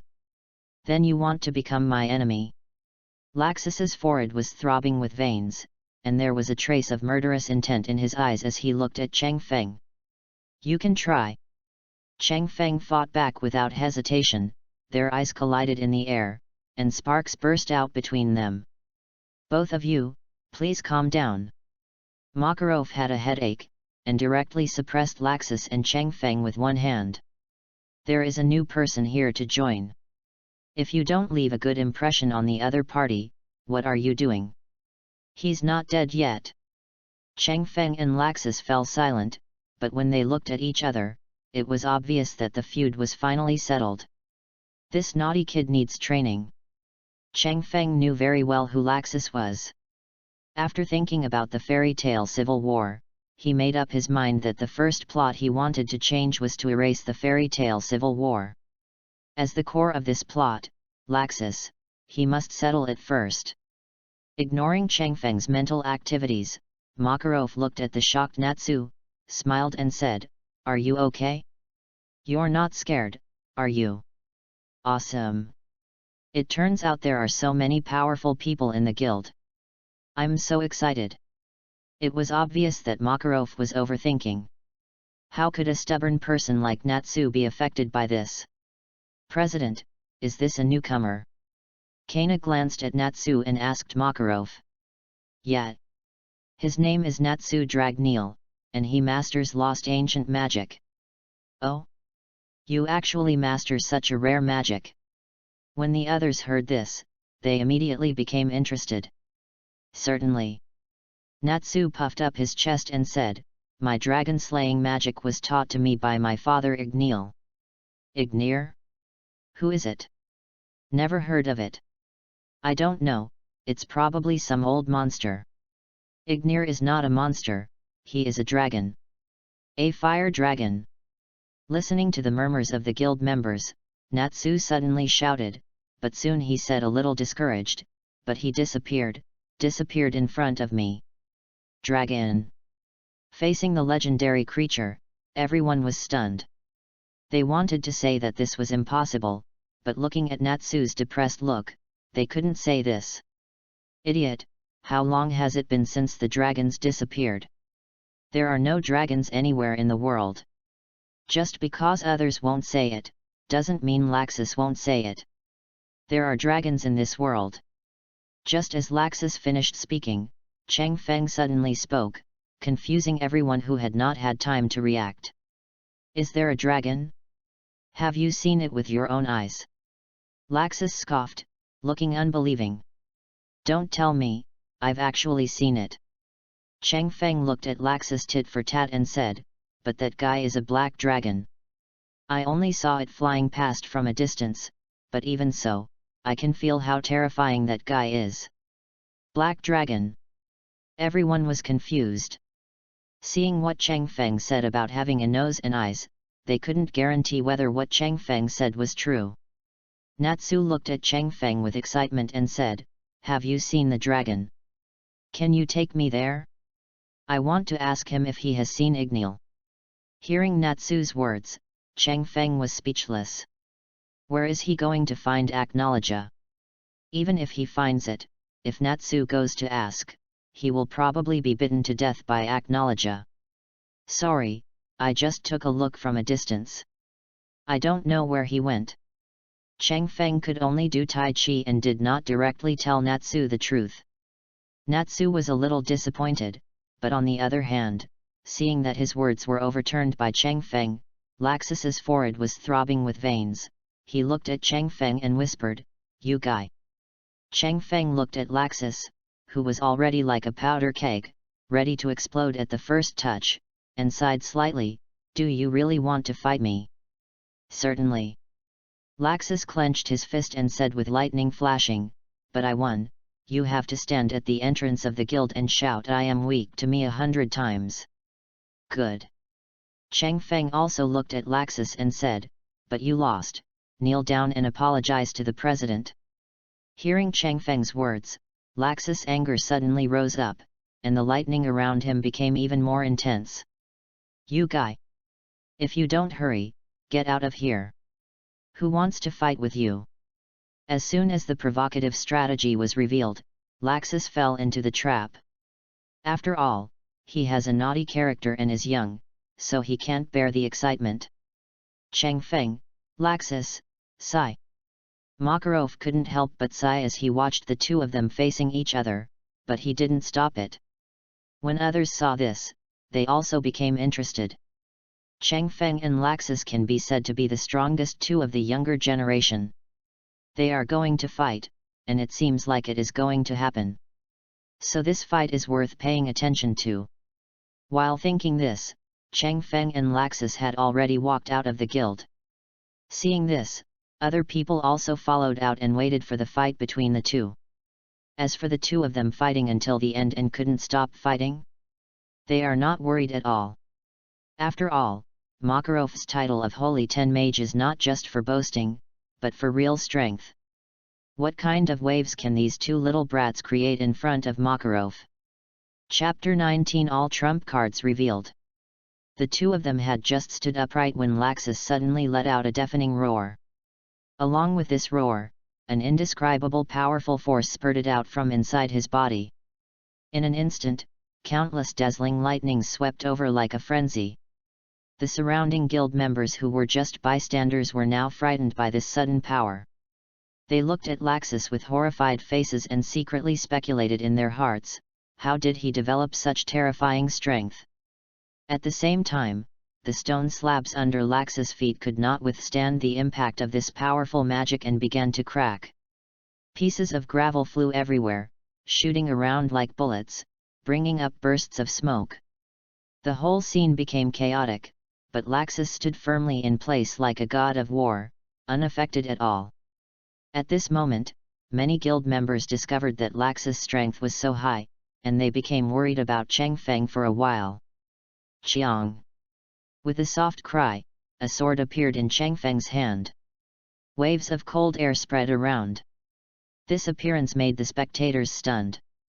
"Urza, did Cheng Feng use that knife when he sparred with you?" Gray saw this scene and couldn't help but ask Urza. "No, depending on the situation, it should be an ice magic item." Urza looked serious, and it seemed that Cheng Feng was really serious about it. "Bing, let me take a look and learn." Gray's eyes were on Cheng Feng, ready to learn something secretly. "The most annoying ice," Natsu muttered, feeling the unpleasant temperature. "Hey? Did you just say you hate ice, you bastard with hanging eyes? Say, what's wrong, you naked pervert? I always see you unhappy. Want to fight? I'll help you. You too, please stop it." Boom! Boom! Natsu and Gray fell to the ground with two big bags on their heads, unable to argue anymore. Otherwise, if the situation between these two people continues, they will probably start fighting here before they start fighting over there. Boom! The ground exploded, and Laxus rushed towards Cheng Feng like thunder, hitting Cheng Feng with heavy punches mixed with violent thunder. Sitting in the frosty sky, Haran Meru. Cheng Feng sighed softly, and the Haran pill began to dissolve. The next moment, an ice dragon roared and rushed towards Laxus. "This magic item is so powerful. Where did you get it?" "I don't know." Everyone was shocked when they saw the ice dragon charging out of Haran Meru. That includes Laxus. But there was no time for him to react. He knocked back the ice dragon with one punch, but he was also knocked back by the ice dragon. Ice! Laxus felt the cold air on his fist, and the electricity surged in, stimulating cell activity, and the cold air was immediately dissipated. "Don't you use to receive magic? Why don't you use it? Are you looking down on me?" Lacautius roared and raised his hand suddenly. Thunder strike spear. The lightning instantly turned into a spear and shot towards Changfeng quickly. As you wish. Changfeng's hair turned golden, and a royal robe appeared on him. The next moment, a dozen Changfeng appeared next to Changfeng. Whoosh whoosh. The art kunao was shot out instantly, and a dozen kunao were inserted into Laxus's surroundings at random intervals. Seeing this scene, Urza and Gray couldn't help but said, "It's begun." What started? After hearing what the two said, the people around looked at the two. You will know as you read, no one can keep up with Changfeng at this time. Gray spoke, and following his words, a dozen Changfeng immediately disappeared and appeared around Kunao. 4 Red Sun Formation. The barrier rose, directly surrounding Changfeng and Laxus. Trapped me. Laxus looked around and then at the Changfeng in front of him. It doesn't look like that. Raise Nan. Many clones attacked Laxus. The 4 Red Sun formations blocked the surrounding area, leaving no place for Laxus to hide. But Laxus doesn't need to hide at all. Thunder crushes the raging waves. Suddenly, there was a loud noise, and the surging thunder fell from the sky like a giant dragon, carrying endless power and shock. In the blink of an eye, the thunder gathered into a huge thunder ball, shining with dazzling light. Immediately afterwards, the thunder ball exploded violently, and countless violent thunder and lightnings rushed around like a group of ferocious beasts, baring their teeth and claws. Those clones were unable to resist such a terrifying attack. Under the baptism of thunder and lightning, their bodies exploded and dissipated into smoke. After the thunder passed, Laxus looked at Changfeng, who blocked the attack with an ice wall, and sneered, "That's it." Of course not. The ice wall shattered. Changfeng looked at Laxus and said calmly, "I'm just buying a little time, and at the same time, I'm trying not to let the next attack destroy the surrounding area. Pretend to be a ghost." Laxus let out a deafening roar and suddenly raised his right fist. The muscles in his arm were tense and veins popped out. He gathered all the magic power in his body into this punch, forming a highly concentrated ball of compressed thunder energy. This ball of thunderous energy shines with a heart-stopping light and rushes forward with a power that destroys the world. This powerful force exploded like a small nuclear bomb, and wherever it passed, the space seemed to be torn apart. In the blink of an eye, it hit Changfeng hard and swallowed him completely. Suddenly, there were lightning, thunder, and smoke and dust, and the whole scene became extremely spectacular and shocking. Just when Laxus thought that Changfeng couldn't take the blow, Changfeng's voice suddenly came out from the thunder. Blast! The next moment, the thunder that swallowed Changfeng suddenly turned and rushed towards Laxus. What? Seeing his proud attack being bounced back, Laxus was stunned, and was immediately swallowed up by the thunder. It's over. Everyone looked at Laxus, who was swallowed by the thunder in the barrier, and spoke with some uncertainty. Not yet. Makarov looked grave because he knew that his grandson still had a trump card. Only he knows this trump card. Of course, Changfeng also knew it. Because his weak body could not withstand the powerful magic from his grandfather, his father Ivan took a great risk to implant the Thunder Dragon Slayer crystal, thus becoming the second-generation Dragon Slayer. Click, click, click. As if the sound of chewing apples sounded, Laxus, who was in the midst of thunder, opened his mouth and swallowed the thunder in one mouthful after another. Such a strange scene directly shocked the jaws of the spectators. Natsu looked at this familiar scene, blinked his eyes, and said uncertainly, "Is it dragon-slaying magic? I can also eat fire like this." After hearing Natsu's words, everyone looked at Makarov. Makarov did not speak, which also represented acquiescence. Laxus took a long breath and swallowed all the thunder. He wiped the corners of his mouth, and there were faint signs of dragon scales on his cheeks. "Thanks for your treatment." Laxus sneered at Changfeng, "You are lost." The roar of the thunder dragon. Laxus opened his mouth, and a stream of dragon breath spurted out, rushing towards Chang Feng. Looking at the extremely violent thunder, Chang Feng's face remained calm. He knew very well that he had not yet fully mastered Blast Ryapa, and there was no way to forcefully resist the Thunder Dragon's roar. But why does he have to carry it? Chang Feng dodged and disappeared on the spot. While dodging the blow, he was also silently accumulating magic power. It's not just you who has the trump card.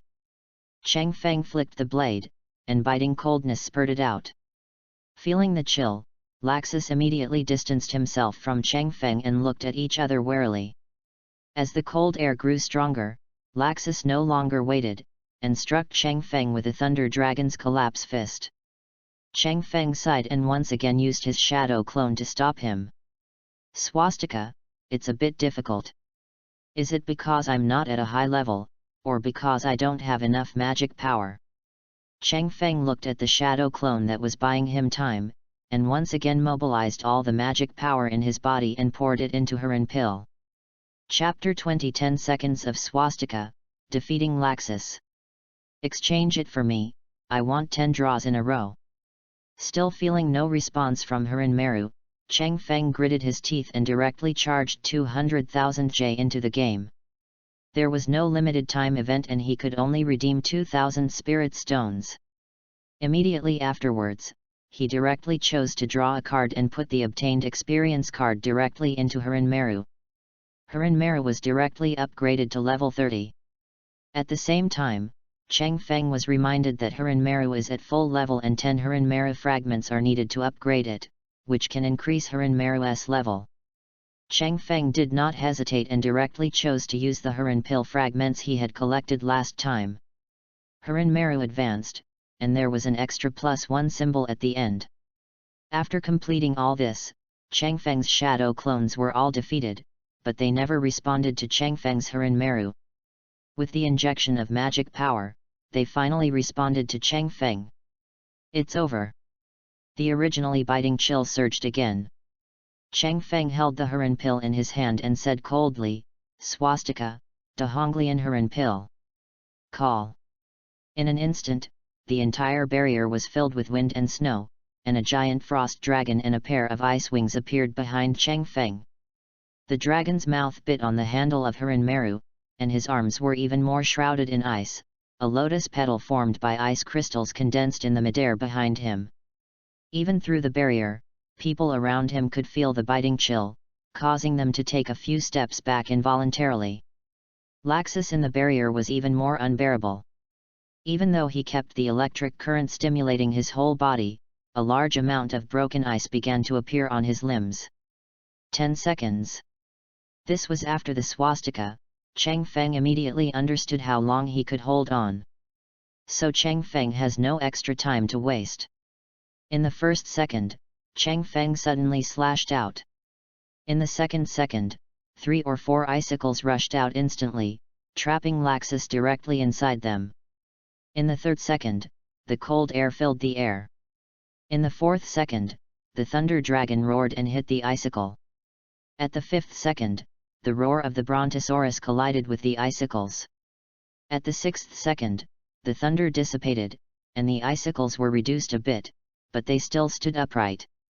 At the seventh second, ice crystals appeared out of thin air, swallowing Laxus in them bit by bit. At the eighth second, the 1,000-year ice prison was completed, and Laxus was directly frozen in it. At the ninth second, the lotus petals shattered. At the 10th second, the swastika was lifted, and Chang Feng knelt down on one knee. The pill was inserted into the ground, supporting Chang Feng from falling, and the receiving state was completely dissipated. The 4 red sun formation shattered, and everyone froze in place looking at the huge icicles that were more than 10 meters high, and the frozen Laxus in them. 1. It's too strong. What is this? Do we, the people, still have a way to survive? Seeing Laxus defeat, the guild members asked themselves that in Chang Feng's state just now, they faced Chang Feng without any means of resistance. Once trapped, the only way waiting for them is to be blocked by ice. Gray also stared blankly at the frozen Laxus. At that moment, he seemed to see the figure blocking him. "You are you?" Gray called silently in his heart, but unfortunately, that voice would never ring again. "Cheng Feng wins this competition." Makarov spoke, ending the farce. He looked at the tired Cheng Feng and couldn't help but sigh in his heart. The thin child at the beginning has grown to this extent now. Give him some more time, maybe the Holy 10 is not his limit. While thinking about it, Makarov walked to Cheng Feng's side, stretched out his hand to support Cheng Feng. An ray of magic power entered Cheng Feng's body. Relying on this ray of magic power, the originally dry magic power began to recover quickly. Cheng Feng exhaled a breath, looked at Makarov beside him, and said with a smile, "Grandpa President, I won." "Well, you win. Your growth has opened my eyes." Makarov touched Cheng Feng's head, then looked at the Millennium Ice Prison and said, "As for Laxus, let me do it." Cheng Feng spoke, and after gathering some strength, he was in the Millennium Ice Prison of Haran Meru. The originally indestructible Millennium Ice Prison instantly shattered and turned into ice shards all over the sky, bringing some coolness to this hot summer day. Laxus also broke free. He was cold all over and had a lot of frostbite on his body. "I lost." Laxus looked in disbelief. He didn't expect that he would lose after exposing the Thunder Dragon Slayer magic. Looking at Cheng Feng, who was holding the knife in front of him, Laxus was in a trance. "Laxus, let's take care of the injuries first." Makarov looked at Laxus' embarrassed look and wanted to say something, but finally endured it. After all, he is the president of the Fairy Tale Guild. Sometimes, he cannot put family ties first. "Let me do it." Cheng Feng opened his mouth and used the magic power he had just recovered to directly receive the Elizabeth card. The next moment, Cheng Feng's black hair turned white and became longer, and the bangs on his forehead also covered one of his eyes. Elizabeth, the witch with the blood of a druid in the 7 Deadly Sins, is also the heroine in the anime. It possesses the healing light that can cover the entire royal capital and completely restore all dying people. The simple frostbite on Laxus' body was not a problem at all in Elizabeth's hands. The healing light emerged, and in just 2 or 3 seconds, Laxus's injuries were healed. There are actually heroic spirits with healing magic. Watching Laxus recover, Makarov was also shocked. Healing magic is an absolutely rare magic in the world of fairy tale, not to mention that with healing magic, the survival rate of many magicians will be greatly improved. If that guild had such magicians, they would definitely be treated as treasures. Laxus looked in a daze as he looked at the recovering body. "Okay, it's time to finish your work." Cheng Feng cancelled the reception and looked at Laxus. Laxus stood up, looked at Cheng Feng and said calmly, "I'm not the kind of person who doesn't keep his word." After saying that, Laxus walked up to Makarov, knelt on the ground, hit his head heavily on the ground, and said to Makarov, "Old man, I was wrong. Do you know where you went wrong?" Before Makarov could reply, Cheng Feng stood there with his arms folded and said, "You are actually still a child who has not grown up at the spiritual level. You have been paranoid about pursuing power because you have been burdened with the expectations and pressure brought by your grandfather's reputation since you were a child. Although I hope to have a companion, but because of my strong image, I can't even make friends. If you want to change anything, you must first recognize the reality and lower your attitude, you bastard." After Cheng Feng finished speaking, Laxus, who was kneeling on the ground, had his eyes widened and his face was full of horror. "How is this possible, this guy?" After hearing Cheng Feng's words, all the Fairy Tale Guild members looked at Laxus, who was kneeling on the ground, their expressions a little subtle. Chapter 21: Defects and Disadvantages of Cheng Feng. Facts have proved that Laxus's nature is not bad, he is just a willful naughty child. Otherwise, in the original plot, Laxus activated the super magic fairy law, but no one in Magnolia was injured after that. The fundamental reason is that the fairy law is only effective for those who are considered enemies in their hearts, so Laxus loves fairy in his heart. Tale. That's why I say that Laxus is just a child who is a little willful and can't see his heart clearly. However, if it is placed in an ordinary family, the guidance of parents and the warmth of the family will naturally solve this problem. But here, it doesn't quite apply. First of all, Laxus' father Ivan was not a good bird himself and was driven away by Makarov early. When he first watched the anime, Cheng Feng didn't understand how a person with Makarov's personality could give birth to a person with Ivan's personality. Next is Makarov, who is busy as the guild leader and naturally has no time to care about Laxus' inner growth. Finally, Makarov never told Laxus about the matter between Makarov and Ivan. Maybe it's because the family scandal shouldn't be publicized, or maybe it's because Laxus doesn't want to be exposed to these bad things. But Laxus has grown up and has his own ideas. His father was driven away inexplicably.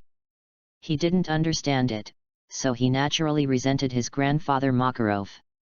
All things considered, this is what changed Laxus. But this time, Cheng Feng cut through the mess quickly and directly exposed Laxus' little secret to the sun. Although Laxus' tendency to grow crooked was effectively eliminated, for Laxus, he was completely dead. The image of a tough guy who originally showed great dignity has now been reduced to an ignorant brat. The difference between him and Laxus has also led to the fact that more than 2 months have passed since the incident, and Laxus has not shown up in the guild. According to rumors, Laxus is reflecting on his past. But in fact, he probably has no face to see anyone, and it will probably take a while before he can come out. Cheng Feng and the others were naturally happy to see this, and Makarov also found an opportunity to chat with Cheng Feng. Although there was a lot of pulling, but briefly, Makarov thanked Cheng Feng for waking up Laxus. At the same time, he was optimistic about Cheng Feng's current strength, and at the same time, he vaguely mentioned it to Cheng Feng. He now accepts some flaws and drawbacks of magic. After chatting with Makarov, Cheng Feng also fell into deep thought. Makarov can be said to have awakened the dreamer. Cheng Feng is now pretty strong, but in reality there are big problems. First, there is the clutter of cards. All kinds of cards are mixed together, but there is no system. For example, take the Sanji card. Cheng Feng rarely receives the power of this card. Putting it in the card slot is just to supplement the attributes. Half-demon, ninja, alchemist, various systems are mixed together, and it is actually very difficult to show their due strength. So what Cheng Feng has to do next is to group the cards, just like Urza's dress-up magic, to combine the cards into a deck for combined reception. If you use a knife, then all 6 cards are characters that use a knife. For physical skills, then the 6 cards are all characters using physical skills. By distinguishing in this way, Cheng Feng only needs to change the deck to change his battle mode with 1 click. As for the second point, which is also the most critical point, that is the limitation of Cheng Feng's own magic power. Just like Kakashi in the early days, if he knows too much, his Sharingan will run out of blue after a while. What a waste! The same is true for Cheng Feng now, but in fact, compared to his peers, Cheng Feng's magic power reserve is already considered top-notch. What limits him is his age and his accumulation. The cards he has are strong enough, but he doesn't have the corresponding magic to drive these cards.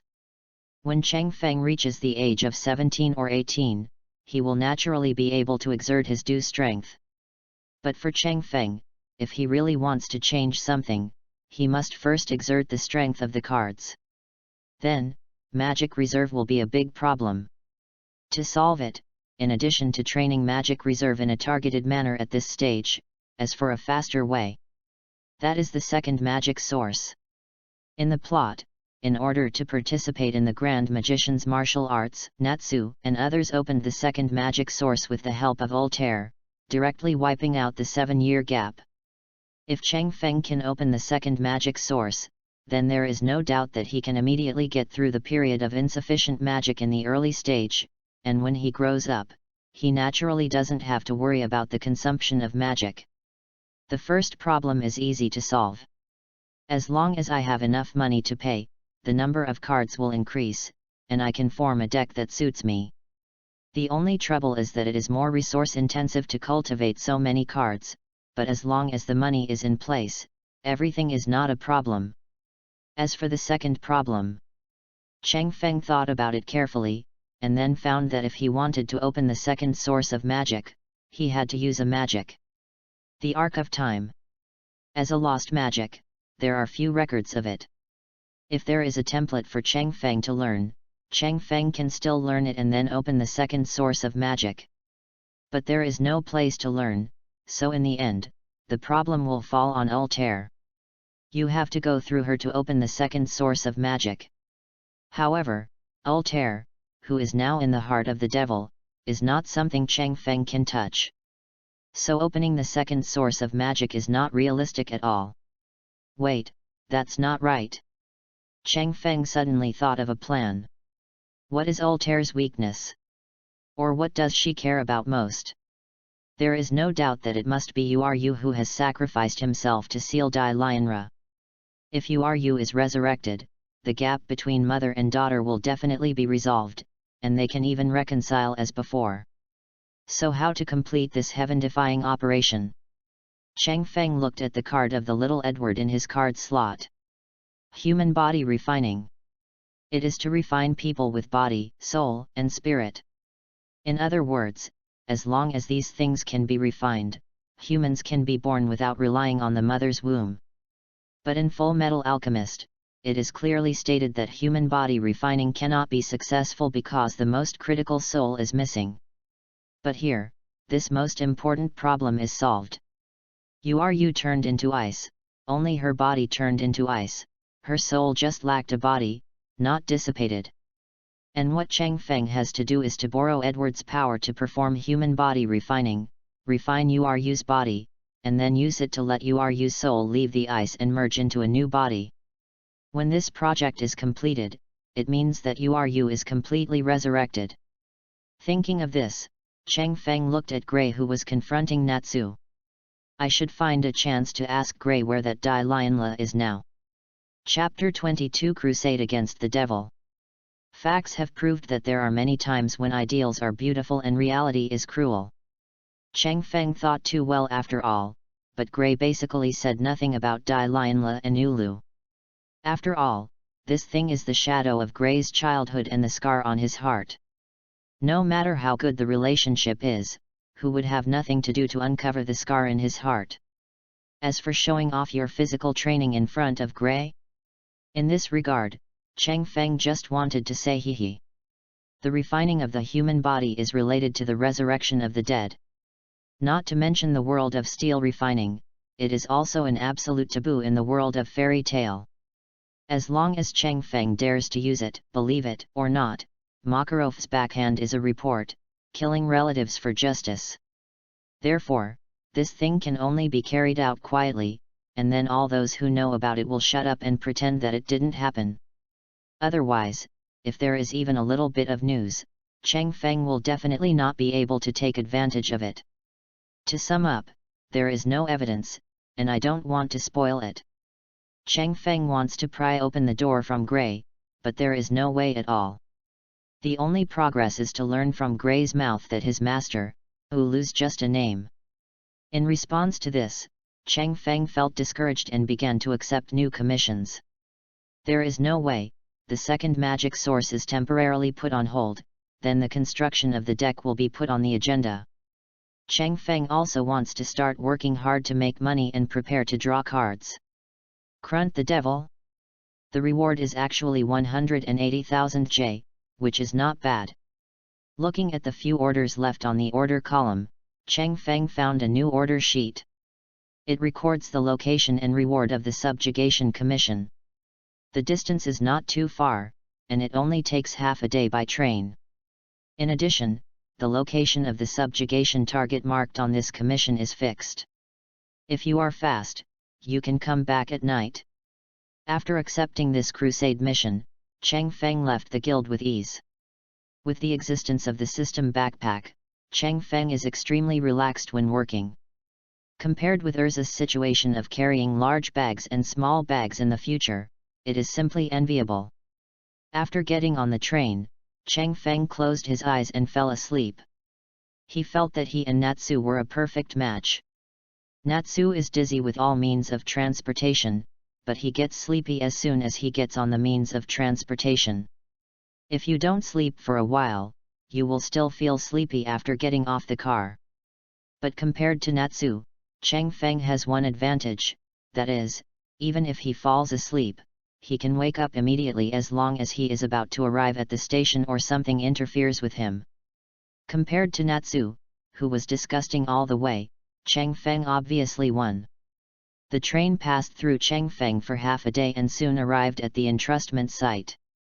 I remember that the client is the village chief, and the target location is probably a church in the village. Cheng Feng scratched his head and then walked towards the nearby village. First meet with the client, then confirm the situation, and finally resolve it quickly, and then go have lunch. It shouldn't be very dangerous, and it's not wandering. Please deal with it early and eat early. Cheng Feng has done this kind of entrustment many times, so he is quite familiar with it. So even though it was almost lunchtime, he decided to deal with the commission first, and then go to the client's place to have lunch. This saves money on lunch. Perfect. While thinking this way, Cheng Feng also arrived at the village. After meeting with the village chief, Cheng Feng learned that the church had been abandoned for a long time. Some time ago, someone discovered a demon-like creature lurking in it. At first it only made a little noise at night, but now it makes some noise even during the day. If we don't deal with it, I'm afraid it will walk out of the church, and by then it will be too late. The village chief, leaning on a cane, looked at Cheng Feng tremblingly and said, "I'll leave everything to you. Don't worry, village chief." Cheng Feng comforted him, "Don't look at me because I'm young. I've handled a lot of crusade tasks. If you don't believe me, you can check the records. Leave this matter to me and I will solve it as soon as possible." After talking to the people in the village, Cheng Feng came to the abandoned church on the outskirts of the village alone. Looking at the dilapidated church, Master Cheng boldly pushed open the closed wooden door. Crunch, boom. The wooden door made a squeaking sound, and then fell down due to being in disrepair, causing a burst of dust. Ahem, it's really been a long time since anyone. Wait, there are footprints. Cheng Feng waved his hand and fanned the dust away. When he was about to enter, he suddenly found some messy footprints clearly left on the thick dust on the ground. Squatting down, Cheng Feng took a closer look and found that the footprints were relatively small. Little feet? Or, a child? Cheng Feng whispered softly.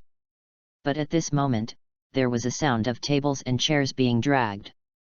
Cheng Feng instantly raised his head and looked towards the sound. I saw a short figure wearing a black robe appearing in the corner of the church. When he saw Cheng Feng looking at him, he immediately ran towards the church without looking back. Stop! Cheng Feng rushed out suddenly, Hurin Pill appeared, and with Cheng Feng's slash, biting cold air surged out and rushed directly towards the figure. Damn it! The next moment, a childish and hoarse voice sounded, and an arm like a dead branch stretched out from the black robe, blocking the cold air with a wave of his hand. But this was just a tentative attack by Cheng Feng. Seeing that the opponent had no means of resistance, Cheng Feng laughed, "You are so weak, you succeeded." After saying that, he dodged and approached the opponent, and Hurin Maraz slashed out, intending to kill the opponent with one strike. Stop! Don't hurt sister! Just when Cheng Feng was about to succeed, two childish voices came out, and the blade Cheng Feng was about to cut off stopped directly. As the cold air filled the air, the hood of the other person's black robe was frozen and shattered, revealing the long white hair underneath and the frightened brown-blue eyes. Seeing Cheng Feng stop, a white-haired young loli and a white-haired young lady rushed out and stopped in front of Cheng Feng. The two looked at Cheng Feng with tears in their eyes and said anxiously, "Don't hurt sister, we are not demons." Cheng Feng was silent, and her and Maris slowly disappeared. He recognized them. These three were the Strauss family. Then the girl in black robe, and her arms like dead branches, it is obvious that she is Myra Jane, the devil of fairy tale in the future. I didn't expect that after receiving a commission, I would meet Myra Jane and these three people. Cheng Feng recalled the plot he knew, and then remembered that Myra Jane was possessed by a demon in order to eliminate the demons that were causing trouble in the church when she was a child. As a result, she was hated by the people in the village and was forced to leave the village. Then he met Makarov and was brought to the guild. But now it seems that he came into contact with Myra Jane earlier than Makarov. Or turn back? Chapter 23 Myra Jane, Lysina, and Elfman. Seeing Cheng Feng put away the sword, Lysina and Elfman just breathed a sigh of relief, but the next moment, Cheng Feng reached through the two of them and grabbed Marajana's black robe. Don't want.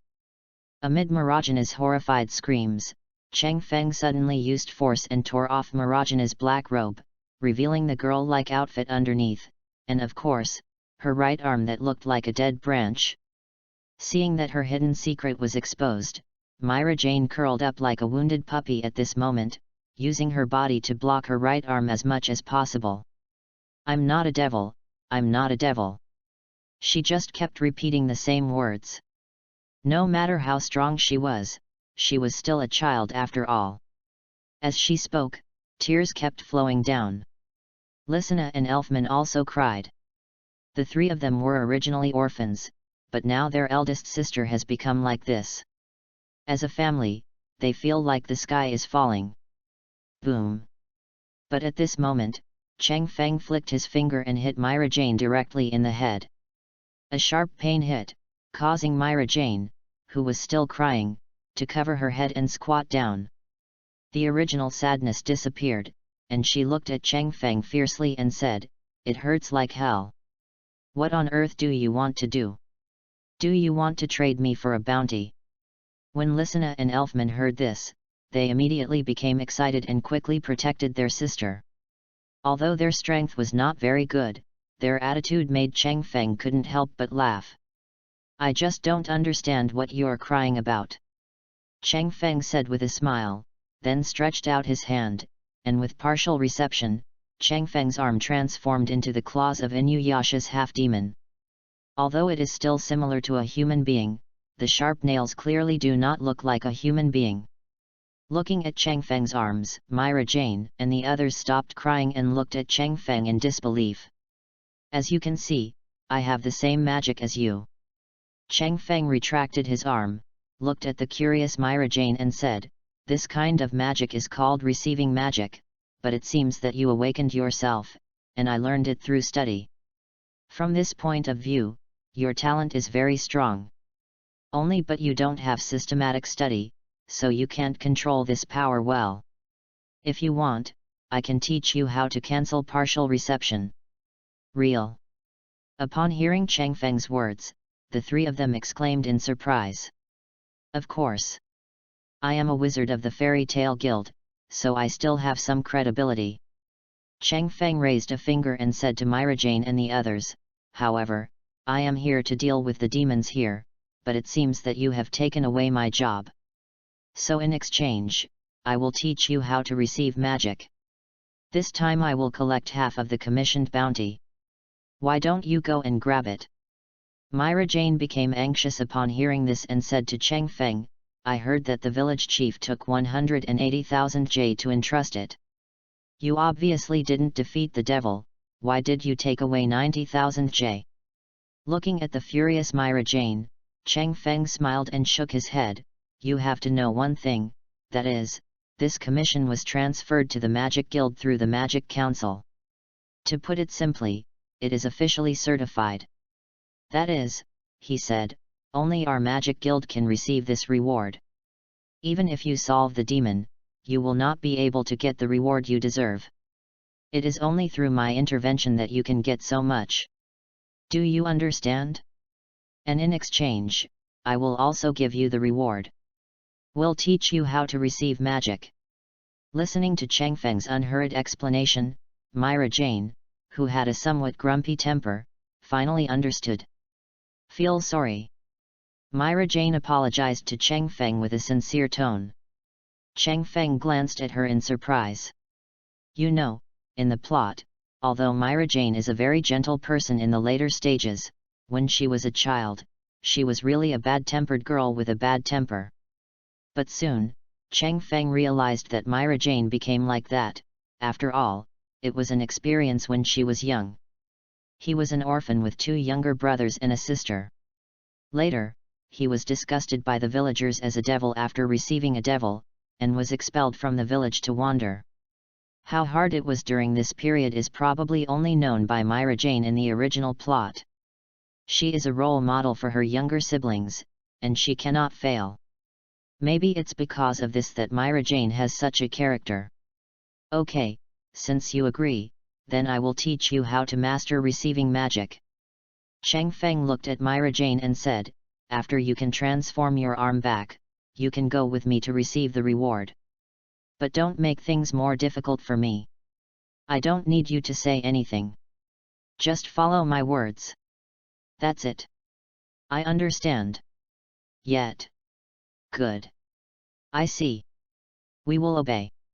After getting a positive answer, Cheng Feng calmed down and started talking to Myra Jane about the use of receiving magic. Myra Jane is indeed a genius, no wonder she can earn the title of demon. Myra Jane is particularly gifted at receiving magic. After listening to Cheng Feng's narration and experimenting a few times, Myra Jane mastered the key and quickly transformed her dead branch-like arms back to their white and tender appearance. When things happened here, Cheng Feng took the 3 of them back to the village and informed the village chief that the devil had been dealt with. While the village chief sent someone to check, he was also curious about why Myra Jane and the others followed Cheng Feng. In this regard, the explanation given by Cheng Feng was that he encountered it accidentally, and they provided him with some help when he was working. Then there was an interruption, and things quickly turned around.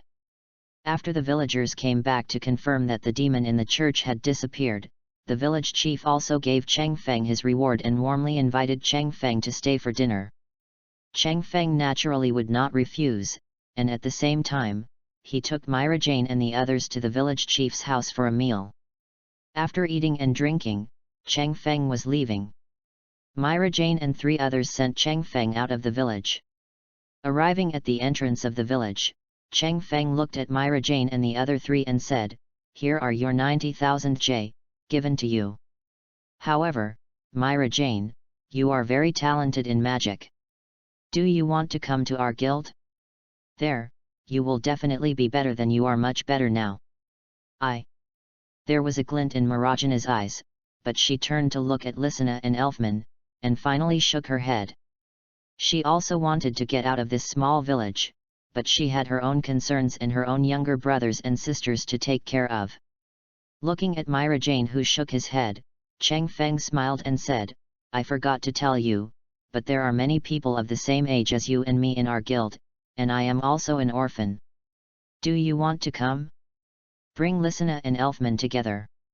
Hearing Cheng Feng's words, not only Myra Jane, but also Lisana and Elfman's eyes also shone with light. "Hey! Wait for us. Let's go together. Didn't you just shake your head? It's long-winded. Anyway, I'm tired of staying in the village. It's okay to go out. I want to make a name for myself so that no one dares to look down on me.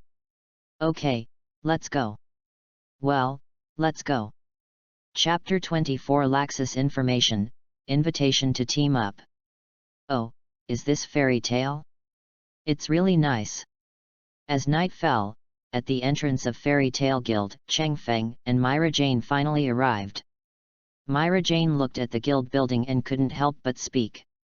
The lights in the guild are brightly lit at this moment, and most people will choose to come over for dinner at this time to reward themselves for a hard day's work, so the guild is also very lively at night. Come in, this is definitely the best guild in the kingdom of Fiori. Cheng Feng opened the door and walked into the guild with Myra Jane and the other 3. "Oh, Cheng Feng, welcome back. It's really fast. Have you completed the commission again? Nab, look at this person. Get lost. Cheng Feng. Let's show off. Natsu is here again. Natsu is flying again. After punching Natsu away, Cheng Feng said hello to the others. At this time, everyone discovered that behind Cheng Feng, there were 3 white-haired kids. Is this a child bride? Clam. Marajana's forehead was throbbing with veins, and she almost had to fight with the opponent. Fortunately, Lisana and Elfman were there to pull her. They pulled Myra Jane and followed Cheng Feng to the counter. Grandpa President, the commission has been completed. He handed the completed order form to Makarov, then pointed at the 3 Myra Janes and said, the eldest one I met while doing the order is called Myra Jane, and the younger ones are her younger siblings, Elfman and Lisana. Myra Jane has awakened to receive the magic, and since I didn't have anywhere to go, I brought it back. Oh, I'm born to be awakened to receive magic. It seems that the little girl is more talented than you. Makarov looked at Myra Jane, a little surprised. You must know that people who can self-awaken magic basically have top-notch magic talents. In addition, they have nowhere to go, so joining a guild is definitely the best choice. So soon, Myra Jane and the 3 joined Fairy Tale. However, since it was already getting late, there was no way to accommodate the 3 of them for the time being. Myra Jane and Lisana were easy to talk to, they could just arrange to go to the girls' apartment directly, but as for Elfman, please stay with me for one night today. Cheng Feng said, anyway, there is no problem with me. Also. Makarov nodded, and the 3 of Myra Jane were temporarily settled. Taking Myra Jane and the 3 of them to dinner, Cheng Feng scanned the area and found no trace of Urza. Gray, where's Urza? Cheng Feng stopped Gray, who was only wearing his underpants, and asked. She also accepted a subjugation mission and went out to defeat monsters. Damn it, when can I accept the subjugation mission? Gray replied, looking a little unconvinced. Ice Cube bastard, in the next life, I will definitely be the first to accept the crusade mission. Natsu rubbed his face and mocked directly. What did you say? Stinky fire. Why, you don't accept it. Let's have a fight. Come on, come on. You two, give me a break. Cheng Feng hit the 2 of them on the head with both fists, and Natsu and Gray squatted down with their heads covered. Cheng Feng shook his fist. It had to be said that the 2 men's heads were really hard, and his hands hurt from the blows. It would be great if Jiro could be synthesized. Cheng Feng was thinking while eating. If he were to use the Acupuncture Master Jiro card, there would be no need to use fists at all. Direct acupuncture and forcing the 2 of them to stand would be the best punishment. This guild is really lively. While Lisana was eating, she looked around and whispered to Cheng Feng, is it always like this? Well, you just get used to it. It's like being a family when it's lively, isn't it? Cheng Feng ate quickly and replied to Lisana. Myra Jane and the 3 were stunned for a moment, and then laughed. Yes, they don't hate this kind of atmosphere. Cheng Feng. Just when Cheng Feng was about to finish dinner, a familiar voice sounded. Cheng Feng looked over and saw Laxus walking over wearing headphones. Looking at the Myra Jane 3 sitting next to Cheng Feng, they frowned slightly and then said to Cheng Feng, I have something to tell you. Just right here. Cheng Feng finished the last bit of rice without leaving a single grain and said to Laxus, if you have anything to say, just say it. Laxus looked around and saw that there was nothing unusual about the members who were bent on eating melons. When their ears were more pointed than anyone else, Laxus couldn't help but blush. Then he coughed a few times and said, I heard that you are looking for promotion. I have some information on how to use my own magic power, do you need it? You have. Cheng Feng was stunned for a moment, then nodded and said, I need it very much. This is a potion formula that can increase your own magic power reserves, but the contents are difficult to find. If you can complete it, there is a certain probability that you can increase your own magic power by half after taking it. Laxus took out a note from his pocket and handed it to Cheng Feng, but the success rate is too low. Whether it is the configuration or the effect after taking it, the probability of successful improvement is less than 20%, so this is also the potions are not that outstanding. Cheng Feng took the note and was stunned when he looked at the pharmaceutical ingredients marked on it. The frost flowers on the surface of marigolds after the first frost, the blood of flying squirrels in the abyss of Urchuo, the tears of mermaids in the cave of the West Sea, more than 80% of high-purity magic crystals. Looking at the materials arranged one by one on the note, Cheng Feng finally understood why this potion was no longer popular. First of all, it's expensive. A conservative estimate of these materials is that it would cost at least 10 million jade to prepare them all. Then there is the configuration success rate, which is only about 40%. After taking it, there is only a 20% probability of success. If you think about it this way, if you don't prepare more than a dozen ingredients, it won't be enough to drink. In other words, if you want to succeed, you need at least a base of hundreds of millions of J. This is hundreds of millions of dollars. Even if the big devil wins the championship in martial arts, it will only be 30 million J. This is not an increase in magic power, this is clearly an increase in Krypton gold. After such a comparison, Cheng Feng suddenly felt that Altair's solution was more cost-effective. Oh, wait! Cheng Feng suddenly reacted and completed the reception in an instant. Possessed by Edward, he looked at the note again. Countless alchemical knowledge emerged in his mind, and combined with the properties of the material on the note, Cheng Feng suddenly had an idea. It seems, we can find some cheap ones instead. Of course, this effect will be greatly reduced, but as long as the problem of drug resistance is solved, it can be taken in large quantities, thus improving the overall effect. When he thought of this, Cheng Feng suddenly felt that it was feasible. Exiting from the receiving mode, Cheng Feng waved the note towards Laxus and said, "Thanks, this is very useful to me." "That's good." Laxus exhaled, then looked at Cheng Feng and said, "Cheng Feng, I remember you haven't formed a team yet, how about we form a team?"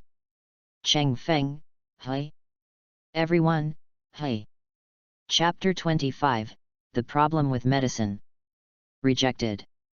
Nonsense, it's normal to refuse, okay?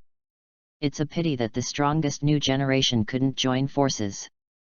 I feel like they can all go for S-class commissions. But I didn't expect that Laxus would team up with others. Pfft, I guess the social death has recovered. Ha ha ha ha, when I think of this, I can't help it. For a time, Fairy Tale Guild was filled with a happy atmosphere. What happened? Urza, who came back the next day, saw everyone's abnormality and asked Gray. Gray sighed and told what happened last night. Urza felt incredible when she heard that Laxus was actually going to team up with Cheng Feng. What about Cheng Feng? I went to Granny Porushika early in the morning. Well, he won't be beaten out, right? When Urza was treating her eyes, she went to Granny Porushika's place. She knew that Granny Porushika hated human beings. If she dares to Cheng Feng, I'll beat her up. Myra Jane stood up, her finger bones cracking. Urza looked at Myra Jane. This is Myra Jane, the newcomer brought back by Cheng Feng and the mage who receives magic. Gray explained. Oh, hello, I'm Urza. Urza saw her peers and was ready to say hello. TCH, hard woman. Myra Jane glanced at Urza with a look of disdain. What did you say? Urza was frozen there, veins popped out on her forehead, and the corners of her smiling mouth twitched. How about it, I see you're unhappy. Myra Jane yelled back. Oh, airport. What did you say? You tough guy want to fight? Come and try it, you exhibitionist. Clam. Looking at Urza and Myra Jane, whose smell of gunpowder was getting stronger, Gray and Natsu came together. Gray said to Natsu, it feels a bit familiar. "Don't get too close to me, cryogenic bastard." "Hey? What did you say, you high-temperature bastard? Want to fight? Who is afraid of whom?" Immediately afterwards, the two sides struggled together, and over there, Urza and Myra Jane also exchanged hands. Makarov looked at this scene and couldn't help but cover his face. "Hurry up and replace some metal tables. It's best to weld them to the ground. Otherwise, you'll have to ask Shang Feng to repair them all the time." As soon as such thoughts emerged, he saw many people joining the battlefield carrying tables and chairs. "Forget it, let's make it wooden, otherwise it will be easy to hit bad people." Makarov immediately rejected the previous idea, otherwise even if it was welded to death, these people would probably be able to lift the floor. While the fight was going on in the guild, Cheng Feng was mixing potions at Granny Bolusika's side. Although Borusika looked at Cheng Feng and kept frowning, but seeing Cheng Feng constantly using alchemy to prepare potions, she temporarily put aside her prejudice and asked some questions about the methods of alchemy to prepare potions. "Success?" Bolusika asked after watching Cheng Feng fiddle with a bunch of cheap herbs for a long time and finally mixed a bottle of light golden potion. "Consider it a success." Cheng Feng looked at the medicine in his hand, frowned slightly and said, "But the drug resistance has not been resolved, so it is not considered a success." "Well, you can try to increase the purity of the magic crystal by 3%, and then reduce the alibi pollen by 2 parts. Theoretically it is possible, but there is still resistance, not no resistance at all as I imagined." Cheng Feng lowered his head and thought deeply, there should be some problems with the extraction. If it is strengthened, the drug resistance should be able to be reduced to an extremely low level. With that said, Cheng Feng drank the potion in one gulp. As the potion entered his stomach, Cheng Feng could feel that his magic power reserve had increased. Of course, this is just a drop in the bucket for Cheng Feng. For example, if the original potion can increase the user's magic reserve by 50% in one breath, then one bottle of Cheng Feng's improved potion will only increase it by 0.1%. And it takes a certain amount of time for the body to adapt and absorb. You can take the next bottle almost every 7 days. Judging from the current situation of this potion, 10 bottles at most is the limit. Although there are a lot of problems, it is cheaper. Originally, there was only a 40% chance of refining a bottle with 10 million J of potion, but Cheng Feng's won, with a bottle of 200 J, the success rate was not just 100%, but 99%. The drug resistance has been solved and the growth rate has really reached 50%, which means that only 500 bottles of medicine are converted into money, which is 100,000 J, which is extremely cost-effective. Money, it's all money. Cheng Feng sighed in his heart, and at the same time he was also thinking of ways to improve the extraction. "Cheng Feng, if you are talking about extraction, I suggest you go to Blue Pegasus. There is a person in their guild who has his own unique insights into extraction. Maybe he will give you some new inspiration." Bolusika spoke and gave Cheng Feng a direction. "Blue Pegasus? Granny poor Lusika, are you talking about one night?" Cheng Feng was stunned, and then the man with an indescribable appearance appeared in his mind. Yi uses perfume magic, so he is very good at making perfumes. The perfumes he makes are very popular in the kingdom of Fiori. It can be said that even if he concentrates on perfume making, he can make a lot of money as a man. For this, Cheng Feng could only feel envious and jealous. After all, his assets are really rich. If he hadn't liked to be a magician, he would have used perfume and become one of the top richest people in Fiori Kingdom. Therefore, when it comes to extraction technology, Yi does have his own skills. If he can steal a master, he can indeed greatly reduce the drug resistance. "There's a show." Cheng Feng stood up and then said to Granny Bolusika, "Grandma, do you know anyone from Blue Pegasus? I really want to go and have a look. You should ask that old man Makarov about this." Bolusika cleared the table and said to Cheng Feng, "He and Bob have a better relationship. Cheng Feng nodded and rolled her eyes in her heart. Porushika and Bob also had a good relationship. She just said this simply because she didn't want to get herself into trouble. To know why fairy tale has been passed down to this day, at the beginning of the plot, the only older S-class magician in the guild is Gildarts, so there are no other S-class magicians? Of course not. That's because the older generation of S-class wizards have already left the guild and become the guild president. For example, Bob from Blue Pegasus and Goldmine from Quattro Cerberus were both members of the Fairy Tale Guild when they were young. Granny Porushka was at the same time as them, how could she not know her? Doesn't it matter? To put it bluntly, it was just that she was too lazy to show up. Chapter 26 Blue Pegasus. Are you going to take a trip to Blue Pegasus? Makarov put down the bottle, looked at Cheng Feng and asked curiously, what are you doing there? There is something, let's go study it. Cheng Feng told him about his potion, and Makarov was slightly shocked. He didn't expect that Cheng Feng had successfully improved the completely useless potion. If drug resistance is really solved as Cheng Feng said, then this improved potion is definitely what all magicians dream of. Cheng Feng, if his magic power reserves increase, he can definitely participate in the S-class magician assessment. Makarov thought of that short-lived scene. If the time of that scene were increased, there would be no doubt that Cheng Feng already had the strength of an S-class mage. I'm really looking forward to it. When such a young S-class mage comes out, it will probably shock many people's jaws. Makarov thought with some mischievousness, and then prepared a letter of introduction for Cheng Feng to hand over to Bob. Cheng Feng nodded, took the letter and was ready to set off. Etc. Just when Cheng Feng was about to leave, Makarov stopped Cheng Feng. Cheng Feng turned around and looked at Makarov in confusion. President Grandpa, is there anything else? Makarov jumped off the counter and looked Cheng Feng up and down. Because of his long-term work, Cheng Feng had nothing to clean up. He had messy half-long hair and was always dressed in a black t-shirt and sweatpants combination. Although he was full of energy, he always gave people a dusty look. When you go to Blue Pegasus, you are representing the guild's reputation. Bob is very good-looking. Makarov shouted toward the outside, Urza, Myra Jane, Kana, you two will take care of Cheng Feng, and I'll pay for it. After Cheng Feng heard this, he felt a chill instantly.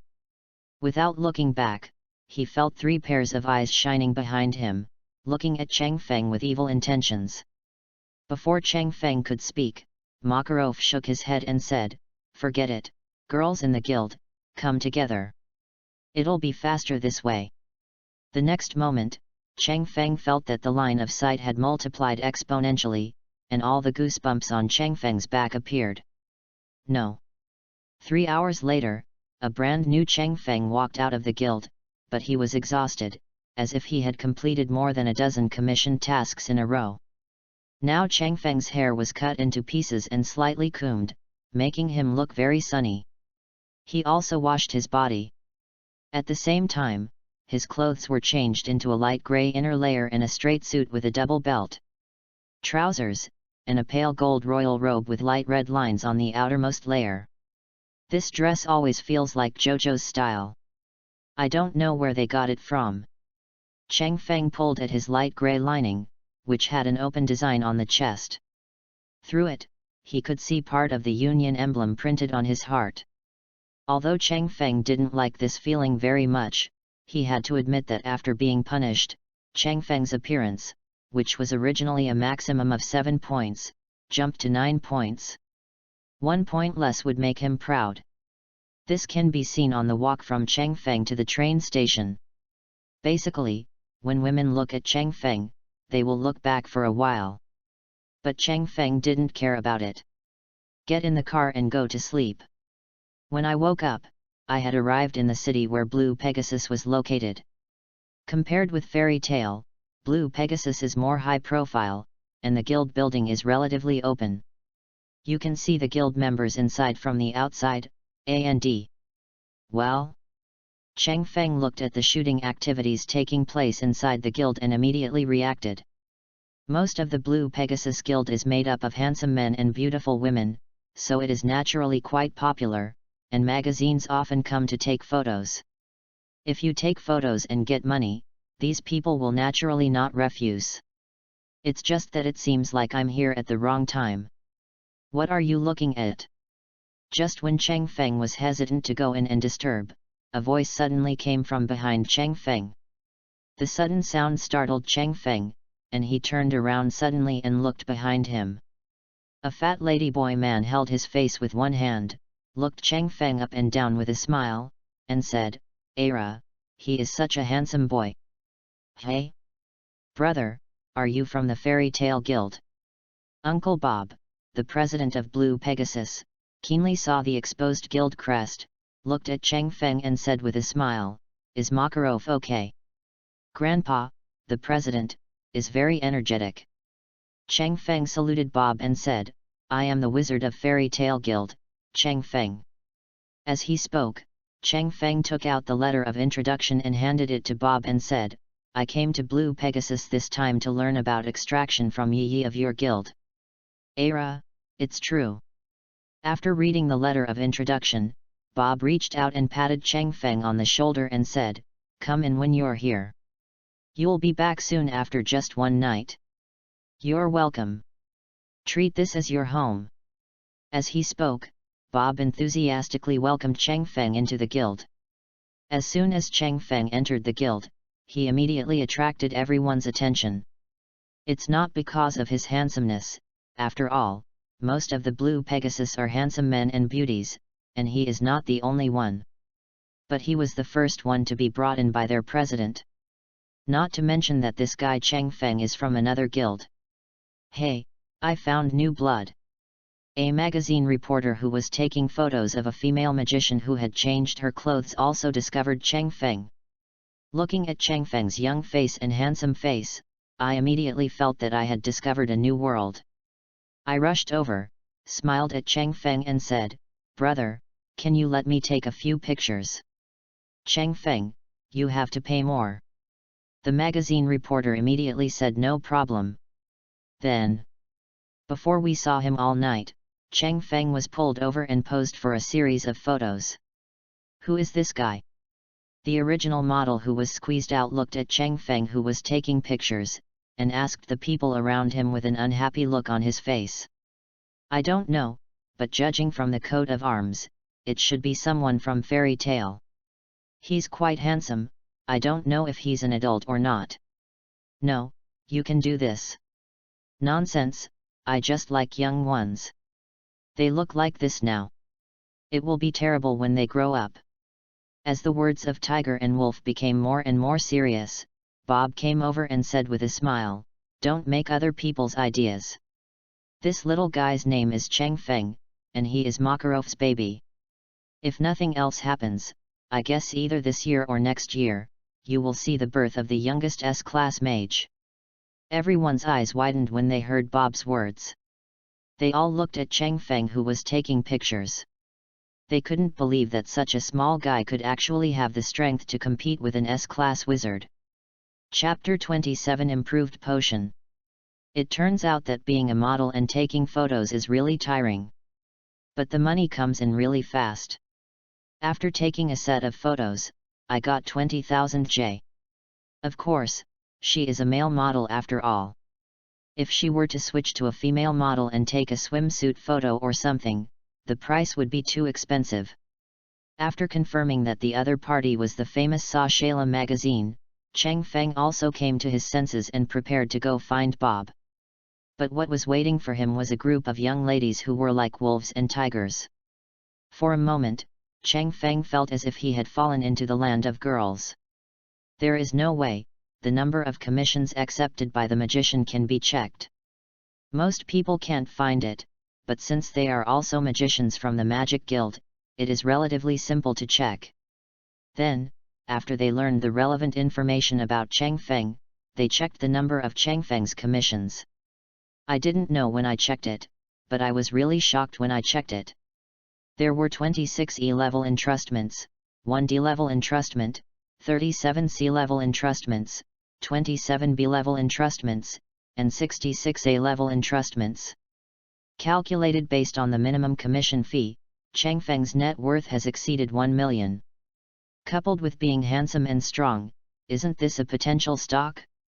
And then, this is the scene. Changfeng had never seen such a scene before. He was frightened by the enthusiasm of the young ladies and immediately fled to Bob's side, and then he calmed down. So enthusiastic. Changfeng wiped the sweat from his forehead and wiped off the lipstick mark on his face at the same time. He had to admit that it was too much for people to be so popular. Well, you just get used to it. Bob looked at Changfeng and chuckled.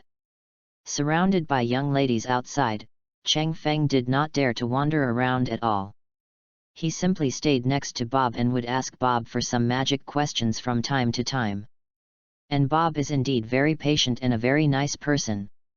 Even though he looks like a she-male uncle now, when he was young, he was also a super handsome guy, okay?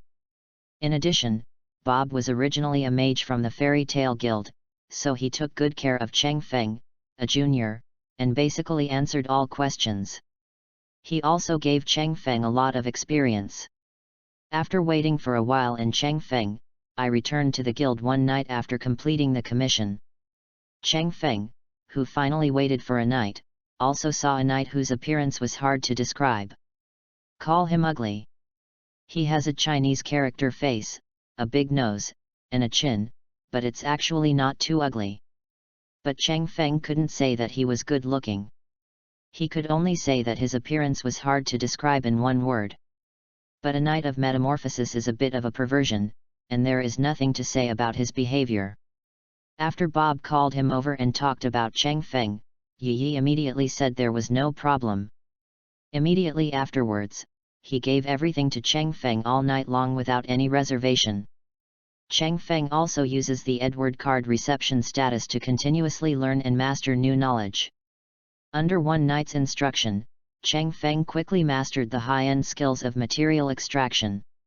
With inspiration emerging, Changfeng immediately took out a large amount of materials out of thin air, and then began to refine it on the counter. Seeing this all night long, he kept giving his own suggestions. With the two people's concerted efforts, Changfeng quickly prepared a new bottle of potion. After taking a slight sniff of the potion and feeling the tremor of magic power in his body, Changfeng's eyes lit up. His idea is indeed correct. The improvement in extraction has indeed greatly reduced the problem of drug resistance. If the first-generation modified potion can only increase the magic power by 1%, then this second-generation modified potion can increase the magic power by about 35%. Although it is not as exaggerated as the original 50%, but comparing the prices of the two, you can judge the difference. A 35% improvement is enough. Changfeng murmured in his heart. Based on the absorption efficiency of one bottle every 7 days, a 35% improvement would require 350 bottles and more than 6 years. It is now the year 778, more than 6 years ago, which is just the year 784 when the plot begins. And 6 years is enough time for Changfeng to master more knowledge and then improve the medicine. Next comes the most important thing. Although Yi doesn't have much interest in money, he doesn't have large-scale perfume distribution. But Changfeng is very short of money. He took so much trouble to improve the potion, on the one hand, to increase his own magic power reserves, and on the other hand, because of the huge profits from this improved potion. You know, the material cost for configuring a bottle of potion is only 200 J. But considering the effectiveness of increasing magic power reserves, even if a bottle of potion sells for 100,000 J, some people will probably bite the bullet and buy it. If mass production is carried out, even if the price is slightly reduced, Changfeng will be able to make a lot of money just from the cost of the medicine. Changfeng is short of money, and not just a little bit. The full level of a card is 100. It takes one turn starting from level 60, and 10 pieces of the same character card fragments are needed to raise the maximum level to level 80. When level 80 is reached, it takes 2 turns, which requires 40. A fragment can be upgraded to level 100. In terms of equipment, there are 5 levels, namely level 30, level 40, level 50, level 60, and level 70, with the highest level being 80. The required card fragments are also 10, 20, 30, 40, and 50 fragments respectively. Each character card can be equipped with 2 prop cards, plus some improvements to bond cards. In other words, if you want to get a full level graduation card, the resources you need to spend can be said to be massive. If it is a normal game, he can also use spirit stones to exchange for suitable cards or fragments in various stores in the game. But now the only way to obtain cards is to draw cards, which is completely unstable. This greatly increases the difficulty of obtaining cards, and the money required to invest is also greatly increased. Therefore, Cheng Feng is short of money. To improve the medicine, we must also find ways to find channels to sell it. Only in this way can Cheng Feng obtain a steady stream of funds, earn money, form a deck of cards he has thought of, and train them to graduate at the same time. But now there is a problem. That's how potions are mass-produced. Nowadays, only Cheng Feng relies on alchemy to produce potions. As for who in the fairy tale world can help Cheng Feng prepare potions? All Cheng Feng thought of was Granny Bolusika. Let Granny Bolusika help you? Don't think about it. She is always afraid of trouble. It's unrealistic to expect her. After thinking about it, Cheng Feng finally sadly realized that he had to come up with the medicine himself. It's just that manpower is limited. There is no doubt that medicine can help him make money, but it can't make as much as he imagined. So, in the final analysis, the work of the magician cannot stop. Potions can only be regarded as extra money, and the bulk is still commissioned. Cheng Feng sighed in his heart, finally recognizing the reality. Chapter 28 Guildarts. After having a meal at Blue Pegasus, Cheng Feng got on the return train and returned to Magnolia. But when he left the station and looked at Magnolia's drastically changed scenery, he was stunned for a moment before he remembered that it was Guildarts who was back. Following the road leading directly to Fairy Tale Guild, Cheng Feng rushed towards the guild. At this moment in the guild, Guildarts looked at the new members of the guild clinking glasses with Makarov and laughing. He was not at all like the unshaven and decadent person in the original plot. Of course, at this moment, his left arm and leg are still intact and have not been broken by Acnologia, and his strength is at its peak. I'm back. Cheng Feng walked into the guild and saw Guildarts at first sight. Hey, little Cheng Feng is back. I heard that you went to Blue Pegasus. How was your harvest? Guildarts recognized Cheng Feng and said hello to Cheng Feng. The harvest is good, but I didn't expect you to come back. Cheng Feng walked to the counter, looked at Guildarts for a while, and sighed, You have become stronger again, but I still can't beat you. Ha ha ha ha, of course, I am an S-class mage. Guildarts laughed so loudly. This made Cheng Feng a little unhappy and he was going to give him some eye drops. By the way, I recently received another interesting heroic soul. Cheng Feng looked at Guildarts and said with a smile, This heroic soul has no fighting power, but it has a great ability. Oh, what ability is it? Guildarts became interested, and even Makarov looked at Cheng Feng. It means that you can roughly predict a person's past and fuzzy future through his or her face.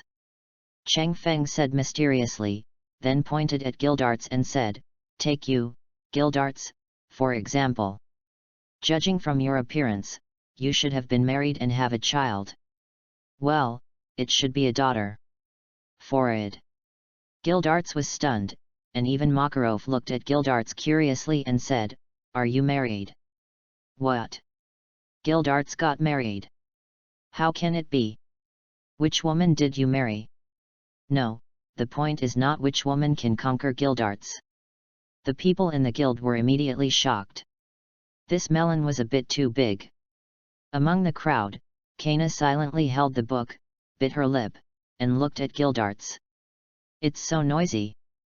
Gildarts scratched his head and smiled awkwardly. "That's right. Her name is Cornelia. However, she couldn't stand me who only knew about work, so she left. I'm getting news from her that she has passed away." "Damn, you actually have melons." Everyone looked in disbelief and then looked at Cheng Feng. Cheng Feng laughed. "Want to help? If I read correctly, your daughter probably exists. I can try and see if I can help you find your daughter." Hearing Cheng Feng's words, Kana in the crowd suddenly felt flustered. She was a little excited at the moment, but she didn't want to be exposed because of this. "All I can say is, don't guess what the girl is thinking." "You can't guess what she is thinking. His father is obviously by his side, but he doesn't recognize him alive or dead." In the plot, they didn't even get to know each other until Tenro Island, which was really tiring. Therefore, Cheng Feng wanted to step in and help Kana. "No, no need." Gildarts shook his head and said, "If I really have a daughter, then I hope that I will find her through hard work instead of relying on external forces. At least, let me say sorry to her and repay my negligence in the past few years." Cheng Feng. The case was closed, and he finally understood that Kana had this kind of personality, and it turned out that his roots were here in Gildarts. "As you wish." Cheng Feng rolled his eyes and said, "Looking at your appearance, you will meet eventually. You can handle it yourself." Cheng Feng nudged Gildarts a little and then walked away. Gildarts was stunned again, and then his eyes suddenly passed through the crowd and fell on Kana, who was holding a book and preparing to leave. There was no reason, maybe it was the faint blood connection, but inexplicably, Gildarts saw some familiar shadows on Kana. Kana? No way. Gildarts felt numb in his heart, but he had a hunch that if he really had a daughter, it might actually be Kana. Gildarts quickly recalled the time when Kana came to the guild. At that time, Kana was a little one, wearing whitewashed clothes and skirts, and carrying a small cloth bag. He glanced at her at that time, and it was that look that made Kana cry. However, Gildarts thought he had scared the children, but now that he thought about it, it seemed that was not the case. The crying felt like tears of joy. And usually in the guild, Kana would always sit quietly on one side, occasionally lying on the table, and when she seemed to be thinking about something, her eyes would always be in his direction. Even though he had just come back, Kana in the crowd looked at him, looking like he was hesitant to speak. Could it be? Gildarts could no longer drink anymore, so he stood up and walked outside. Cheng Feng, who was sitting aside and looking at the situation, caught a glimpse of this scene and muttered in his mind, "You reacted so quickly? You don't look stupid." On the other side, Gildarts walked out of the guild, looked around, and ran towards the girls' dormitory. He remembered that Kana seemed to live in the girls' dormitory. Jogging along, Gildarts soon saw Kana walking slowly in front of him. He immediately said, "Wait, Kana." Kana shuddered, then turned around, and in front of her was Gildarts, who was a little confused. Is there something wrong?" Kana was also a little overwhelmed and stuttered when speaking. "That, Cornelia." Gildarts also didn't know what to say. Looking at Gildarts like this, Kana felt inexplicably calm. She took a deep breath and said, "Do you want to ask if I am your daughter?" Keatles was stunned for a moment, then nodded. "Really, he's a guy who doesn't make people worry." Kana sighed, then turned and left. Gildarts opened her mouth wide. Although Kana didn't admit anything, judging from her tone, it was almost equivalent to acquiescence. Kana suddenly felt like someone was hugging him from behind. "I'm sorry. I haven't been able to discover your identity. I didn't expect that my daughter would be by my side all this time." Kana could clearly feel the trembling body of the man behind him and the uncontrollable emotions. "It does not matter." Kana pulled Gildarts' trembling hand away, turned around and looked at Gildarts, who was crying silently, and said with a smile, as long as it is like this. But, let me say this once. It's so wonderful to see you. Okay, Dad. Seeing the smile on Kana's face, Gildarts couldn't hold it back any longer. Tears and snot ran down his face. He was completely different from before, and he hugged Kana tightly. Kana. Never again. Never again. No matter what, I will be by your side. It seems a bit annoying. So, give me the right to love you.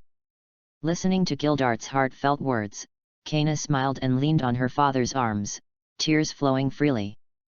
Chapter 29 Regular Meeting of the Guild President. The next morning, everyone who came to the guild noticed the changes in the guild. Sit further away. You're disturbing me while I'm reading.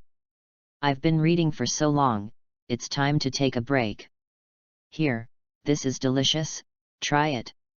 I don't want it, I'll get fat if I eat it. It's okay, it looks so good no matter how you look at it. Don't bother me. Everyone looked at Gildarts and Kana sitting together, confused. What happened? Gray asked Cheng Feng. Can't you see it? Cheng Feng swallowed the food in his mouth, rolled his eyes and said, Father and daughter have recognized each other. Ah! Kana is really Gildart's daughter. I didn't see that. Gildarts, a rough guy, can actually give birth to a girl as beautiful as Kana. Tisk, should I call Gildart's father-in-law? The next moment, Gildarts appeared in front of the person who said this with a gloomy face. Feeling the dangerous aura emanating from Gildarts, everyone finally understood what a daughter-slave really was. Cheng Feng was very satisfied with his masterpiece and ate 3 bowls of rice in a row before patting his stomach and getting ready to find a job. He also knew that Kana was not the kind of clingy person, and Gildarts was not the kind of person who would stop. This father and daughter would only cling for a while, and in the end, they would still return to their original trajectory. But at least they understood each other's feelings and had an extra bond in their hearts, which was also good. After accepting a commission, Cheng Feng left the guild. Today's goal is to complete the commission. In addition, find a sales channel for the medicine. Time passed quickly, and soon more than 4 months had passed since Gildarts and Kana recognized each other. As expected, the clingy father and daughter returned to the right track. Gildarts accepted the century-old mission and went out to wander. Kana still stayed in the guild, but she also began to contact commissions and officially devoted herself to work.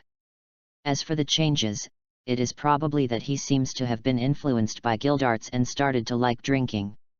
In addition, his drinking capacity is amazing, and the image of the future drunkard has already come to life. During this period, some things also happened, that is, Happy was picked up by Natsu and joined Fairy Tail. This blue cat seems to be quite silly, and it is fun to tease him occasionally. However, the only thing that makes Cheng Feng a little headache is that the sales of the potion he named Magic No. 2 has become the biggest problem. During this period, Cheng Feng took advantage of completing the commission and went to many places like the Chamber of Commerce. For Cheng Feng's potion, everyone is optimistic about it and is willing to help Cheng Feng sell it. But the biggest problem is the distribution of benefits. Most of these chambers of commerce are big stores that bully customers. Some are 28 points, Cheng Feng is 2, and they are 8. Some are 37, the most ruthless is 19 points, and the best is 55 points. But this is unacceptable to Cheng Feng. It's funny. He provides the potions, he makes them, and he even buys the raw materials. These chambers of commerce are only responsible for sales and want to take the lion's share. Who gives them the courage? Cheng Feng even encountered some chambers of commerce involved in organized crime, and even thought of taking the medicine with them and suppressing Cheng Feng by force. Faced with such a situation, Cheng Feng was not used to it at all, and directly used force to resist the suppression, and even begged for a sum of money as compensation for mental damages. Although because of these things, Cheng Feng's current savings exceed 5 million J, the lack of sales of the medicine is still a headache. Cheng Feng, our various guild presidents are holding regular meetings tonight, please come with me. Just when Cheng Feng was lying on the table with a headache and how to sell potions, Makarov came over and smiled at Cheng Feng and said, by the way, I will also help you solve your problem. Ah? That's right. Why didn't I think of that? After Makarov finished speaking, Cheng Feng was stunned for a moment and then came to his senses. I really think too much. The potions you make yourself are for use by magicians, and the people who buy them are also magicians. So why did he bother to ask the Chamber of Commerce for cooperation? Wouldn't it be enough to go directly to those magicians' guilds? Moreover, Makarov also saw Cheng Feng's troubles, so he simply helped Cheng Feng and brought Cheng Feng to the place where the guild president gathered. After the meeting is over, I will introduce it, so there is no doubt that there is no need to worry about selling this potion that can increase one's own magic power reserves. There wasn't even a layer of intrigue from the Chamber of Commerce. Cheng Feng traded directly with the presidents of each guild, and he took 10% of the profits. Perfect. Soon, Cheng Feng packed up and set off with Makarov. An old man and a young man took the train directly to Kobo City. After getting off the train, Makarov looked at Cheng Feng, who was rubbing his eyes, shook his head and said, Cheng Feng, you get sleepy when you take the train. Who did you learn from that? It's something you're born with and can't be changed. It's like Natsu being stunned by transportation. Cheng Feng complained, and then followed Makarov to the regular meeting venue. It was only around 2 o'clock in the afternoon, but many guild presidents had already gathered in the regular meeting venue. Like Makarov, they each brought a member of their guild, and it seemed that Cheng Feng was not an exception. Ara, little Cheng Feng, you are cute again. Seeing Makarov bringing Cheng Feng over, Bob walked up and greeted Cheng Feng, and Bob brought Cheng Feng's old acquaintance with him overnight. President Bob, one night.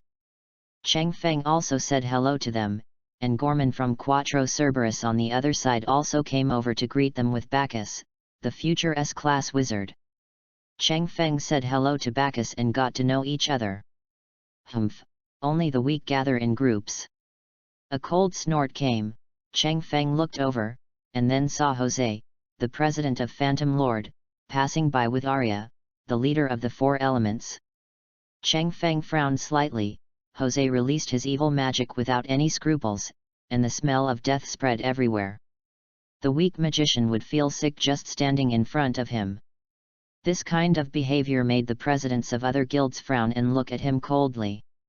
But Jose didn't care, because in his opinion, the only one who could compete with his guild was Fairy Tail. Those other guilds are just trash, not even worthy of carrying shoes. If Makarov hadn't come over, he wouldn't have been willing to come forward in such a boring regular meeting. Ignore him.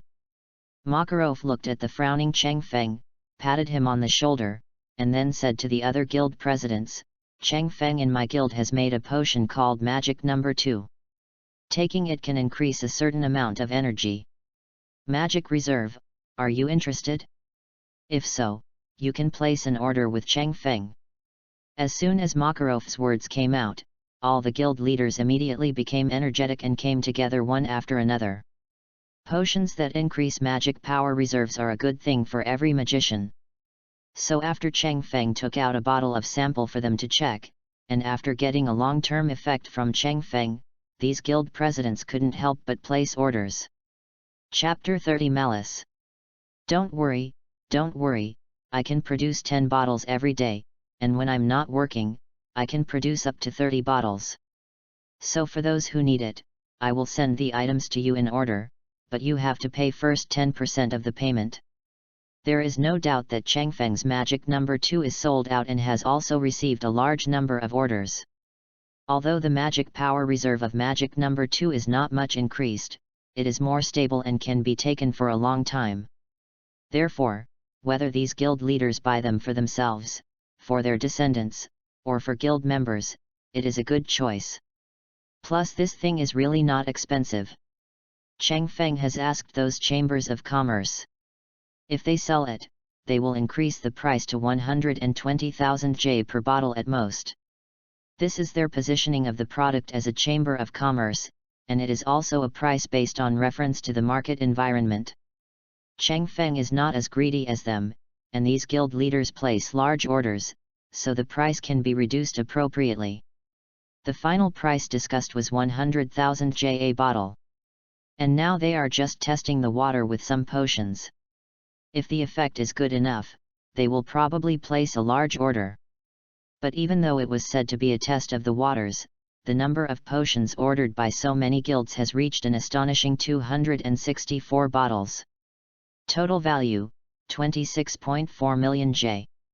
When Makarov looked at the final quantity written by Cheng Feng and the corresponding value, he felt a little weak in his legs. That's more than 20 million J. And just for the booking fee, Cheng Feng collected 2.64 million J in one go. This is too exaggerated. In the future, even if Cheng Feng doesn't work anymore, he can make a fortune and reach the pinnacle of his life just by selling potions. Cheng Feng was also shocked at first, but when he thought about the money he needed to invest in building a deck, he suddenly smiled bitterly. This little money is nothing, I guess if you throw it all in, it will only make a noise. There is no way, the water for drawing cards is too deep.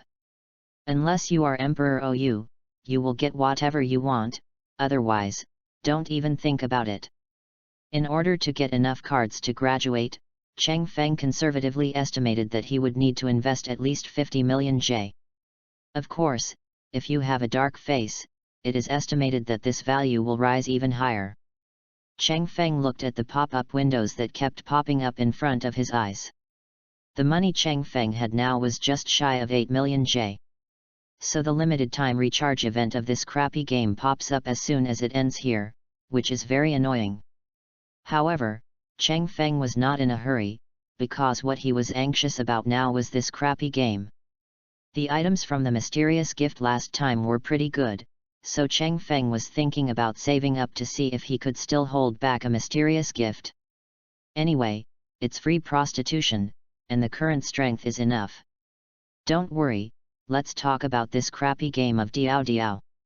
Cheng Feng was happy, but Jose was very unhappy. Fairy Tail and Phantom Lord are the top guilds in the Kingdom of Fiori. Now two equally matched guilds, suddenly one of them has received a large amount of capital injection, and depending on the situation, there may continue to be capital injections. Isn't this trying to sit on their Phantom Lord's head and shit on them? Can this be tolerated? This is intolerable. Arya. Jose said softly to the blindfolded young version of Arya next to him, can you deal with that brat? It's so sad that the leprechaun is about to break its wings in my hands. Arya's tears welled up from her eyes, as if she was very sad. When Jose saw Arya agreeing, he immediately laughed and looked at Cheng Feng as if he were looking at a dead person. The regular meeting began soon, and the guild members who were brought here were arranged to rest in a box. Cheng Feng sat there, looking at the new limited time event and the mysterious gift that popped up, and the corners of his mouth couldn't help but turn up. Young man, you better not be able to bear it any longer. Leaving a small amount for daily expenses and collecting potion materials, Cheng Feng recharged 7 million J into the game in one go. Recharge 70,000 spirit stones and receive an additional 7,000 spirit stones. The mysterious gift has been sent. Looking at the spiritual stones that surged in an instant, Cheng Feng felt relieved. With the experience from last time, Cheng Feng did not draw the card first, but opened the mysterious gift first. Congratulations on getting the card pool designation. The random limited time limited card pool permission is opened. Cheng Feng looked at the mysterious gift and had only one thought in his mind. The Tao is 1 foot high, and the devil is 1 foot high. To translate, this time the mysterious gift is released, you can designate a certain anime in the high-end card pool to draw cards, so the chance of drawing the cards you want will be greatly increased. As for the limited card pool, I understand everything. To put it bluntly, it is also a scam. Pick out a certain card, increase the probability of winning the card, and then cheat the players to make crazy draws. I guess Cheng Feng was worried about this bad game this time, for fear that he would be too passive again. So we came up with something like this. In this way, Cheng Feng became a little passive. The limited card pool is randomly refreshed. If there is no card that Cheng Feng wants, forget it. If there is a card that Cheng Feng needs more, I will ask you whether you want to draw it or not. Now this broken system really has Cheng Feng in control. If the above situation really happens and Cheng Feng doesn't have the spirit stone on hand, Cheng Feng will probably be depressed to the point of vomiting blood. Including the remaining spirit stones, we can draw a total of 79 high-level 10 consecutive times. Should we draw out the designated card pool in one go?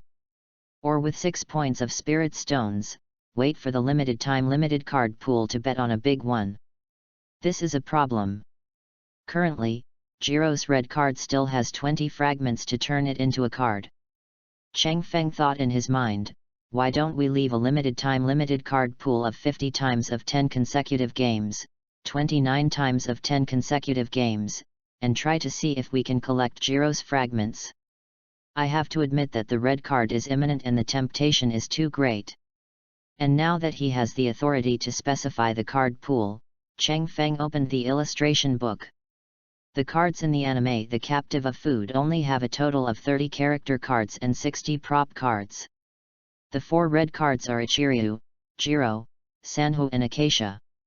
In terms of probability, there is still a chance to get Jiro together. No matter what, let's take a gamble. The temptation was too great. Cheng Feng managed to get the upper hand, pushed the spirit stone up without saying a word, and pumped it 29 times 10 times in a row, and it was straight away. Soon, the production of the card pool was designated to be limited. Golden cards kept flying, and 10 consecutive draws flashed again and again. Cheng Feng gritted his teeth and ignored other things. He just looked at the red cards when turning over them. The first time, no red. The second time, no red. The third time, red, 3 tiger fragments *10. The fourth time, no red. The 16th time, red, Jiro fragments *10. The 22nd time, red, Jiro fragments *10.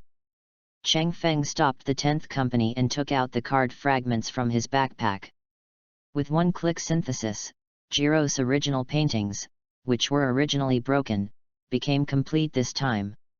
Red card, Acupuncture Expert Jiro, successfully synthesized. Chapter 31 Cheng Feng vs Arya. Name, Cheng Feng. Level, 19. Body, 47 plus, 283. Strength, 46 plus, 266. Sensitivity, 46 plus, 243. Skill, Receive Magic. Equipment, Harinmeru. Card Slot, Inuyasha, Gold, Namikaze Minato, Gold, Edward, Gold, Sanji, Gold, Acupuncture Master Jiro, Red, Elizabeth, Purple.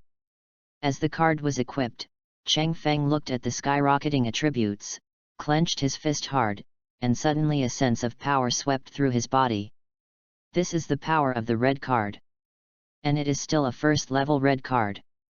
If the level is improved. While muttering to himself, he fed all the experience cards he drew to Jiro's cards. The level of Jiro's card has also been directly upgraded from level 1 to level 32, and the 3 attributes have been directly increased by 50 points. It's scary. As a combat fan, his combat power is really exaggerated. Basically, every upgrade can give Cheng Feng a huge enhancement.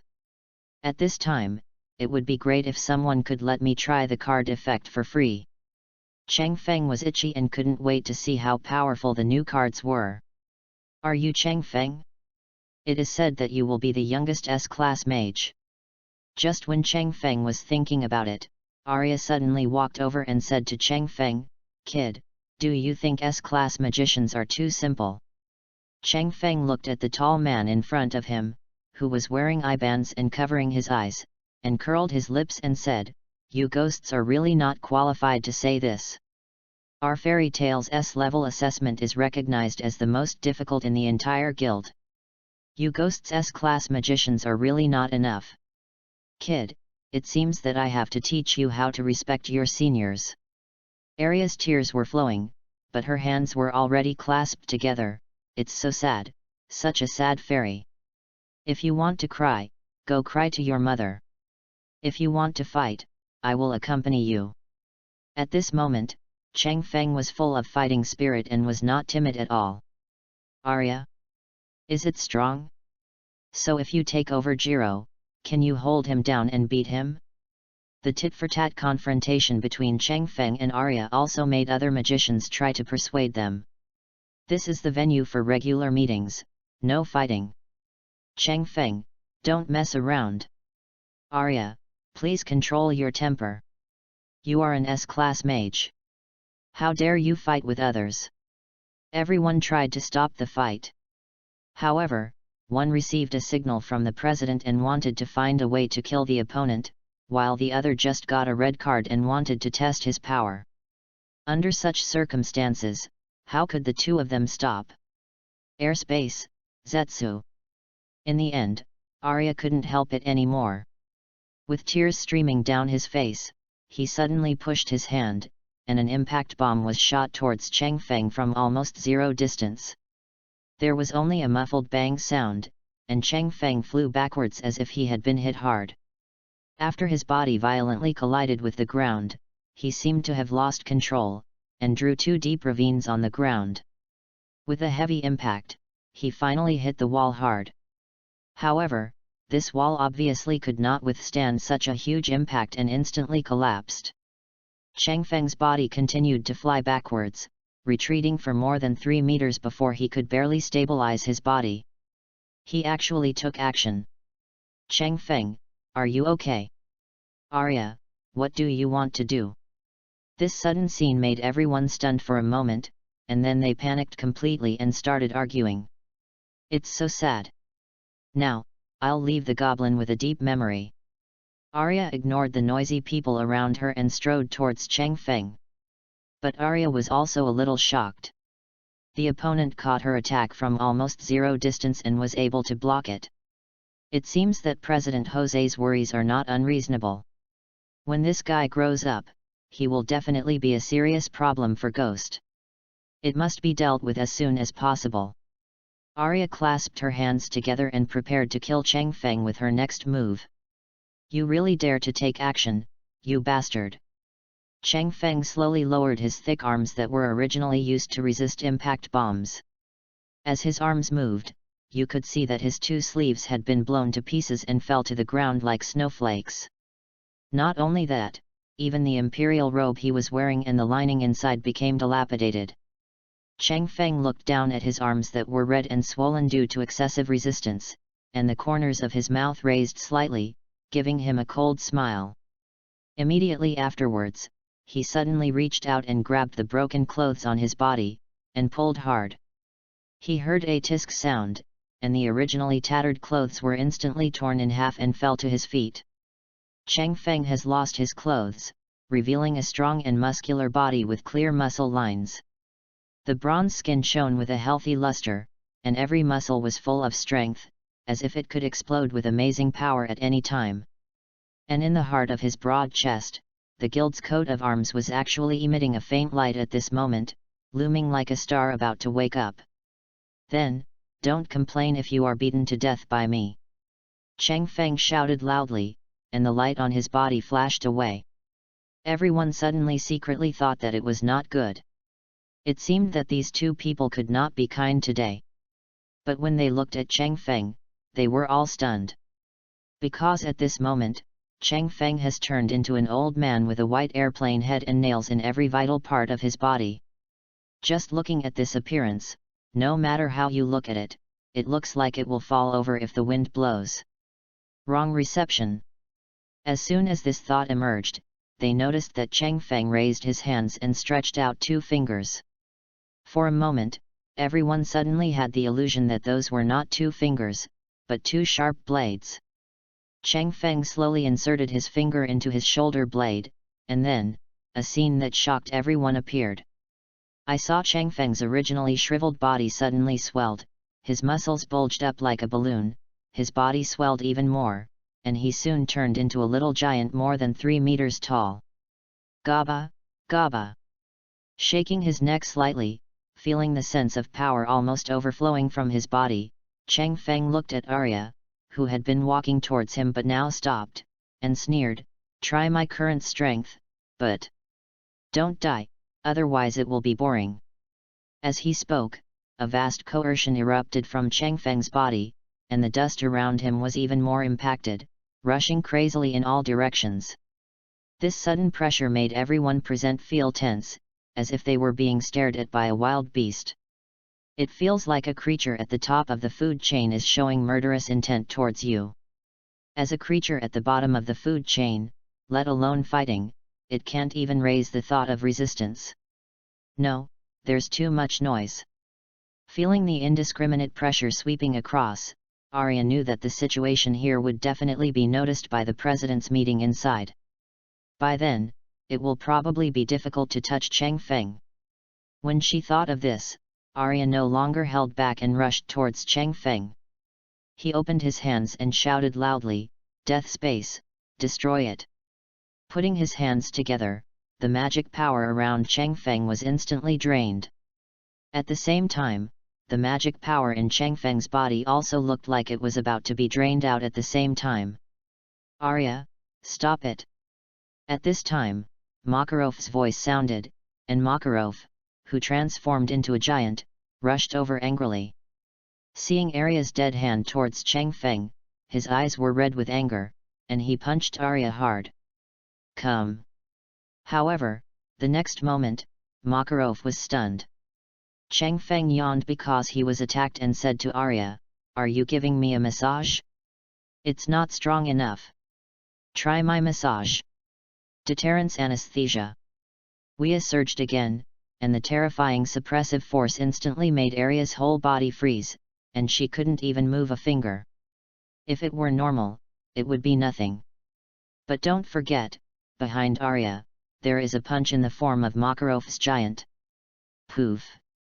Arya was unable to move at all after her acupoints were tapped.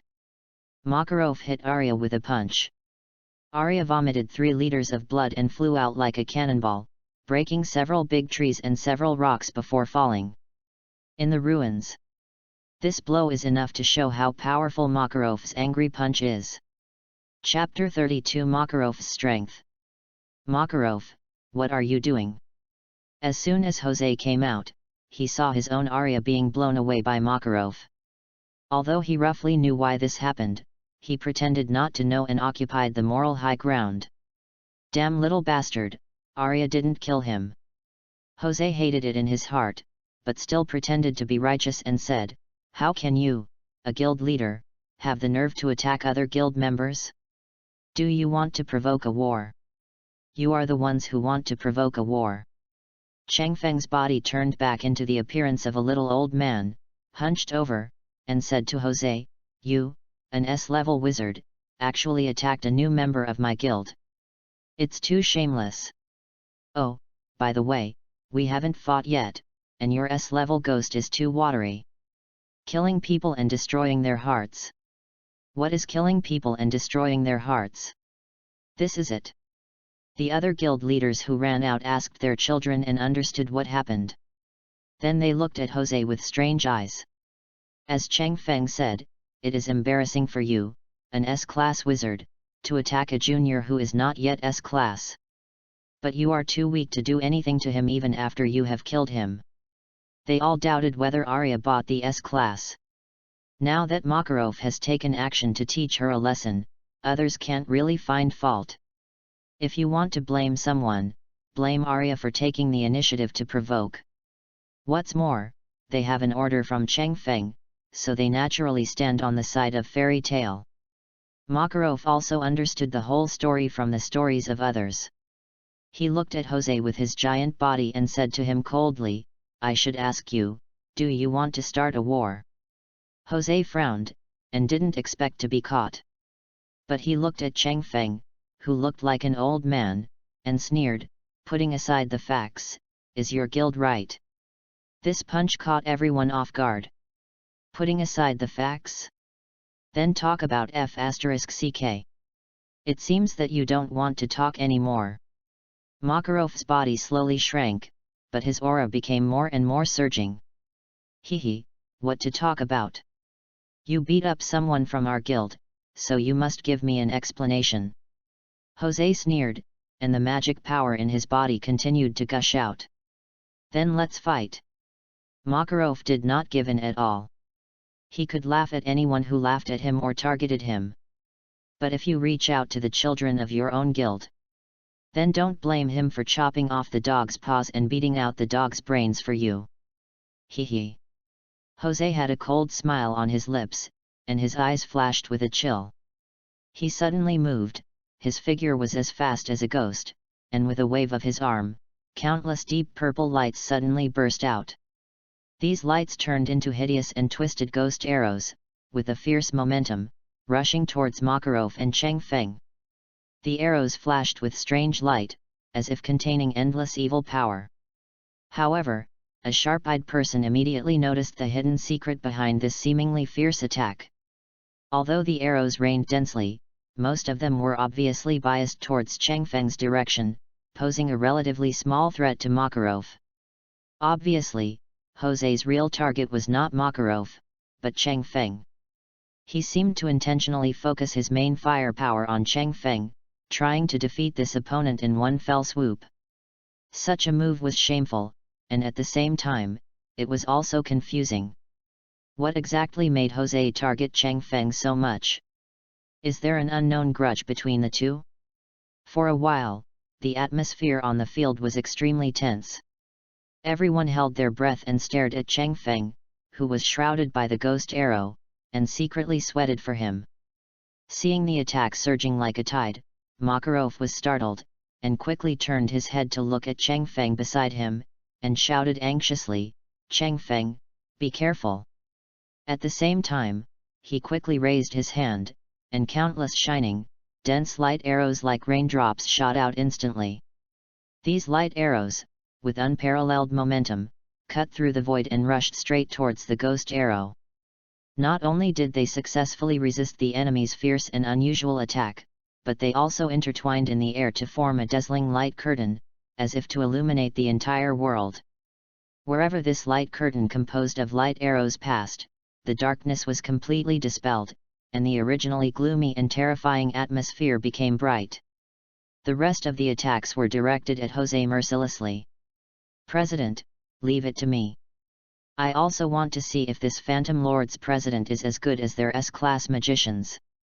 Cheng Feng saw that all the attacks were blocked, smiled slightly, and then raised his right arm. Just when everyone was confused, Cheng Feng's withered right arm suddenly expanded, and the muscles expanded 3 times in an instant. Then, as Cheng Feng waved his arm, it hit the ground heavily. Acupuncture point.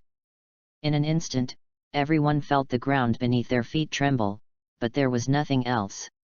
Jose was alone, feeling a tremor under his feet, and a sudden shock wave rushed into his body along the ground, making his body numb and unable to move at all for a while. Jiro is a man who can tap the Earth's acupuncture points to stop its rotation. Cheng Feng is currently unable to do this, but there is still no problem in using shock waves transmitted from the ground to tap the acupuncture points. Anyone who has played games knows that if you have control in a group fight, the probability of winning will be very high. Especially when one's own boss is stronger than the other party, once he is accused, it will be the same thing. The same is true now. The ghost arrow was shattered by the light arrow. Just as Jose wanted to fight back and resist the remaining light arrows, he was hit by a point and unable to move.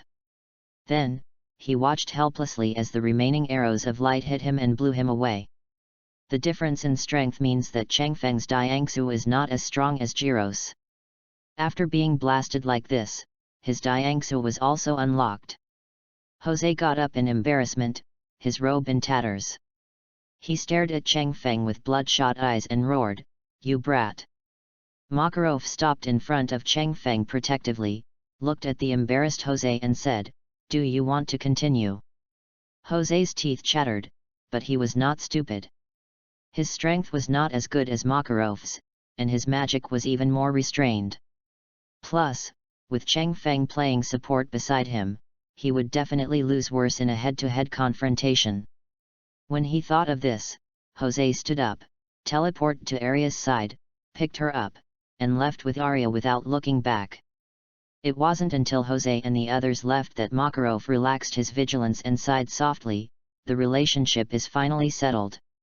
I feel like even if it doesn't happen now, it will happen in the future." Cheng Feng, who understood the plot, said something and then released the receiving state and returned to its original appearance. "It's a pity that my clothes should be compensated." Makarov rolled his eyes, looked at Cheng Feng and said, "Is it your new heroic soul again?" "Yeah, so I'll give it a try." Cheng Feng nodded with a smile and said, "And this is still in a sealed state, which is the most suitable for my heroic soul now. When I become stronger and my magic power reserve is sufficient, I can try to lift the seal of the heroic soul." "Can become stronger?" Makarov nodded. It seemed that Cheng Feng had received a trump card exclusive to his appearance. Just like Marajana's Satan's souls. If you look at it this way. Makarov looked at Cheng Feng and said, "Complete more commissions this year, do you understand?" When Cheng Feng heard this, he immediately understood that Makarov was planning for him to try to become an S-class mage this year. "But, Grandpa President, what you said seems as if I was not active in completing the commission before." Cheng Feng shrugged and chuckled. Only then did Makarov realize that the most diligent person in the guild was Cheng Feng. Next is Urza and Myra Jane. There is no other way. Cheng Feng needs Krypton Gold to draw cards, and Urza needs Krypton Gold armor. They are both extremely expensive guys.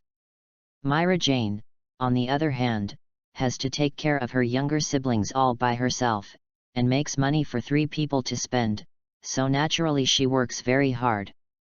After that, it's Laxus and Kana. One is stimulated by Cheng Feng, and is ready to work hard to improve himself, catch up with Cheng Feng, and then form a team with him. One is stimulated by her own guild arts, thinking that her father is S-level, and she, as a daughter, has to keep up. It can be said that compared to the group of people who are older than them, Makarov is more optimistic about these little guys. Chapter 33: The Framework of 4 Decks. The regular meeting became a big deal. Cheng Feng and Makarov also went to the Magic Council, and were beaten by the Magic Council. But it's not a big deal, after all, we have people in the Magic Council. It's just that Yujma and Makarov complained. Fairy Tail has been too high profile recently and has been targeted by the council, so Makarov should restrain himself. Makarov naturally agreed, while Yujma was helpless towards his friend who could sleep on the trial. How to do it? I can only pamper her. Yajima was also very optimistic about Cheng Feng. He patted Cheng Feng on the shoulder and told him to do a good job. If necessary, he could also speak to Cheng Feng. In this regard, Cheng Feng naturally expressed his affirmation humbly. As for Fairy Tail's future mess, this old man is still needed to help. Fairy Tail has been beaten, and the ghost is next. Jose and Arya were not as lucky as Cheng Feng and others. There were people behind them to help talk, and because they were the first to strike, they were beaten several times. First of all, the allocation of commission orders will be reduced by 10%. Secondly, they need to pay off 3 dark guilds that are low in oil and water and no one is willing to deal with them. In addition, they must complete 2 more troublesome S-level commissions within 3 months. It can be said that the punishment is adequate. On Cheng Feng's side, after returning to the guild, he began to deal with the next order issue, and also began the journey of completing commissions. Every day's schedule is full, and other people in the guild are a little shocked and envious. There is no way, although it is tiring, the rewards are even more enviable. It took more than 3 months to complete the order processing, and Cheng Feng also received the remaining balance. Coupled with the commission for completing the commission during this period, Cheng Feng's deposit reached more than 26 million J. This is an astonishing number. To put it bluntly, with so much money, if you can find a small village and ensure low consumption, most people can just lie down and retire. However, this amount of money is not enough for Cheng Feng, who wants to put together a deck. Depending on the performance, Cheng Feng plans to build 4 decks. They are melee, swordsman, ranged, and nanny. Of course, Cheng Feng also thought about building a deck similar to human shields and assassins, but after thinking about it later, it was not necessary. First of all, these 4 groups alone require a total of 24 cards. Adding props and bonds, the funds required are already desperate. If he does a few more, no matter how much money he makes, it won't be enough. And this is also divided based on the attack methods Cheng Feng is now proficient in. In terms of main attacks, Cheng Feng is good at melee combat and swordsmanship, so he built 2 decks based on these 2 frameworks. Later, in order to prevent being kited, he built an additional long-range burst deck. Coupled with a recovery deck that increases fault tolerance with the nanny flow, it is enough. As for the card combinations for each deck, I can only say that what Cheng Feng imagined was good, but it was a bit difficult to set it up. The only thing that has been formed now, or that is somewhat unexpected, is the nanny deck. In more than 3 months, 2 limited-time card pools have been opened, one for Tsunade and one for Trafalgar Law. I don't know if this bad game just wants Cheng Feng to keep making money.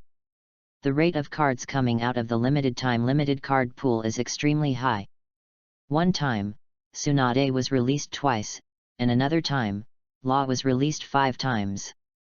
Based on these 2 doctors, who both had strong treatment methods, Cheng Feng threw in the remaining spirit stones and quickly got the cards he needed, even having 3 Tendro rounds left. The current 6 cards in the Wet Nurse deck are Elizabeth, Purple, Tsunade, Gold, Law, Gold, Inu Orium, Purple, Giorno Giovanna, Gold, Higashi Kata Yasuke, Gold, Gold. Since there was no red card, it was easy to put it all together, and the current combination is also the most perfect one in Cheng Feng's mind. Regardless of multiple injuries, missing internal organs or limbs, Cheng Feng basically didn't have any big problems in his hands. Not to mention how powerful the treatment of Elizabeth and Higashi Kata Yasuke's Crazy Diamond is. The golden experience alone can give life to dead objects and can replace missing organs in the body, and then treated with Tsunade and Luo's medical methods, they basically survived. Can be saved. Even if you encounter something like a curse, you can use Inu Orium's power of rejection to reject it for treatment. After a set of combo punches, Cheng Feng felt that if he received all 6 cards, he could basically compete with the God of Death. As for the other 3 combat decks, basically in Cheng Feng's mind, red cards are indispensable, which makes it quite difficult to put them together. For melee combat, the 2 red cards Jiro and Escanor are necessary. Considering flexibility and practicality, it is difficult to find a replacement for the card Minato Namikaze. Cheng Feng had a headache, and then considered the options for the other 3 cards. Kakarot or Vegeta can be considered, as Kinbiris, but it's a bit difficult, whether it's the difficulty of collecting or receiving. In the Swordsman deck, Inuyasha's half-demon physique is quite useful, so I'll keep it for now. Zoro is very talented in swordsmanship, so I have to find a way to get it. As for the others, well, there are too many to choose from. For long range, choose the ones with high bursts, and just use nuclear bombs to clear the ground. Just for the burst, you don't need anything else. Then these are the ones that can make the list. I quickly conceived in my mind, and at the same time, the framework of each card group has been built. For the rest, Cheng Feng needs to fill in this framework and complete the deck. At the beginning, there is no need to consider the level of the cards, just put the deck together first. Moreover, the extra cards can also be used as alternatives, and the deck can be changed at any time to achieve different fighting styles and effects. Thinking of this, Cheng Feng smiled bitterly. The idea is wonderful, but so far, there are still 2 cards that Cheng Feng can accept. As for the third one, it's still far away. At first, Cheng Feng guessed that he needed to level up. But name, Cheng Feng plus. Level, 20, full. Body, 49 plus, 333. Strength, 48 plus, 316. Sensitivity, 48 plus, 293. Looking at the full mark on the level, Cheng Feng knew that his level could no longer rise. However, when Cheng Feng saw an extra plus sign after his name, he immediately understood. It seems that I probably need to make a turn like other cards. However, other cards can be turned using card fragments. What about him? You can't just chop yourself up, chop yourself into pieces, and do a spin. Clicked on the plus sign, and a page quickly popped up. As expected, the page indicates that Cheng Feng needs to change. As for the materials needed for the first turn, Cheng Feng rubbed his eyes, and after making sure he saw correctly, the corners of his mouth couldn't help but twitch. 3,000 green cards, 1,000 spirit stones. This is the material needed for Cheng Feng to turn around. Chapter 34, A Turn. Cheng Feng was stunned. 3,000 green cards. Even though green cards are the lowest drawn cards in the high-end card pool, 3,000. Only 10 cards are needed for 10 consecutive times at one time. 3,000 cards require 300 consecutive 10 cards. This must all be green cards, which is obviously impossible. Adding the probabilities of blue cards, purple cards, gold cards, and red cards, if Cheng Feng wants to collect 3,000 green cards, he will need to draw at least 500 times or more in a row. Even if he recharges all the more than 26 million J, adds the time-limited recharge activity, and adds the remaining spirit stones, it will only be a little over 300 draws. This broken system almost completely deducted his savings, leaving him at most 200,000 J for emergencies. If nothing unexpected happens, Cheng Feng can guarantee it with his own head. There must be a solution to this problem in the mysterious gift flashing on the surface of the game. But if all the 300 draws were green cards, it would be a huge loss to my grandma's family. Not to mention anything else, let's limit the card pool. 300 draws will completely drain the card pool. No matter how dark your face is, it shouldn't be a problem to get 2 red cards. But now, if you want to make a change, you must replace the possible red cards with 3,000 green cards. This F***ck is outrageous. Cheng Feng gritted his teeth, but there was nothing he could do. Who told him to need this broken game to become stronger, so he could only be manipulated by him? Krypton, Krypton, just get used to it. With a trace of sadness and anger, Cheng Feng put his deposit into the game and then opened the mysterious gift. Congratulations on getting the luck accumulator. Looking at the extra module, Cheng Feng sighed and checked it. The so-called luck accumulator, to put it bluntly, can limit the cards in the card pool to cards of the lowest level. Afterwards, all the cards drawn will be cards of this level. But in exchange, drawing cards will also randomly accumulate some luck. After the luck accumulator is full, you can enter any card you want on the luck accumulator. The next card drawn will definitely be the card you want. Okay, let's play like this. Fuck my mentality, right? I can't accept it. At this moment, Cheng Feng only felt that he was aggrieved. He was so manipulated by this crappy game that he couldn't resist at all. What else can be done? Cheng Feng sighed inwardly, and then started to smoke. Green, green, green, green. Green lights flashed one after another, making Cheng Feng worried. But what can be done? He is also desperate. But more despair lies behind. After all 310 consecutive draws were completed, Cheng Feng looked at the full luck accumulator and 1,100 spirit stones, and his defenses were broken. Let's play like this, okay, okay. Cheng Feng picked up a stone from the ground with trembling hands, then walked to a tree next to the clearing, and then wrote 3 large characters "Broken Game" on the trunk of the tree. Ah! Go to hell! Go to hell! Go to hell! The next moment, Cheng Feng went completely crazy, and all kinds of attacks swallowed up the big tree like a tsunami, directly crushing it to ashes. After venting his anger, only a large pit more than 1 meter deep was left where the big tree had been. Feeling a little happier, Cheng Feng invested all 3,000 green cards and 1,000 spiritual stones. The next moment, many green cards were instantly reduced to ashes, but countless green light spots merged into Cheng Feng's body. Cheng Feng felt as if he had returned to his mother's body at this moment. His whole body relaxed and a warm feeling enveloped him. At this moment, Cheng Feng almost felt so comfortable that he wanted to scream out.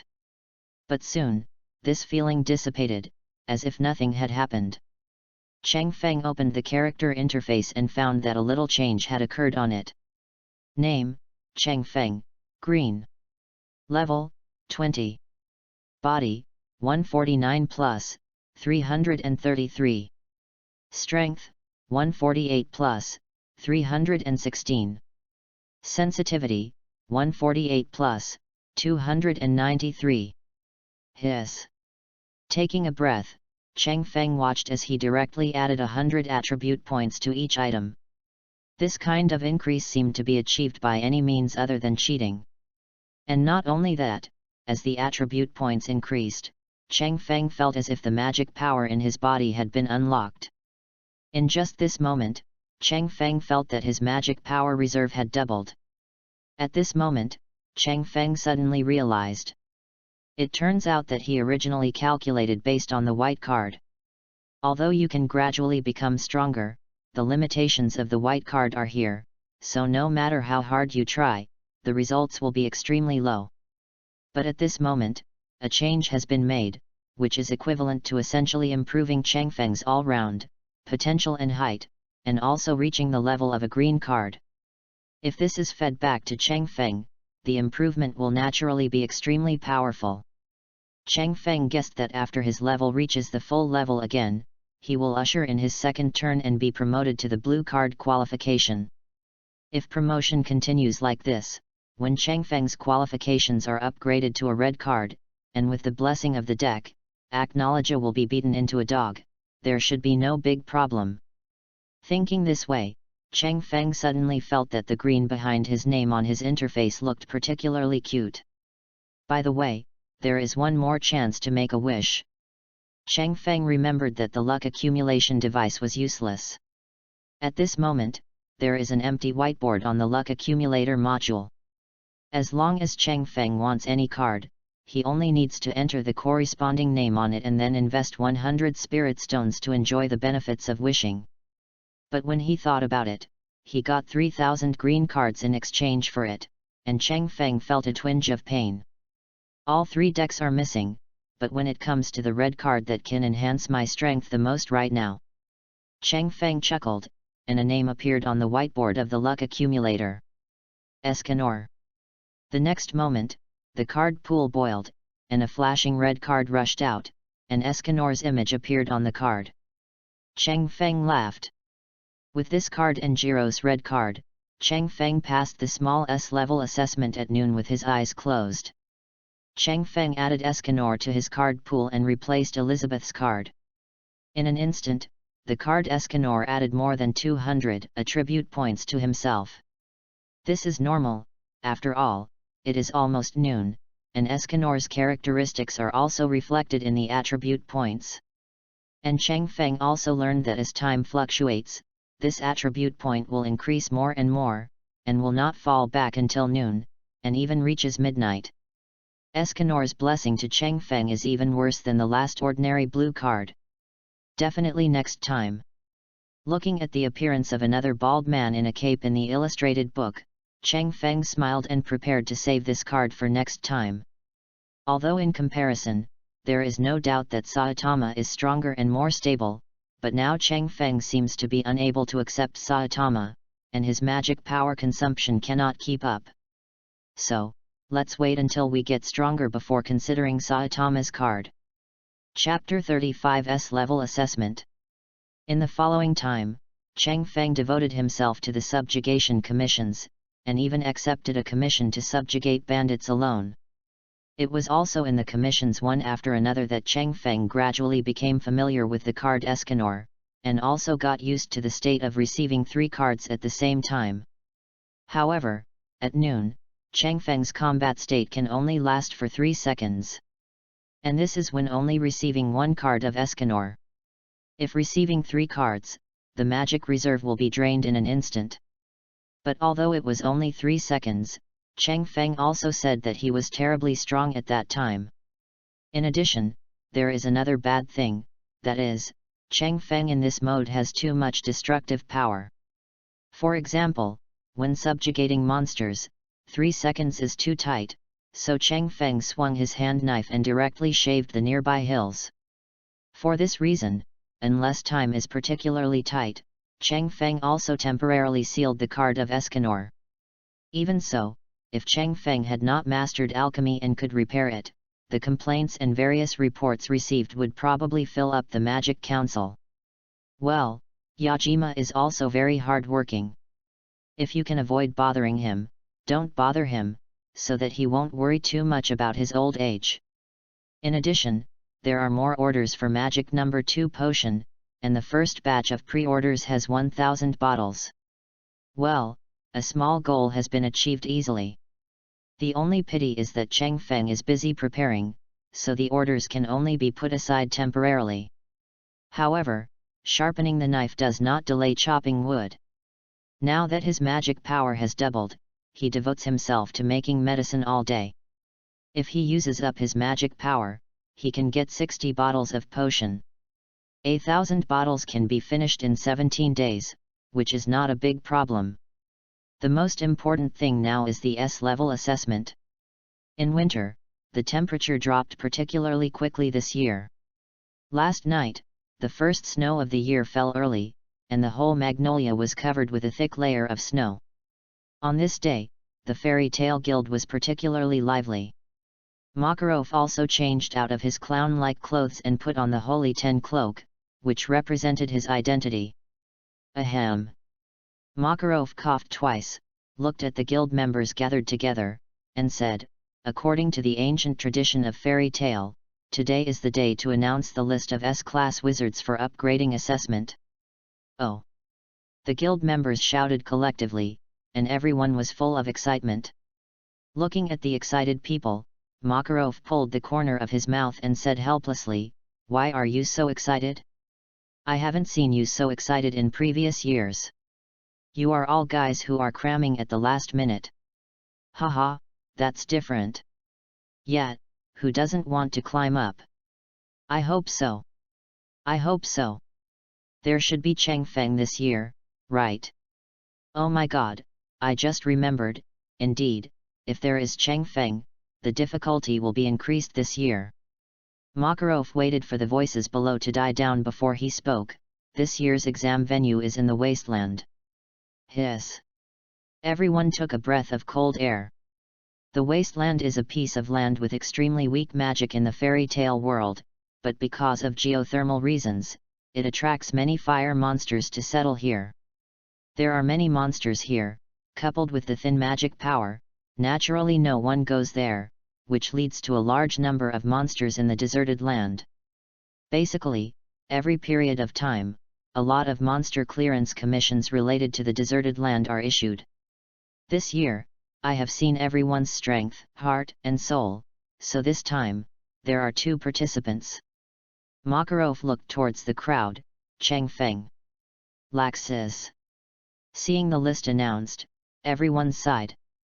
While regretting that they were not selected, they were also convinced by the list. Needless to say, Chang Feng is a task madman and his own strength is constantly improving.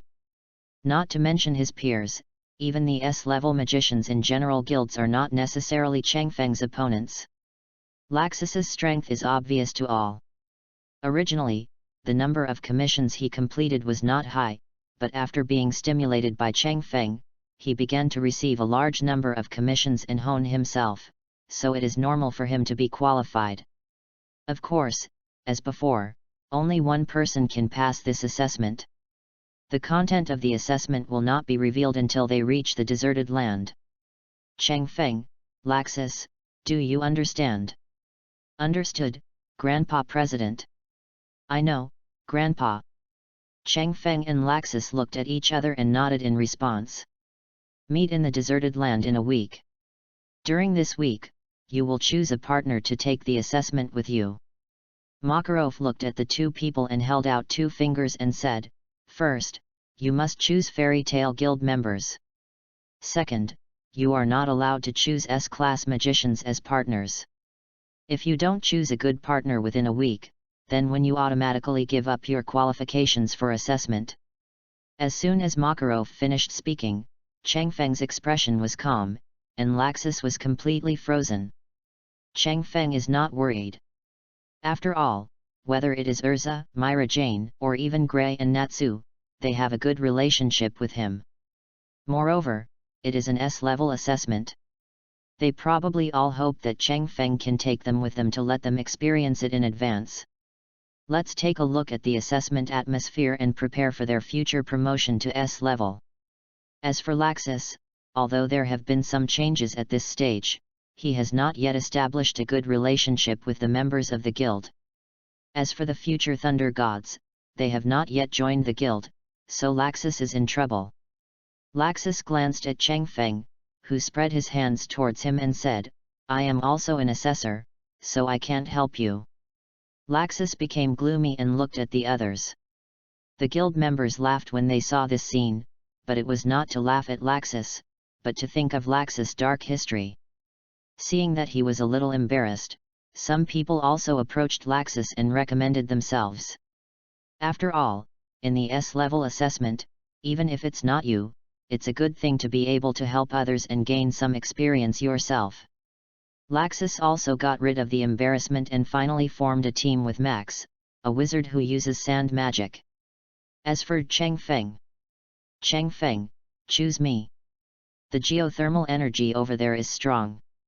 I am of ice attribute and can restrain those fire monsters. I want to go too. I am a fire dragon slayer magic, fire has no effect on me. Like. Happy, don't interrupt, Cheng Feng, I'll go with you. We both receive magic, so we're the best match. Want to help? My armor's defense is pretty good. Looking at the noisy people around him, there is no doubt that Cheng Feng's popularity in the guild is still very good. After thinking carefully for a moment, Cheng Feng looked at Myra Jane, who had been a little restrained recently but was still wearing warm clothes and shorts and a ponytail, and said, Myra, please go with me. Yet. I knew you would choose me. Myra Jane jumped up, rushed over, hooked Cheng Feng's neck and said, Don't worry, I will definitely make you an S-class mage. Chapter 36 S-class monster. Whoa! The whistle sounded, Cheng Feng yawned, stretched, and got off the train.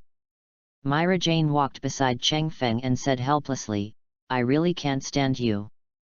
You still can't change your habit of sleeping on the train. But it's not bad. At least if you have enough sleep, you can go all out for the next assessment. Cheng Feng smiled easily, looked back at Laxus and Max who came with them and said, Laxus, do you have any information about the assessment over there? No, Grandpa is still very strict on this point. I guess it will be difficult. Lacasus carried his backpack and walked out with Max. Max said with a smile, no matter how difficult it is, it won't make us go looking for death, right? Cheng Feng. It seems that Makarov is not impossible. After all, the Fairy Tale S-level assessment is almost the most stringent assessment in the entire Fiori Kingdom. If it were not strict, there would probably be as many S-level magicians as dogs. What are you guys talking about? As soon as they walked out of the station together, they saw Makarov in casual clothes outside the station. Nothing, "Grandpa President, when will the assessment start?" Cheng Feng asked. Makarov looked at the four of them and laughed. "It has already begun." The four of them had question marks on their faces. "The station is almost 20 kilometers away from the deserted land. Now I will tell you the content of the first assessment," Makarov said with a smile. "I have prepared 2 big gifts for you over there, and the one who arrives first will have a certain advantage.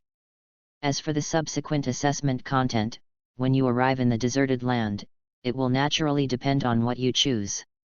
Divided into different assessment contents. Laxus, let's go." Upon hearing this, Max immediately called Laxus, and Laxus immediately used electric current to stimulate his body, strengthen himself, and rush towards the deserted land. "When it comes to speed, we have an advantage." Myra Jane looked at Laxus and Max, who had already set off, glanced at Cheng Feng and said, "Can you keep up? Are you looking down on me?" Cheng Feng laughed, and with a flash of light, Namikaze Minato appeared. "Then, let's go." Myra Jane also received the soul of Satan throughout her body.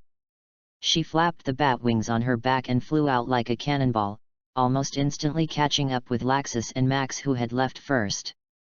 "President Grandpa, we have to take the first step." Cheng Feng said hello to Makarov, then suddenly threw out the kunao and disappeared from the spot. Makarov looked at the 4 people who were each relying on their abilities, with a pleased smile on his face.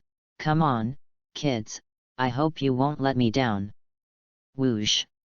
The sound of breaking through the air came, and Myra Jane relied on flying, rushing like a stream of light.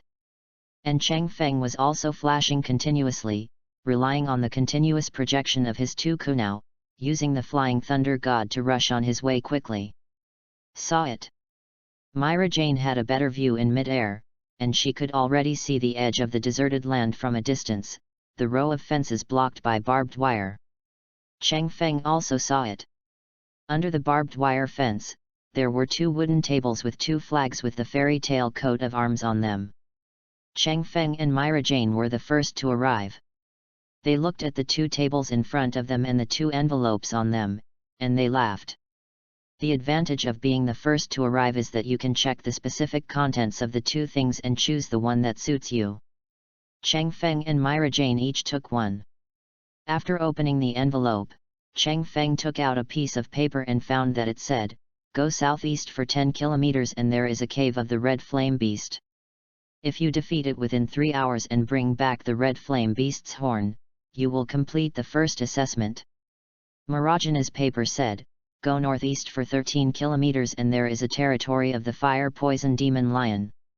If you defeat it within 3 hours and bring back the Fire Poison Demon Lion's fang, you will complete the first assessment. As long as you tear up the letter, even if you choose this assessment, the flag on the table is a timer. If you don't bring the item back within the specified time and put it on the table, the flag will break, which means you have failed the assessment." The 2 exchanged letters and looked at each other, then looked at each other. Red Flame Beast, Fire Poison Demon Lion. Hiss, the president is really cruel. They are all S-level monsters. Basically, S-level wizards are required to deal with them. Myra Jane was helpless for a while, and had a clear understanding of the difficulty of the S-level assessment. Normal, if you can't beat an S-level monster, why should you be promoted to an S-level wizard? Cheng Feng sighed, then looked at Myra Jane and said, "Let's choose the closer one." "Okay. Time is tight and the task is heavy.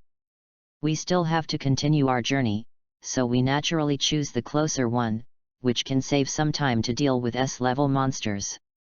The 2 chose the Red Flame Beast. After tearing up the letter, the flag on the table where the letter was placed emitted a faint light, and as time went by, the light was constantly dimming. And a door was opened on the barbed wire that was originally blocking. Cheng Feng and Myra Jane did not dare to delay. After entering the door, they immediately headed southeast. And 3 minutes after the 2 left, Laxus and Max barely arrived. Without the chance to choose, the 2 read the letter, tore it up, and then rushed to the northeast. Rushing against time requires a lot of magic power, and facing S-level monsters is also risky. It can be said that this assessment is extremely challenging for personal strength and cooperation between the two. Cheng Feng and Myra Jane arrived at the destination and found the cave. The two stopped and released the receiving state at the same time. "How is the status?" Cheng Feng looked at Myra Jane and asked. "It's okay, consuming 1/3 of the magic power," Myra Jane responded, and she was a little unsure whether she could defeat the red flame beast. The magic power around was extremely thin, and it was a little unrealistic to want to recover quickly. Cheng Feng looked up at the gloomy sky, and then looked at the rising values on the character interface and speculated. It took them 3 minutes to rush here, which was completely sufficient time. The only thing they were afraid of was that after defeating the red flame beast, the magic power would be exhausted and they would not be able to move quickly, thus delaying time. "Myra, can you take me with you when you fly?"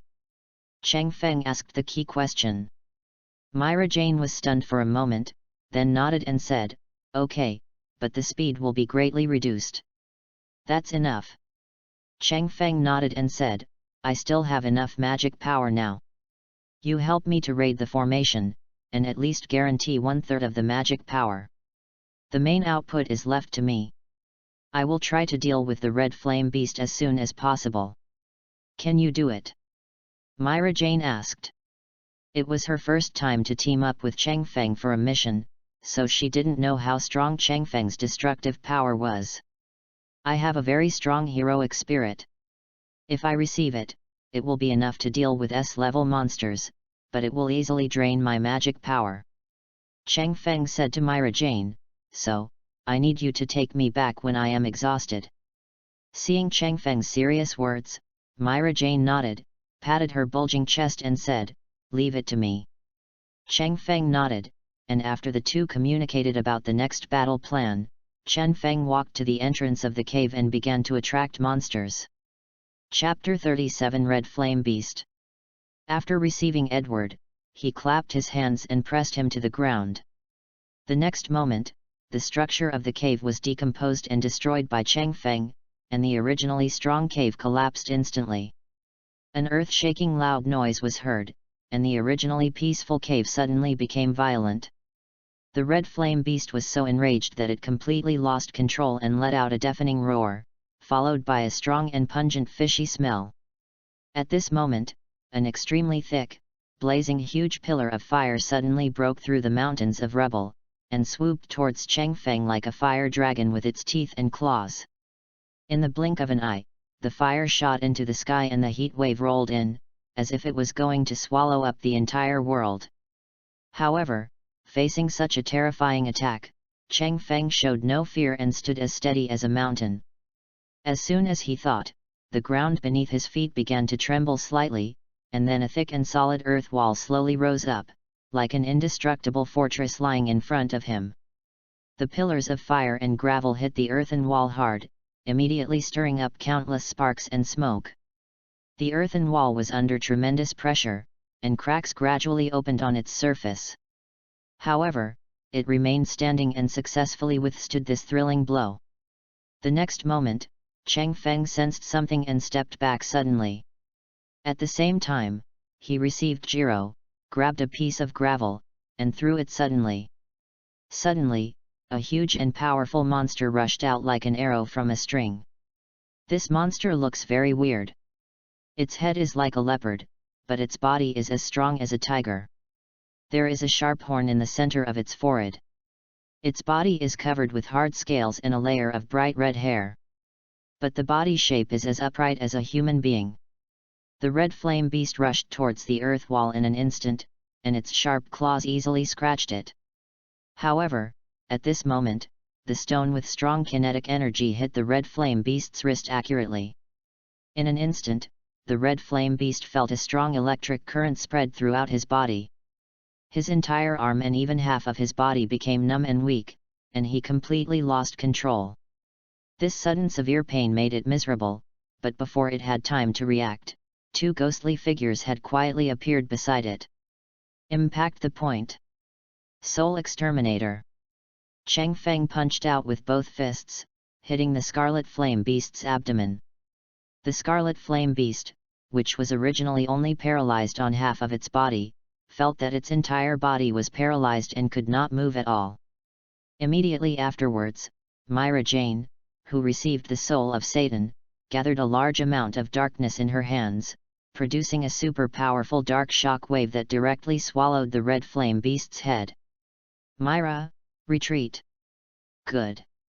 After a successful blow, Myra retreated without hesitation.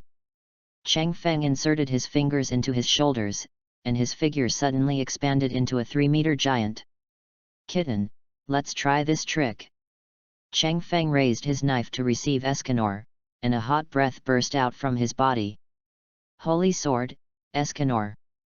The hand knife fell rapidly with a sharp sound of wind, as if it was going to tear the entire space apart. At the same time, a hot and violent magic burst out like a burning star.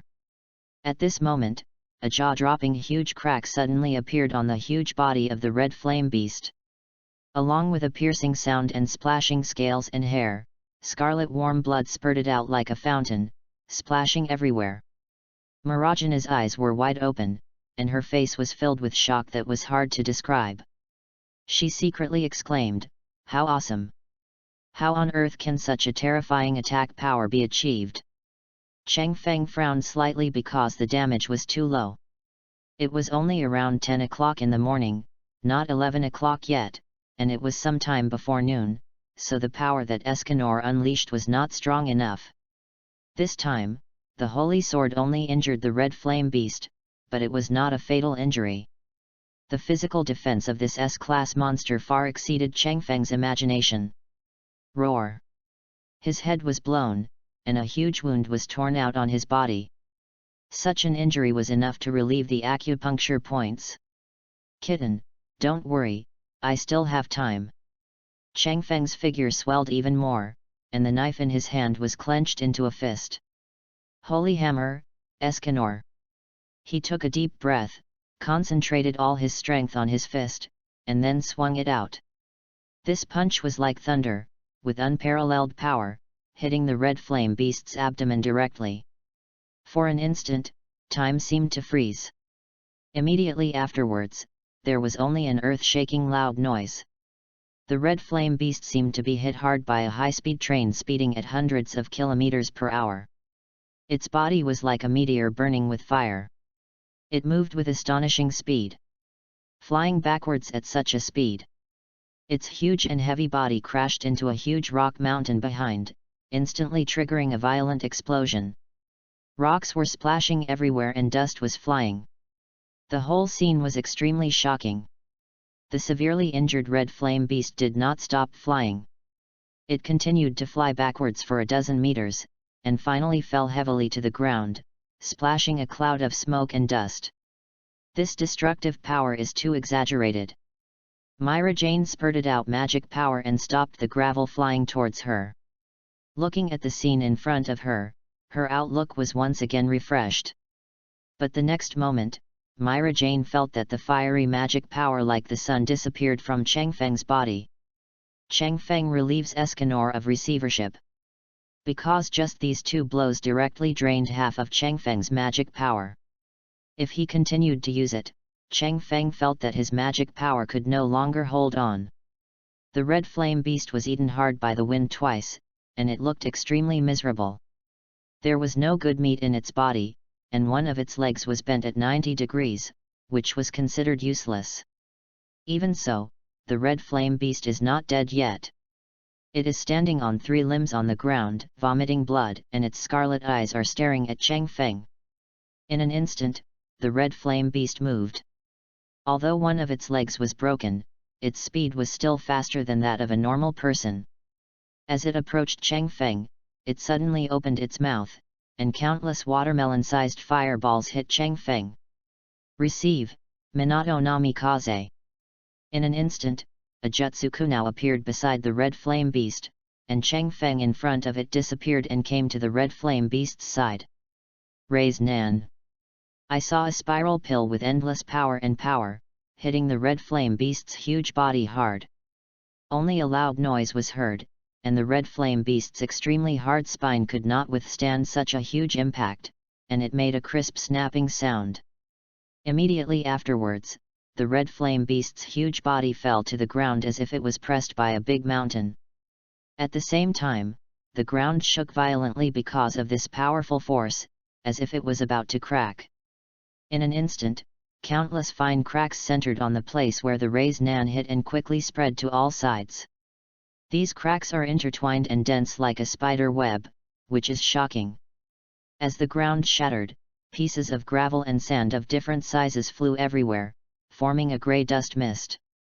After the red flame beast was severely injured, a burst of bright red blood suddenly spurted out from its mouth, and the condensing fireball stopped abruptly. However, despite being seriously injured, the red flame beast's eyes still shone with a trace of ferocity and determination. It seems that it does not intend to give in, but instead arouses a stronger fighting spirit deep inside. Be careful. Super sadistic and violent. Myra Jane suddenly waved her arms and hands, and the vortex formed by the dark magic power was thrown out like a long whip, directly blocking the red flame beast's tiger tail that carried the fierce aura. Disobedient kittens will be beaten. Cheng Feng suddenly raised his arm, looked at the red flame beast whose spinal cord was injured and was somewhat unable to move, and sneered, "Holy Spear, Escanor." Escanor received it again, and the dazzling magic power of the sun burst out. He stabbed out his fingers, and the surging magic power penetrated from the back of the red flame beast's head and came out from the front. The red flame beast only felt its brain heat up, and then lost consciousness again. Cheng Feng slashed it with a knife and cut off the red flame beast's horn. In an instant, Cheng Feng released the reception and sat down on the ground with some strength left in his body. The magic power was not exhausted, but there was not much left. Myra. Coming. After Myra Jane fell, Cheng Feng put the horn into the game backpack. Myra Jane helped Cheng Feng up, then hugged Cheng Feng's hot body and took Cheng Feng off, rushing towards the deserted land. Who will be the first to pass? Outside the deserted land, Makarov sat on the table, looked at the deserted land and said, "With their strength, it is not a big problem to join forces to deal with S-class monsters, which is a matter of time. It is estimated that they will have to wait for another hour." Var. Just as Makarov finished speaking, he saw a figure rushing towards him in the deserted place. So fast! Makarov couldn't believe it. But even though he couldn't believe it, Myra Jane still flew towards here as fast as possible. When Myra Jane landed, Cheng Feng took out his horn and placed it directly on the table. The dimming flag also burst out with light in an instant, and then slowly extinguished. Cheng Feng pulled up the flag, looked at Makarov who was a little distracted on the other side and said, "President Grandpa, we passed successfully." Makarov was stunned for a moment, then nodded solemnly, and said to Cheng Feng and Myra Jane, "Congratulations, Cheng Feng, Myra Jane, you successfully passed the first assessment. P.S. The saved manuscript has been completely used up. Next, 2 to 3 chapters should be updated every day. I hope you can remind me more and comment more. Don't be too busy with the book in the early stage. It is easy to die. Thank you for your support." Chapter 38 successfully promoted, Tianro Island. The second test. Makarov looked at Cheng Feng. "Yes, we have completed the first assessment, so the second assessment is next, right? What are we going to do? We can complete it first." Cheng Feng is eager to give it a try, even though his magic power has not been restored yet, but Cheng Feng feels that it should not be a big problem. "Don't worry yet, wait until Laxus comes back." Makarov waved his hand towards Cheng Feng and said, "When he comes back, will you know what the second test is?" "What's the meaning?"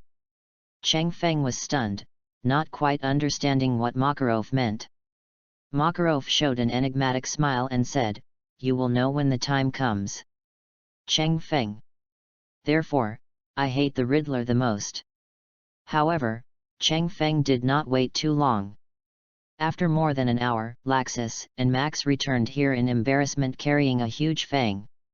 The fang was placed on the table and the flag was pulled out by Laxus. Both of them passed the first level, but when they looked at Makarov, they found that he had no intention of speaking. Being stunned by Makarov, Cheng Feng and Laxus were both confused. Cheng Feng thought about the first assessment, and then looked at Myra Jane. Myra Jane shrugged and said that she didn't think of anything. Seeing this, Cheng Feng suddenly thought of Makarov's words about preparing a big gift for them. At first, Cheng Feng thought that Dolly was an S-class monster. But now it seems that it is probably related to the second assessment. Thinking of this, Cheng Feng walked towards the horn that he had cut off. After thinking for a moment, Cheng Feng stretched out his hand, and his own magic power was like a tentacle, slowly reaching into the horn. Soon, Cheng Feng discovered that he had guessed it right. There is a hollow place in the horn. Cheng Feng immediately took out the Huron pill, cut a slit into the horn with a knife, and then broke it off with all his strength. Crack! The horn was broken off, revealing a small box inside. Laxus saw Cheng Feng's operation and immediately inspected the fangs he brought back. Cheng Feng was surprised and took out the small box. After opening it, he found a pendant inside. This is a small prop that can absorb magic power and store it. When necessary, it can also absorb the magic power inside to restore it. Makarov suddenly said, "As for the second assessment, you can read it yourself." Cheng Feng took out a piece of paper at the bottom of the box and read it. Myra Jane also came over and read the words above. But when they saw the information above, they were immediately confused. Because it says, if you can open this box first, it means that you have successfully passed the second assessment. Congratulations, starting from today, you will become a real S-class magician and move toward keep running hard for your own future. Cheng Feng and Myra Jane both looked at Makarov. Makarov stood over there, his body straight and said, "The first assessment tests your execution ability and your own strength. The second assessment tests your thinking ability and regarding the understanding of the incident, Cheng Feng, you have passed everything. Congratulations, you have become a true S-class magician." No. On the other side, Max suddenly wailed, and Laxus also looked depressed when he looked at the fangs that found nothing after checking them. "Grandpa, why didn't I?" Laxus looked at Makarov with an aggrieved look on his face.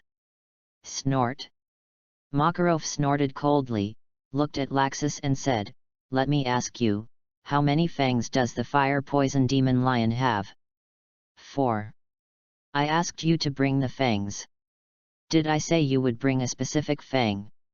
I don't know how to use my brain, I just know how to be reckless. I have already lost the opportunity, so it is even more necessary for you to think about more problems and make up for the lost opportunity. As a result, your performance is so impressive to me. Disappointed, Laxus? Go back and reflect, and come back next year." Faced with Makarov's words, in the past, Laxus would probably have started to complain. However, Laxus, who has changed a lot now, did not do this. He accepted Makarov's accusations obediently and took Makarov's words into consideration. Hear it in your heart. It is foreseeable that Laxus, who has grown up in this way, will definitely have higher achievements in the future than he did in the original plot. Only, it always feels a bit unreal. Cheng Feng scratched his head, looked at Makarov and said, "I thought it would be more difficult." "That's because your strength exceeds your limit."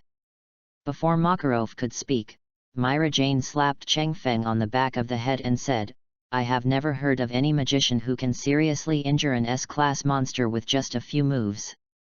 Your strength is too serious. I naturally think it's easy. If it were me, I would probably have to fight for a long time."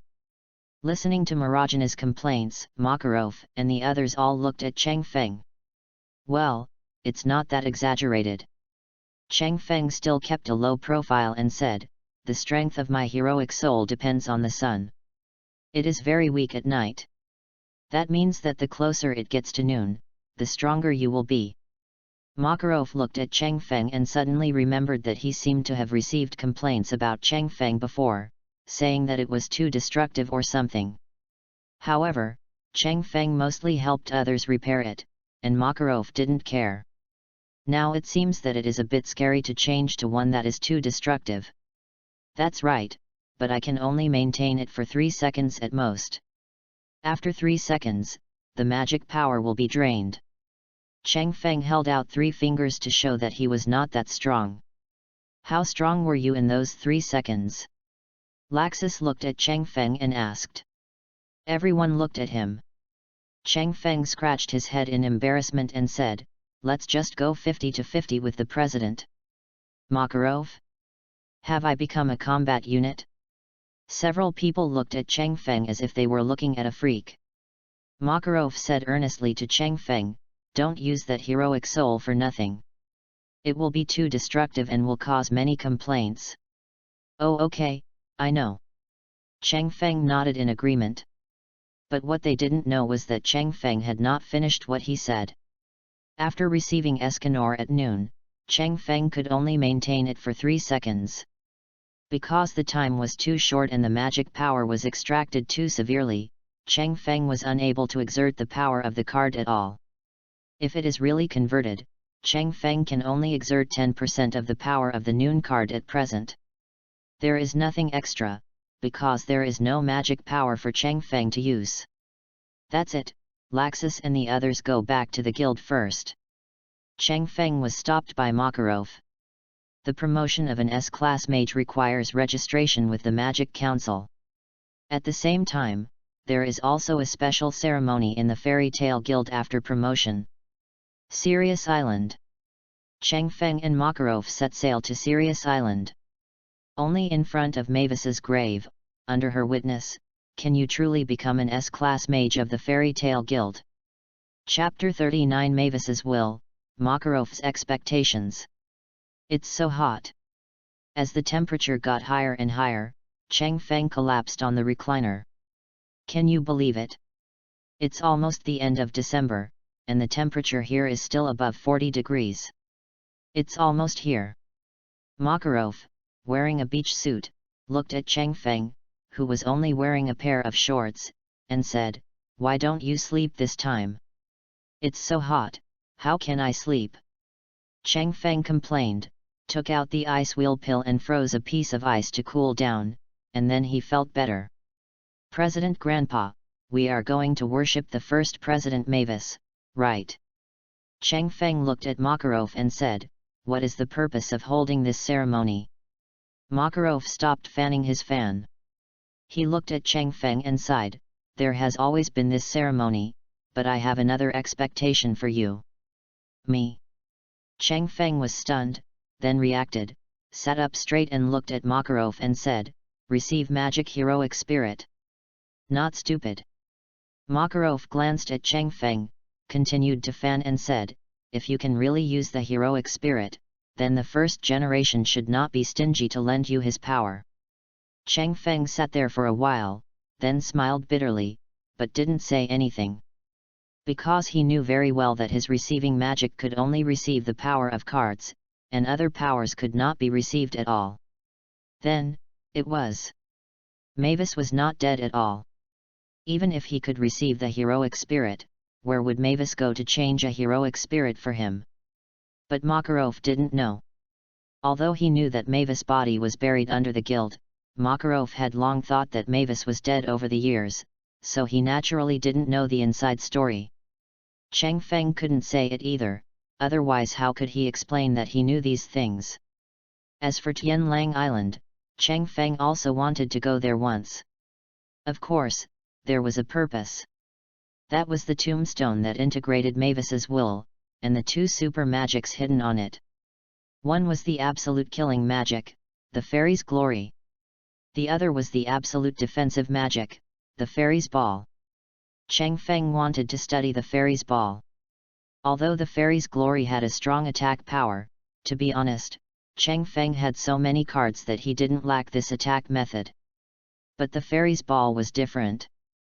It condensed the thoughts of all guild members into powerful magic power, and created an invincible protective ball, which protected all members and the environment within the range, and added the function of freezing all time in the ball.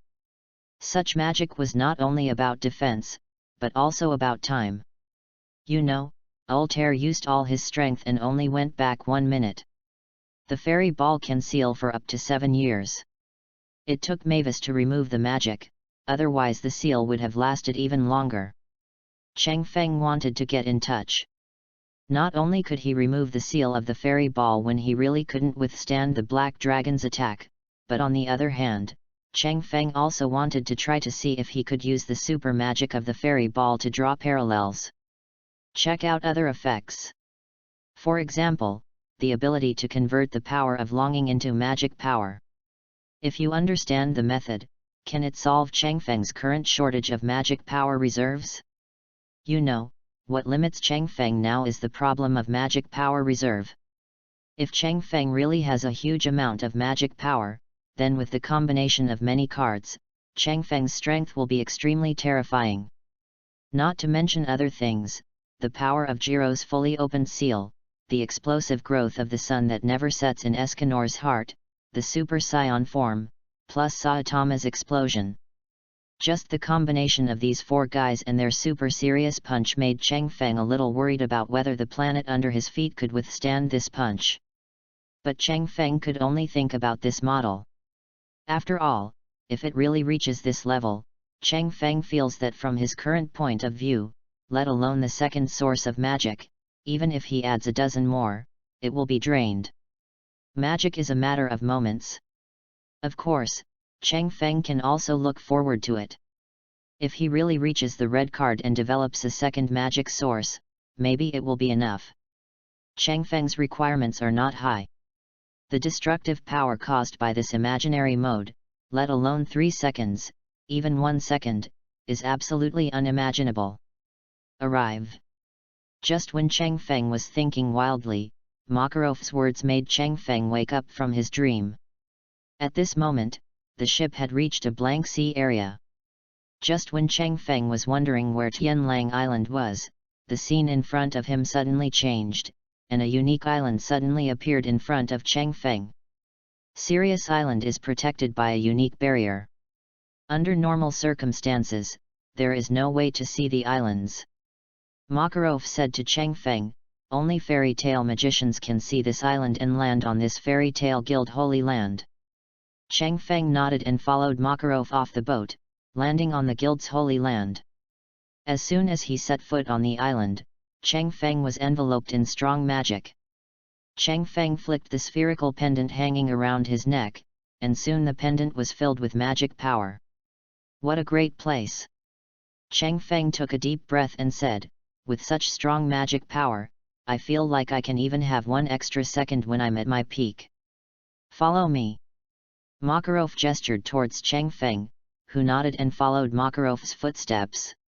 After passing through a large forest filled with various strange creatures, an old man and a young man came to Mavis's tombstone. Makarov clasped his hands together, closed his eyes and bowed towards the tombstone. When I opened my eyes and wanted to tell Cheng Feng some precautions, I found that Cheng Feng was squatting over there, taking out various expensive-looking desserts from nowhere and placing them on Mavis's tombstone. Forward. What are you? Makarov was directly confused by Cheng Feng's operation, and he didn't know what to say for a while. Mavis is a girl after all. Girls generally don't refuse the temptation of desserts.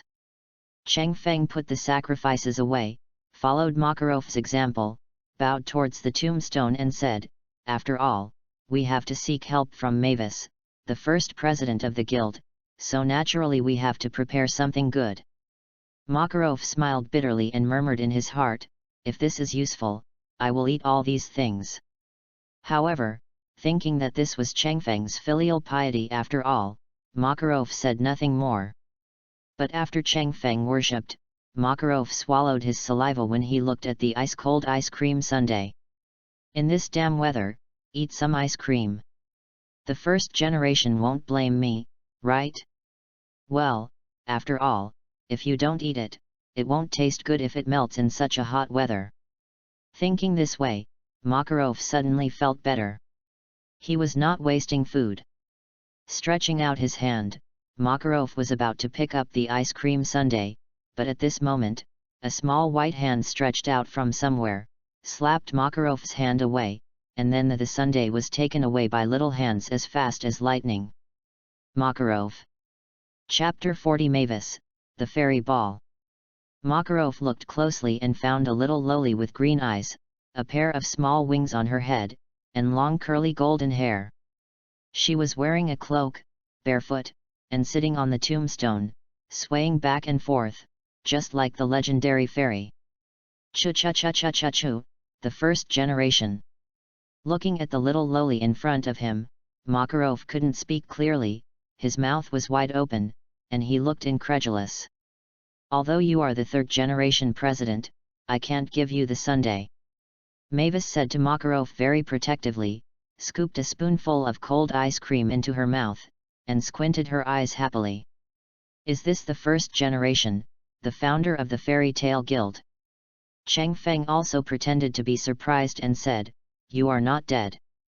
No, no, no. Mavis shook the spoon and said to Cheng Feng, I am dead, and now I look like a ghost. Cheng Feng. Makarov. Have you ever seen a ghost that can touch a physical entity and happily scoop ice cream to eat? But you are very sensible. Mavis praised Cheng Feng by name. Cheng Feng smiled shyly. But only he knew that it was no secret that Mavis liked sweets. So, third generation president, what is the purpose of your coming here? Mavis scooped a large spoonful of ice cream and ate it. She felt a little cold on her forehead. After rubbing her temples, she said to Makarov and Cheng Feng, you can't just come to see me, a lonely ghost, right? Ahem, that's it. Makarov coughed a few times, suppressed the desire to complain in his heart, and then told his thoughts. Mavis ate ice cream while listening to Makarov's story. After finishing the last bit of ice cream, Mavis put down the cup, looked at Makarov and Cheng Feng and said, I can't do it. Although I have never seen the so-called heroic spirit, it is obvious that I do not belong to this category, so I can't help. Mavis picked up a piece of strawberry cake and ate it in small bites. While eating, she said to Cheng Feng, however, if this child is really so talented, then maybe I can compensate you in another way. After that, Mavis's tombstone lit up, and the light split into two, becoming two floating light spots. Mavis finished eating the strawberry cake, stood up, and said to Cheng Feng, I have 3 super magics. Absolute Judgment Magic, the Law of the Fairy. Absolute Annihilation Magic, the Glory of the Fairy. Absolute Defense Magic, the Fairy Ball. But here, there is no fairy law, only the glory of the fairy and the fairy ball. As a reward for your tribute to me, you can choose one of these 2 magics. Makarov was stunned for a moment, and then excitedly said to Cheng Feng, why don't you thank the first generation master quickly? Well, thank you first generation master. Cheng Feng said to Mavis. Come on, let's choose. Mavis held 2 spots of light and said to Cheng Feng, do you choose the fairy's light? Or the fairy ball? Cheng Feng did not hesitate at all, stretched out his hand to Mavis' left, and said, the guild is my home, and my companions in the guild are my family. I choose the defensive magic that can protect my family. As he spoke, Cheng Feng held Mavis' left hand. The light spots merged into Cheng Feng's body, along with all the information about the fairy ball. Mavis looked at Cheng Feng, who didn't hesitate at all. He was stunned for a moment, then looked at Makarov and said with a smile, you have made the guild great, the third generation president. Makarov also laughed and wiped his tears. Mavis' recognition is definitely the biggest compliment for Makarov. Cheng Feng, on the other hand, was immersed in the comprehension of the fairy ball. After fully comprehending the fairy ball, Cheng Feng also fell into silence. The complexity of the fairy ball was far beyond his imagination. Whether it was the composition, the magic structure, or even the removal of the fairy ball, it was all terrifyingly complex. Cheng Feng glanced at Mavis, who was happily eating sweets. Even though Mavis was small, her head was filled with almost all the magical knowledge in the world. Only Mavis like this can create the 3 super magics of fairy tale. Only Mavis like this can be called the fairy strategist. Mavis has no body. Relying on his ghost state and the remaining magic power in the goblin ball, it only took 7 years, that is, 7 days in the ball, to open the goblin ball. Cheng Feng smiled bitterly in his heart. If it were Mavis in normal form, it would probably open in seconds. If it were me. Cheng Feng estimated that it would take almost 3 days. 3 days. In other words, at least 3 years have passed outside. This comparison shows how strong Mavis is. No, it can be faster. Cheng Feng shook his head in his mind. He still had plenty of time to slowly study the magic of the fairy ball. Moreover, by then, he would still have Mavis by his side to help him remove the fairy ball, so this time would be shortened. More. No, I'm really stupid. Cheng Feng suddenly reacted and looked at Mavis. Mavis knows most of the magic in this world. He is simply a walking encyclopedia. If you have difficulty solving your own problems, you might as well ask Mavis to come quickly. With this in mind, Cheng Feng also asked Mavis, "Sir, do you know of any methods that can increase a person's magic power reserve?" Mavis looked at Cheng Feng and was stunned for a moment. "My lord, Cheng Feng's magic has received the soul of a heroic spirit that requires a lot of magic power. Although it has strong combat power, it cannot last too long, so he asked this question." Makarov also explained to Mavis how to increase the magic power reserve. Mavis looked at Cheng Feng and said, "Actually, you don't have to be so anxious. You are still young. When you grow up, your magic power reserve will naturally increase. But if it is a short-term improvement, I have a good method." "Can it be improved in the short term?" Cheng Feng was stunned for a moment, as if he had never heard of it. "Well, it's not a solution at all, but it's very effective." Mavis stretched out a finger and said to Cheng Feng, "However, you have to promise me to use it as little as possible, because this method has similar potential for exploitation. So you have to swear that unless you encounter danger between life and death, otherwise you can't use it easily, understand?" Cheng Feng's eyes lit up and he immediately said, "I promise. I still have some self-control." Seeing Cheng Feng agree, Mavis suddenly laughed. However, when Cheng Feng looked at Mavis's smile, no matter how he looked at it, he felt there was something malicious about it.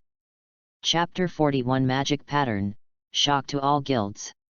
When Mavis took Cheng Feng to a medicine pool on Tianlang Island and asked Cheng Feng to take off his shirt and lie on the stone, Cheng Feng had already secretly thought that something was wrong. The moment Mavis's fingers touched his back, Cheng Feng realized what kind of wrong thing he had done. "Ah!"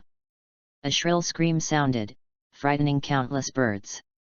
Cheng Feng lay on the stone, holding the stone tightly with both hands. With his strong finger strength, even the stone was clasped in by Cheng Feng. "You are so young, why are you so afraid of pain?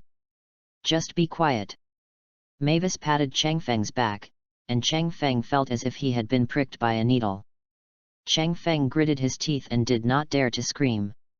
Only then did Mavis take action with satisfaction.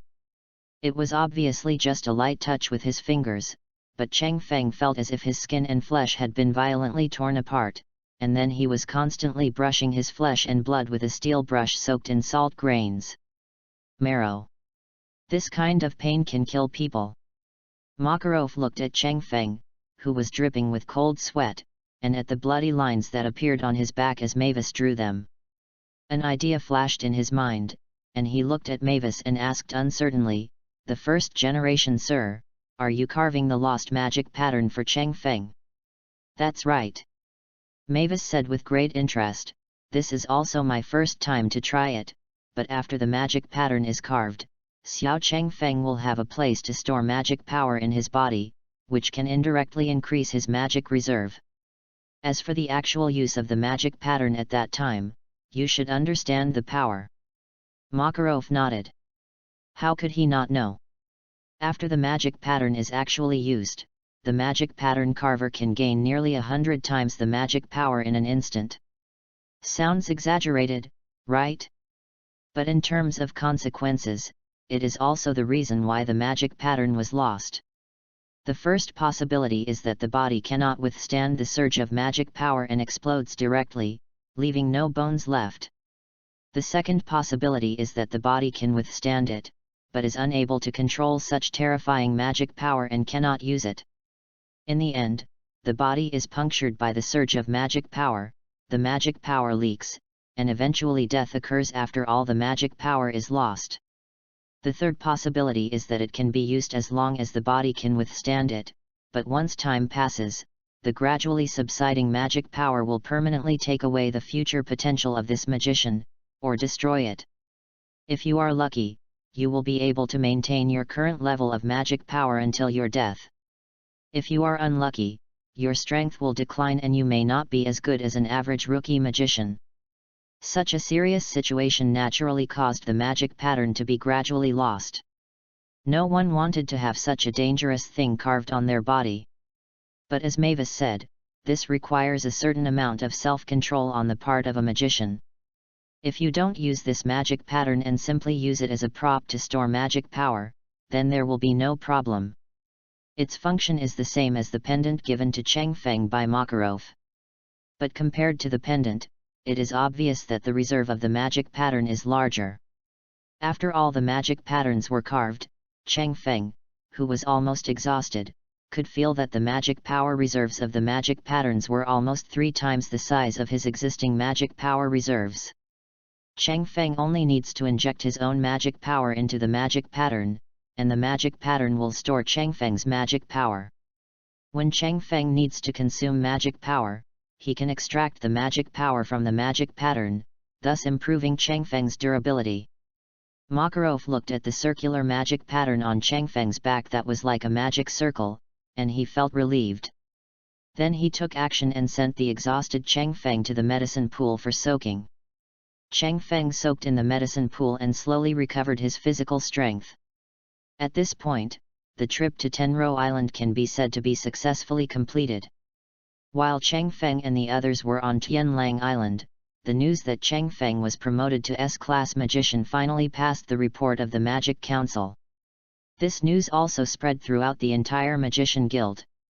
In Blue Pegasus, Bob looked at the letter from the Magic Council, looked at the content above, held his face with one hand and chuckled, "The youngest S-class magician? It seems that Makarov is really a little monster was created. So fast." Yi also saw the letter, and was a little shocked and said, "Cheng Feng is still very young, I feel like he is not yet an adult. I thought he would have to get familiar with it this year before he can be promoted next year. That's why I said he is a little monster. A little monster who can pass the S-level exam at the age of 14. Bob smiled and sighed, thinking in his heart that this junior is better than these old guys. But what they didn't know was that something even more shocking was about to happen next. For example, Laxus, Urza, and Myra Jane, the 3 future S-class wizards. They were only 16 or 17 years old when they obtained this identity. It was this situation that completely laid the foundation for Fairy Tale, the first Magicians Guild in the Kingdom of Fiori. Not only Blue Pegasus, but also any magic guild registered with the Magic Council will receive this message that Cheng Feng has been promoted to an S-class mage. This is a process. Even if someone from other guilds advances to S-level, the letter will be delivered to the Fairy Tale Guild. Those guilds that had dealings with Cheng Feng for potions were naturally happy for Cheng Feng, while those who had a bad relationship with Cheng Feng looked as ugly as if they had eaten an aria. For example, Phantom Lord. Jose looked at the letter and angrily used magic power to crush it into ashes. "You wanted to go against me, goblins, but you succeeded in irritating me." Jose roared, and evil magic permeated the entire guild almost instantly, making none of the guild members below dare to breathe loudly. No matter what the outside world said, Chen Feng and Makarov left Tianlang Island after finishing their rest. As for Mavis, she did not go with them, but continued to stay on Tenro Island. In her words, she had not slept well at the moment and needed a good rest. However, Mavis and Makarov have repeatedly warned that they must bring more desserts next time they come. Naturally, Makarov would not refuse the request of the first generation, but a ghost always likes to eat sweets, which makes people have the urge to complain. Cheng Feng was standing at the bow of the ship, continuously injecting his own magic power into the magic lines. At the same time, he was constantly absorbing magic power and recovering the consumed magic power. Great harvest! Not only did I obtain the fairy ball, but I also increased my magic power reserves.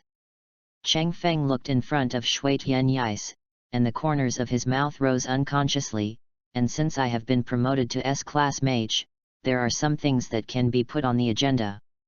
Thinking of this, Cheng Feng clenched his fists and was full of confidence in his future plans.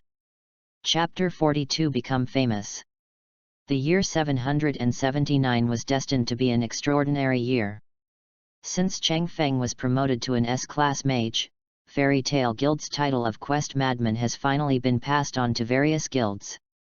At the same time, everyone also understands how valuable this title is. Compared with ordinary commissions, it is also possible to divide areas and selectively distribute them to many magic guilds within the range. However, most of the S-level commissions are extremely dangerous. Not only are they restricted to S-level wizards, but because they are difficult to complete, they are shared by many guilds. Under such a mechanism, many magic guilds found that their S-level commissions were rapidly decreasing at a speed visible to the naked eye. Some S-level magicians even had a hard time completing an S-level commission. When they came back, the S-level commission had already been completed. 7 or 8 portions are missing. Cheng Feng used his terrifying commission completion speed to successfully drive all the guilds into panic.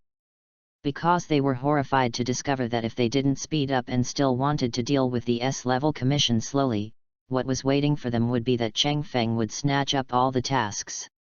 For this reason, the Magic Council had to step forward and sent Yujma, who had a good relationship with Makarov, to come and talk to Makarov. Yajima was also very happy and came to Fairy Tale Guild to have a drink with Makarov. Don't you want to talk? So isn't it normal to talk for a few days? Therefore, Yujma fished openly. He drank with Makarov for 2 days, and then told Makarov about his arrival. In half a year, a total of 46 S-level commissions were completed, 31 monsters were defeated, 4 dark guilds, and 11 dark groups including bandits and cults. Yajima took a sip of wine, looked at Makarov and said, "Little Ma, Xiao Cheng Feng is under too much pressure, let him have a rest. Even if it is to make money, these tasks plus what he is currently doing in the pharmacy business, his net worth is already a little over 1 billion, right? There's no need to work so hard." I really told him this. Makarov smiled bitterly and said, "But he is really not as rich as you think. His receiving magic and heroic soul is different from ordinary receiving magic. Ordinary receiving magic is to defeat monsters and receive them." Yajima looked shocked. "Yes, you got it right. Although this kind of receiving magic is highly safe, it is extremely expensive, so this is why Cheng Feng continues to make money. But he is strong enough now, right? Still working so hard." Yajima was also speechless. Thinking about him, although he is not strong, he lives a pretty good life. Why doesn't this little guy know how to enjoy life? Personal pursuits are different.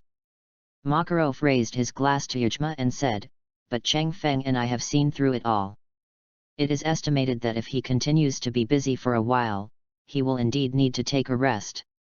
Yujma smiled bitterly. "Is that a break?" "That is, except for those troublesome century-old missions, the current S-level commissions are almost cleared. But forget it, since everyone said so, he can go back." With this news, Yujma returned to the Magic Council. As for Cheng Feng, what Yajima thought was the same. The general S-level commissions were basically cleared, and some were also firmly grasped by other guilds. Even if they could not be completed, let's take it all first and talk later. This also led to Cheng Feng finally being able to relax.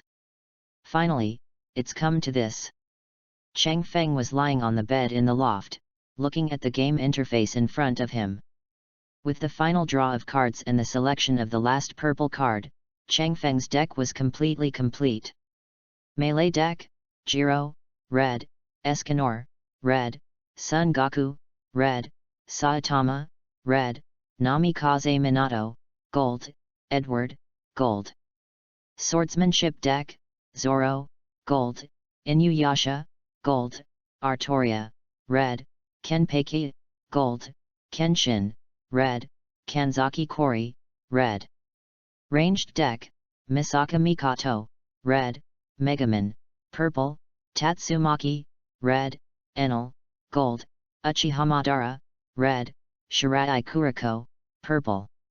Healing deck, Elizabeth, purple, Tsunade, gold, Law, gold, Inu Orium, purple, Giorno Giovanna, gold, Higashi Kata Yasuke, gold.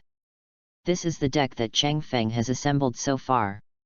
Of course, there are many alternative cards, such as the King of Kai who almost kicked the finale. If necessary, Cheng Feng can replace it instantly without delaying use. In order to collect these cards, Cheng Feng spent a total of 3.6 billion J in terror funds.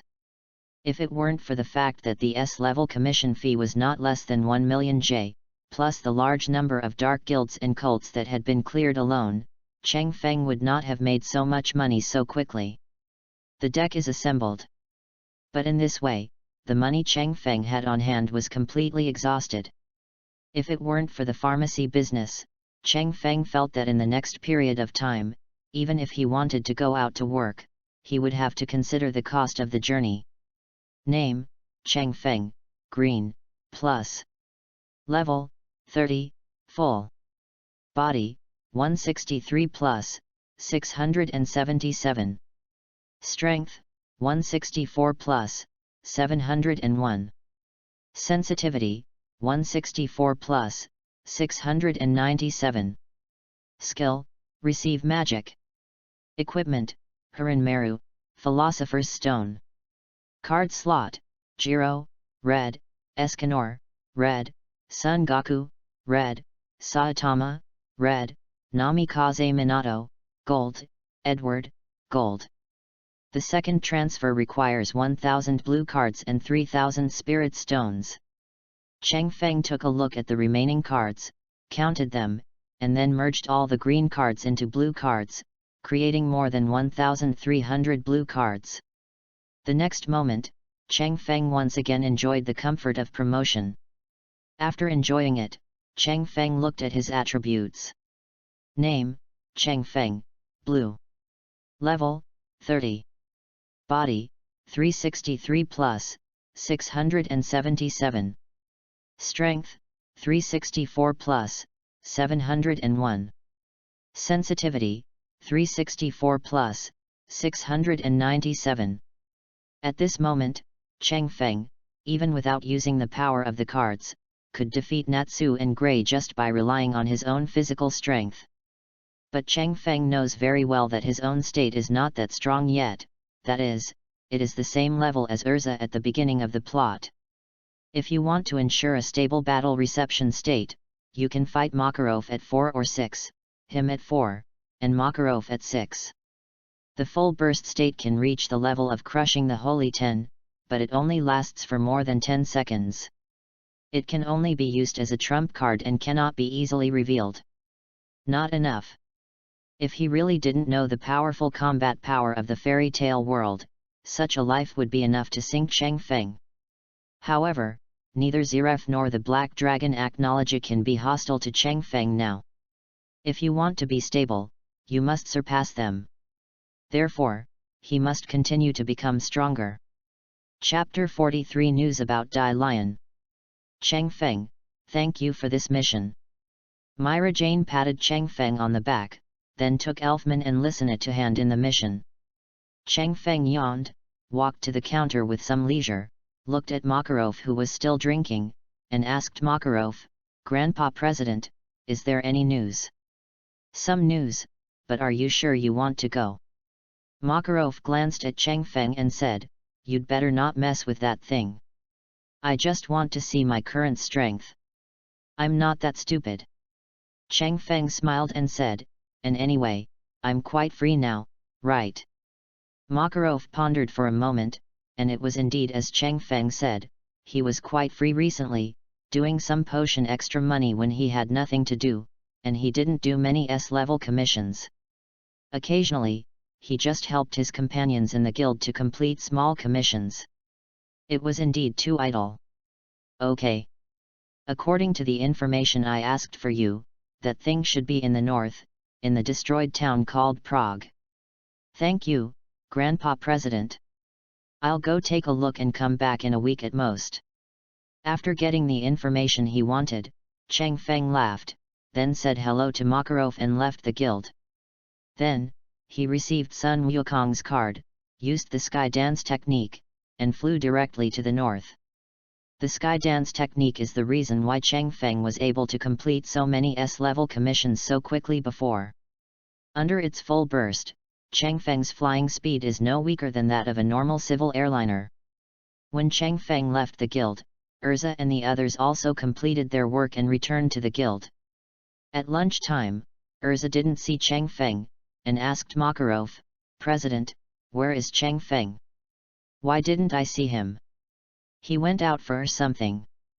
Makarov waved his hand and said, "Go to the Prague ruins in the north and take a look and come back." "Prague? Where is that?" Urza was a little confused. But Gray, who was eating on the other side, suddenly spit out a mouthful of rice, spraying Natsu and Happy in the face. "Gray is bullying." Happy was about to cry, and his fish was covered with Gray's saliva. "Stinky ice cube, do you want to fight?" Natsu was also sprayed in the face, and said to Gray angrily. But this time Gray ignored Natsu at all. He coughed and drank water, and then said to Makarov anxiously, "President, you said Chang Feng went to Prague. Oh, you know that place?" "Yeah." Gray nodded, and then said nothing more, and ran out without eating. "Wait for me. Stinky ice cube, I'm not done with you." Natsu also chased after him relentlessly. "Natsu, wait for me." Happy looked at the half-fish in his hand, and put the fish down despite his heartache, flapped his wings, and chased after Natsu. In this way, Gray took Natsu and Happy and boarded the train to the north.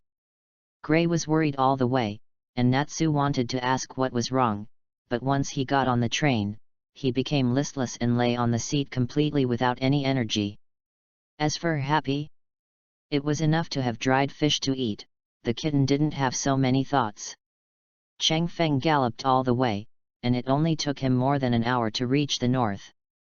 After that, he found someone to ask for directions and was delayed for a while. It only took him more than 2 hours in total to reach the Prague ruins. "It's really here." Chang Feng looked at the huge ice blocks standing under the wind and snow, and the monsters in the ice blocks, and couldn't help but sigh, "This place is really remote." The destruction caused by Dai Lionla back then caused many cities and villages in the north to be destroyed. It also caused the northerners to go all the way south. This also resulted in the fact that the information that Dai Lionla was frozen was never passed on. If Chang Feng hadn't been in this world for so many years, his original memory about the plot, except for some relatively big things, could no longer remember some details. Otherwise, there would be no need to entrust Makarov to go to the Magic Council to inquire, and he would slowly do it himself.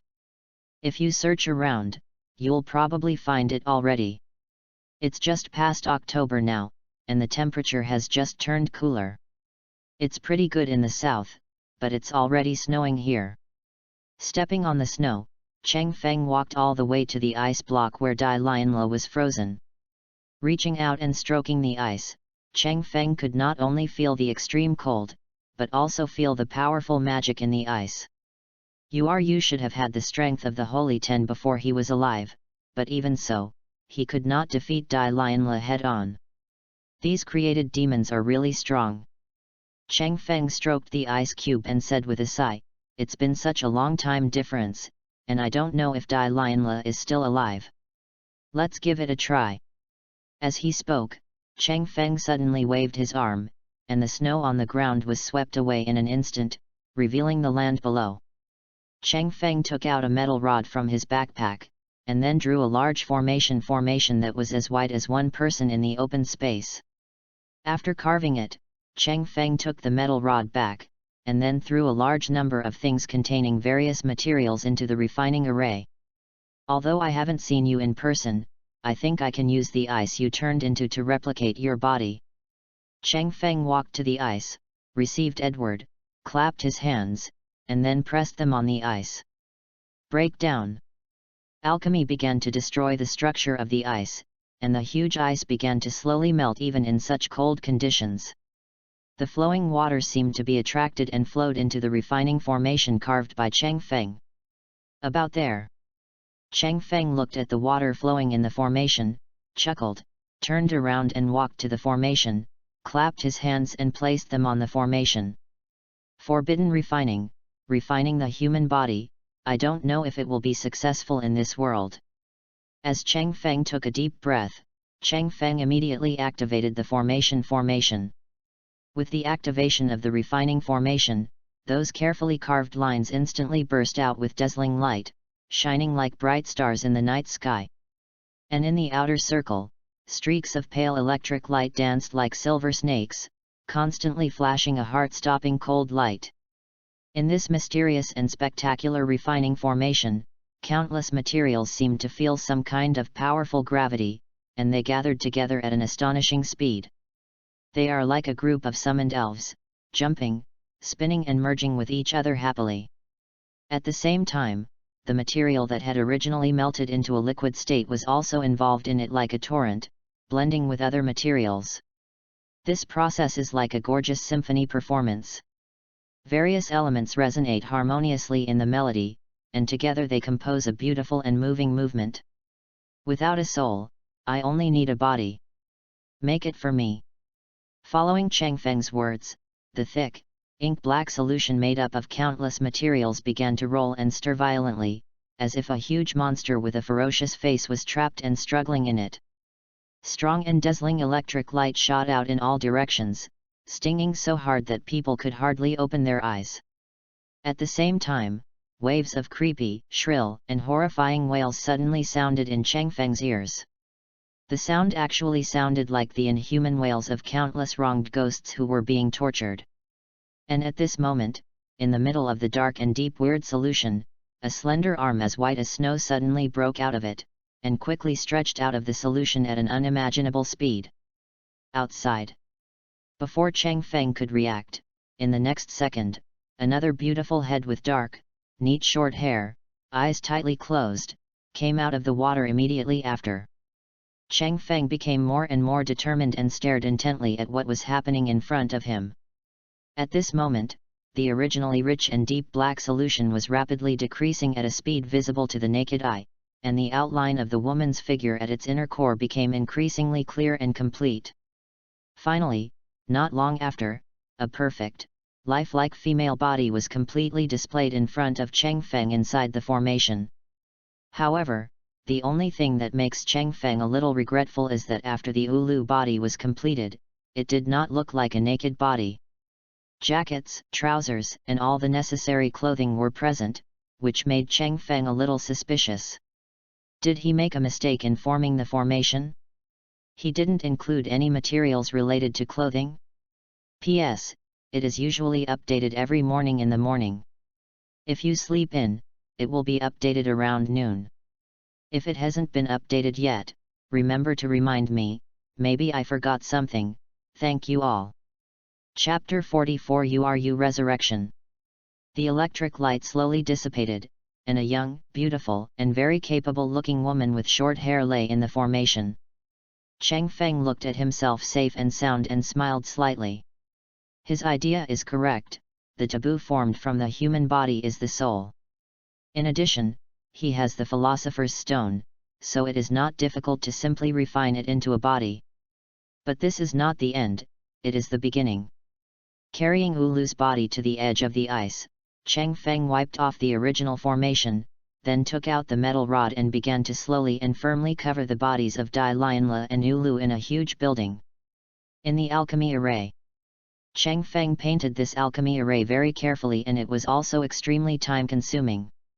It took Cheng Feng 3 hours to complete the alchemical formation. Looking at his masterpiece, Cheng Feng clapped his hands directly and pressed them on the alchemy array without any hesitation. In the next moment, I saw Cheng Feng continuously sending his powerful magic power into the alchemy array. The originally peaceful alchemy array seemed to suddenly come to life and was completely activated in an instant. In an instant, dazzling light suddenly burst out, intertwined with the surging magic power, and shot straight into the sky like a huge and blazing torrent. In the blink of an eye, the layers of thick and dense dark clouds in the sky were unable to withstand the impact of this terrifying force, and they were all pierced through. For a time, the sun shone on the earth without any hindrance, and the originally dark and gloomy world instantly became brighter. And in the cloud hole that was penetrated, a vast blue sky as pure and deep as a gem was revealed. Stop! At this moment, a shrill scream sounded. Cheng Feng didn't look back, but just by listening to the voice, he knew it was Gray's voice. After more than 5 hours, Gray and Natsu finally caught up with Cheng Feng, but as soon as they arrived, they saw the alchemy array being activated. Gray, who didn't understand why, immediately wanted to stop Cheng Feng, but his hands were just about ready to attack. In the alchemy formation, Ulu's body, which was originally lying lifeless on the ground, began to float slowly. It was as if there was an invisible force lifting him up, causing him to gradually leave the ground. At the same time, the surface of the ice began to emit a faint light. These lights were just specks of light at first, but as time went by, they became brighter and brighter, like stars twinkling in the night sky. Each point of light is like a delicate tie, gently wrapping around Ulu's body, tightly connecting him to the ice. These bonds are not static, but flow slowly like water, giving people a sense of agility. Sometimes they flicker and sometimes dim, seeming to convey some mysterious message or energy. Ulu's body was trembling slightly under the influence of this wonderful force, as if he was undergoing a baptism and transformation. This scene made Gray, who was about to attack, instantly stunned. Looking at the figure floating in the formation, that familiar face, Gray felt his whole body trembling constantly, and tears were constantly gathering in his eyes. Woo! Lu! With an almost murmuring voice, Gray's legs weakened and he knelt down directly in the snow, tears dripping continuously. Gray, what's wrong with you? Natsu looked at Gray's strange behavior and then looked at Cheng Feng in front of him. For a moment, he felt as if he was about to grow a brain. Don't mess with me. At this moment, Cheng Feng's voice suddenly sounded. With his back to the two people and the cat, Cheng Feng said calmly, the ice on Lion's body seems to be a person. I am using my alchemy to peel off the ice to see if I can save this person, so don't it's easy to fail if you bother me, do you understand? Hey? What about the art of repairing tatters? Natsu was outspoken and told the people in the guild the other names for alchemy. I see. Gray wiped away his tears, stood up, and said to Natsu in happy, Natsu, happy, that person is my master. Now is a critical moment, so I ask you to help Cheng Feng. Don't let other external. Is it okay if factors interfere with Cheng Feng? Natsu was stunned. This was the first time he heard a hint of pleading from Gray. At this moment, although the two of them were not getting along well, Natsu was not someone who couldn't tell the difference. After punching Gray hard, Natsu said to Gray, of course, we are fairy tale. Like. Happy also raised his paw and responded. Gray nodded and said softly, thank you. The two of them quickly stood on the left and right of Cheng Feng's position, and Happy also flew into the air and looked down at the entire earth. The group waited silently, and was also vigilant, and would never let anyone interfere with Chang Feng. As the alchemy array continued to operate, countless stars with faint light flashed across the sky like meteors, and poured into Uru's huge body. Each starlight seemed to carry endless mysterious power, merging with Uru's body, making his already powerful aura become more and more rich and deep. Finally, after all the starlight was completely integrated, Uru's body began to slowly fall, and finally landed steadily on the solid ground. At this moment, Chang Feng, who had been concentrating on controlling the alchemy array, also slowly stood up. His face revealed a tired but satisfied expression, and he exhaled deeply, as if releasing the pressure that had been accumulated in his heart for a long time. Did it succeed? Gray ran over immediately, his voice still trembling a little. I think so. Chang Feng said, I've tried my best. Natsu and Happy also came over and looked at Ulu lying on the ground with curiosity. Under the gaze of the three people and the cat, Ulu, who was originally lying quietly, trembled slightly, and the eyeball under his eyelids also moved. Seeing this scene, Gray almost jumped up excitedly, but he covered his mouth tightly, fearing that he would make too much noise and disturb Ulu. But obviously, Gray's worry was wrong. Ulu's movements became louder and louder, his fingers trembled slightly, and his eyelids trembled. Finally, under Gray's constant call in his heart, his eyelids opened and Ulu opened his eyes. His mouth moved, and a slightly hoarse voice sounded, You shouldn't save me, he's not dead yet. At this moment, Ulu was resurrected, and her soul entered a new body, which she could not control very well. She was a little desperate, because she had not completely consumed Dai Lionra's life. At this moment, Dai Lionra was out of trouble, who could stop it? Crack! Accompanied by Ulu's voice, a crisp shattering sound was heard, and the ice that had trapped Dai Lionla was covered with cracks. In Gray's horrified eyes, the ice on his head shattered, and a terrifying roar resounded through the sky. Run! Ulu struggled to stand up, looked at Gray with some worry, and stretched out his hand to Gray. At this moment, Gray seemed to let go of something. Sure enough, I have figured it out over the years. Gray looked at Ulu and said with a smile, I will deal with the trouble I caused myself. Ulu, it's really great to see you alive. After that, Gray rushed out with a brisk step, took a stance, crossed his hands, and the surging magic power burst out instantly. Bang! But before he could start, Chang Feng came over and punched Gray on the head. The magic power that had burst out was instantly beaten back by Chang Feng. Gray squatted down in pain, covering the big bump on his head, with a look of collapse on his face. This guy is obviously going to surpass the S-class monster. You two guys who haven't become S-class wizards yet, get out of here. Chang Feng said as he picked up Gray and threw him next to Natsu. Then he said to Natsu, Natsu, you and Happy take these two guys away, leave this to me. Can you handle it? Natsu helped Gray up and asked Chang Feng. Chang Feng's mouth corners slightly raised, revealing a faint smile, and the sun poured down like a waterfall, just falling on Chang Feng. In an instant, Chang Feng was enveloped by dazzling golden light, like a god of war descending from the sky. This warm sunlight seemed to have magical power, and it easily dispelled the biting cold brought by the raging blizzard around. At the same time, Chang Feng's body seemed to be ignited, and an indescribably powerful magic burst out. This magic was like a surging torrent, and it was like an awakened ancient beast, sweeping in all directions with endless power and scorching heat. The air seemed to burn wherever he passed, and the snow on the ground melted quickly, forming streams that flowed past. Chang Feng raised a finger and said in an extremely arrogant tone, Noon has arrived, and I am the only one in the world. Chapter 45 Instant Kill of Dai Lionla. Take that, Escanor. The next moment, Chang Feng's body swelled, and the clothes on his body were torn apart.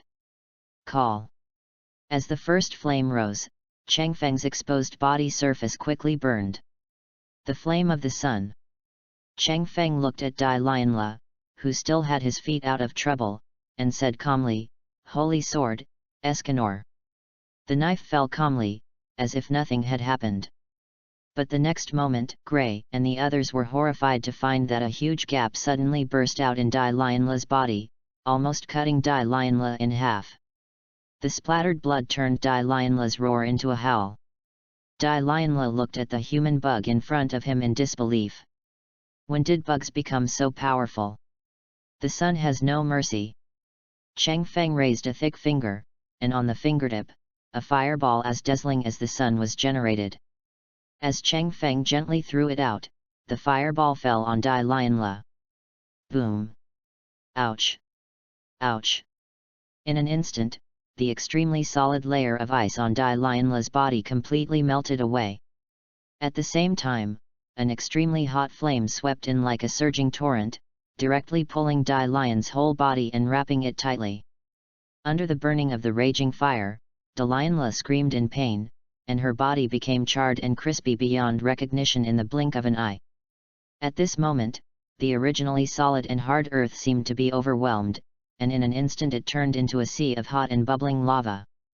The billowing heat wave continued to rise, and Dai Lianle's feet were gradually being swallowed by this terrible magma. He struggled desperately, but to no avail. As time passed, his struggle stopped and his head hung down. "It's so boring." Chang Feng shook his head, released Escanor's reception, and then looked at Ulu. Although Dai Lianle is not dead, it is obvious that under URU's absolute ice, Dai Lianle has consumed too much life force. So when Chang Feng collided with Dai Lianle, who seemed to be very strong, he discovered that Dai Lianle's basic strength was as weak as an S-class monster. Chang Feng understands what's going on, but others don't. Even Wulu only knows that she is constantly consuming Dai Lianle's life force. As for how much strength Dai Lianle has left, she has no idea. Her memory still remains that Dai Lianle tore off her legs with one blow. Among the terrifying strength of the split. In such a comparison, Chang Feng could easily kill Dai Lianle instantly. Even Wulu was shocked by such strength. Not to mention Gray. The shadow of his childhood, and even the motivation of hatred, were so easily solved by Chang Feng. Such a gap simply made him doubt his life. The only one who couldn't recover was probably Natsu. He looked at the burning Dai Lianle, swallowed his saliva, looked at the sun fire, and said with a little greed, "Is it delicious? I want to try it." Random. Chang Feng waved his hand and said with waning interest. Natsu immediately let out an excited exclamation, ran forward, opened his mouth and inhaled, and the fire of the sun was directly sucked into his mouth. His ha ha, it's so hot, but it tastes so good. Natsu was like eating hot glutinous rice balls, they were hot and hissing for a while, but he couldn't bear to let go. He kept rolling them in his mouth for a while, and then he swallowed the sun fire with satisfaction. Chang Feng was also shocked when he saw Natsu swallowing all the sun fire. Then he shook his head with a wry smile. After all, he was the protagonist, so it was no surprise that he could do this. Soon, the fire of the sun went out, and Dai Lianle was burned into coke. A hot wind blew by, and it immediately turned into powder and scattered on the earth. "It's over." Ulu was helped by Gray to stand up, looked at Deliola who turned into powder and said, "But, is it too much of a fuss?" Chang Feng took a look at the scene where the surrounding area was almost turned into magma and was cooling. He shrugged and said, "It doesn't matter. It was abandoned long ago. No matter how much it is destroyed, it doesn't matter." 2. Wulu sighed, looked at Chang Feng and said, "Thank you for saving my life." Wulu didn't say much. She knew exactly how Chang Feng saved her. So she knew very well that this matter could only be kept in the stomachs of the two of them and could not be spread easily. As for her resurrection, it can only be assumed that she was still alive in the first place and was stripped out by Chang Feng's alchemy. Otherwise, those in the Magic Council will never give up. Any ideas for the future? Cheng Feng looked at Wu Lu and asked. Hearing Cheng Feng's words, Gray immediately spoke and said to Wu Lu, "Wu Lu, come to our guild. I still need your guidance." Wu Lu chuckled lightly, raised his hand and touched Gray's head and said, "You have already walked your own path and are a real man. You no longer need my guidance." Seeing Gray's anxious look, Wu Lu smiled slightly, "But now, I don't seem to have anywhere to go." "Gray, you have grown up. Does your guild still accept people?" "Accept people? Accept them as people?" Gray quickly said, "The president is very easy to talk to. You must come to us, Wu Lu." Wu Lu touched Gray's head and then looked at Cheng Feng. Cheng Feng nodded and said, "You are welcome to join." The group of people left this place that was completely in ruins, got on the return train, and returned to Magnolia. The movement here also attracted the attention of many people. For example, the Magic Council. Another example is Gray's senior brother, Leon. According to the development of the plot, at this moment he is still gathering people who have been persecuted by Dai Lionla to form a cult, hoping to unblock Dai Lionla, thereby completely defeating Dai Lionla and surpassing Uru. But when the situation here reached Leon's ears, Leon felt bad. Because Dai Lionla has been completely solved. As to why they know this? Because although Dai Lionla was burned to ashes, his big feet sank into the magma below and survived. It is said that these carbonized feet were taken away by the Magic Council, and they probably wanted to research something. Then, the cult established by Leon fell apart before it even started. Dai Lion is dead, so what are they busy with? Might as well go home and farm. Oh, by the way, I also want to thank the person who solved Dai Lionla. Cheng Feng, Gray, Fairy Tale. Leon sat on the throne in despair, looking at the few people who were left by his side at the end and said, "You think, can there really be such strong people in the guild?" Of course, these are not what Cheng Feng expected. He is waiting for someone, a woman. 3 days later, a girl with long black hair, side bangs, a white top and a yellow belt around her waist came to the ruins. The Arc of Time was activated, and in time, a familiar face appeared on her crystal ball. Uru. Chapter 46 Questions about the house. When Uru joined Fairy Tale, the process was smoother than expected. Although Uru's new body now makes her nearly wholly 10 strength basically gone. But fortunately, when Cheng Feng made her body, he used part of her original body ice, so Uru's talent was not lost. After just a week of training, Uru's strength was already able to defeat the current Gray. Because of this, Gray was depressed for a few days. Of course, Cheng Feng and the others were very tight-lipped about Uru's resurrection, so everyone didn't know about it and just thought Uru was an ordinary magician. Makarov could see something, but seeing Gray no longer look like before, with that bright smile, Makarov couldn't bear to say anything. They are all their own children, so it doesn't matter if they are pampered a little. He just pulled Cheng Feng and told him not to tell anyone about this matter. Cheng Feng is not stupid, so he naturally won't say it. But after this matter is over, Cheng Feng also has one thing to consider. That's the thing about the house. Cheng Feng has always lived in the attic of the guild. At that time, Cheng Feng did not have any extra money to consider the issue of accommodation. No matter how much money he had, he would invest it in Krypton gold. But now, the deck has been temporarily completed. Although we still need to continue to invest in experience cards, prop cards, and bond cards in the future, there is no need to be in such a hurry and we can take our time. Makarov also discovered this, so he was ready to drive Cheng Feng out. After all, even Myra Jane and the 3 of them have gone out to rent a house, and Cheng Feng has always been stuck in the guild, which is really inappropriate. More importantly, Cheng Feng is not short of money either.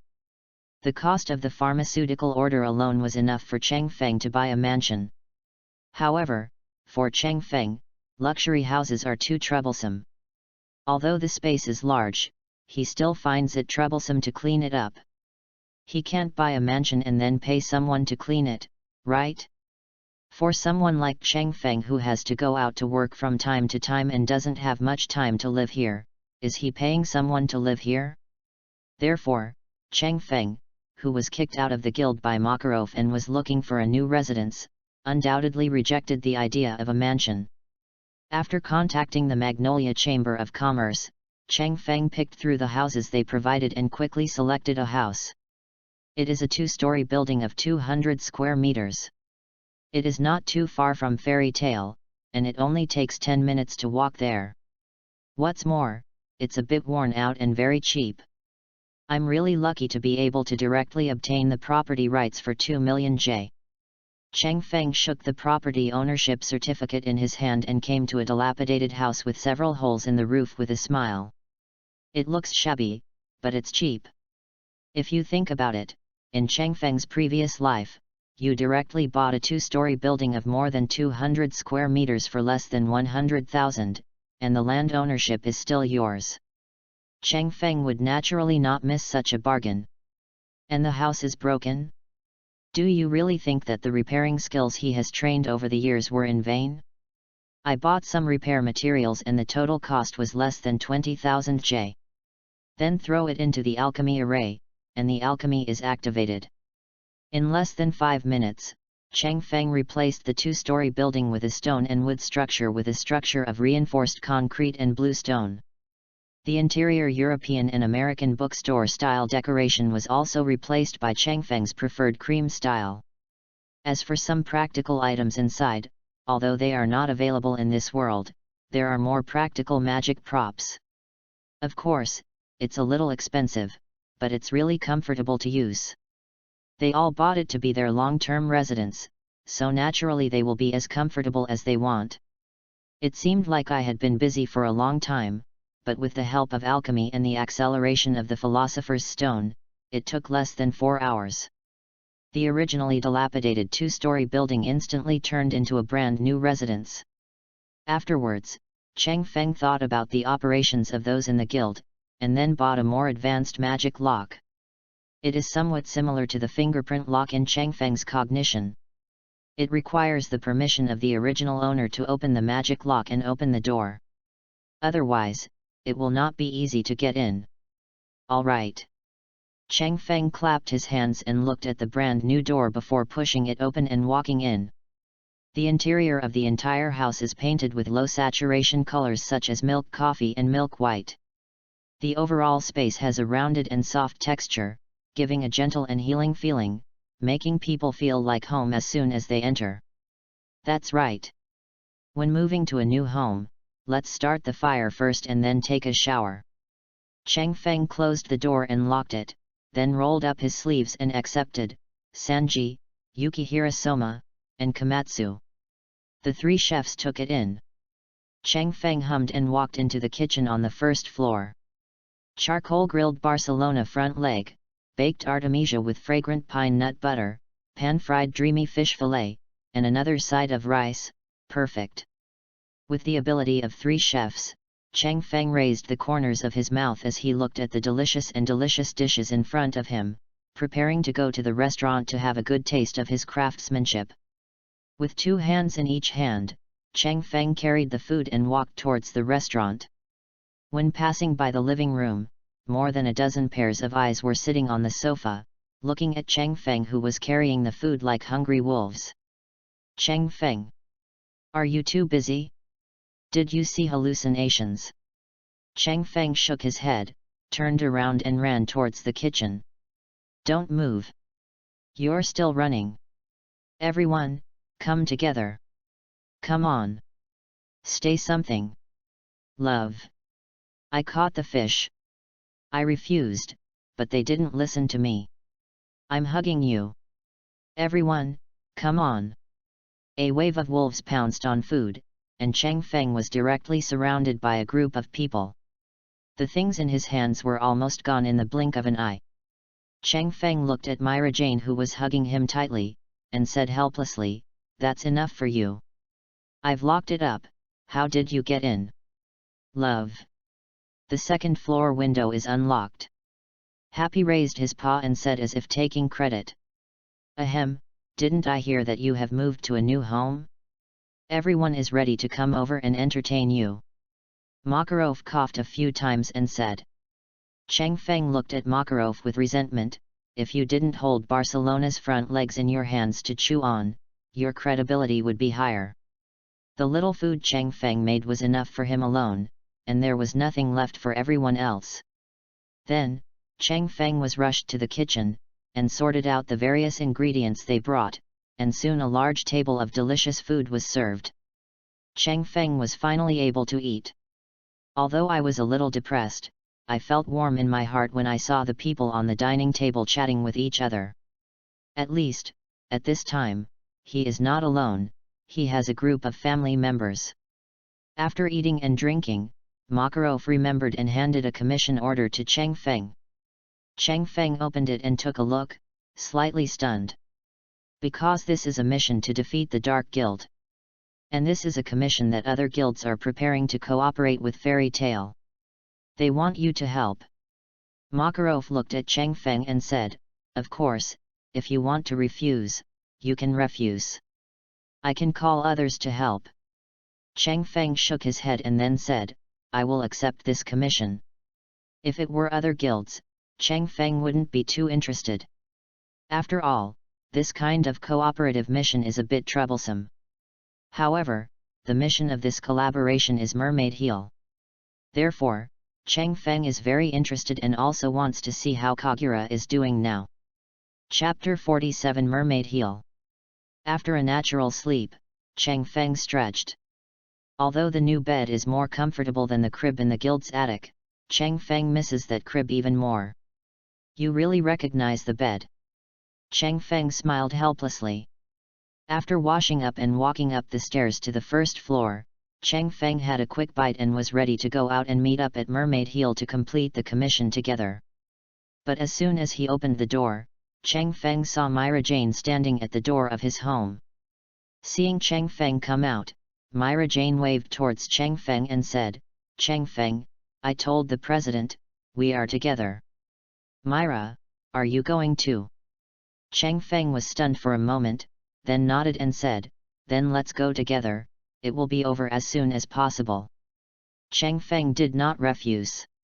After all, he did not care about the so-called commission. He just wanted to see how Kagura was doing.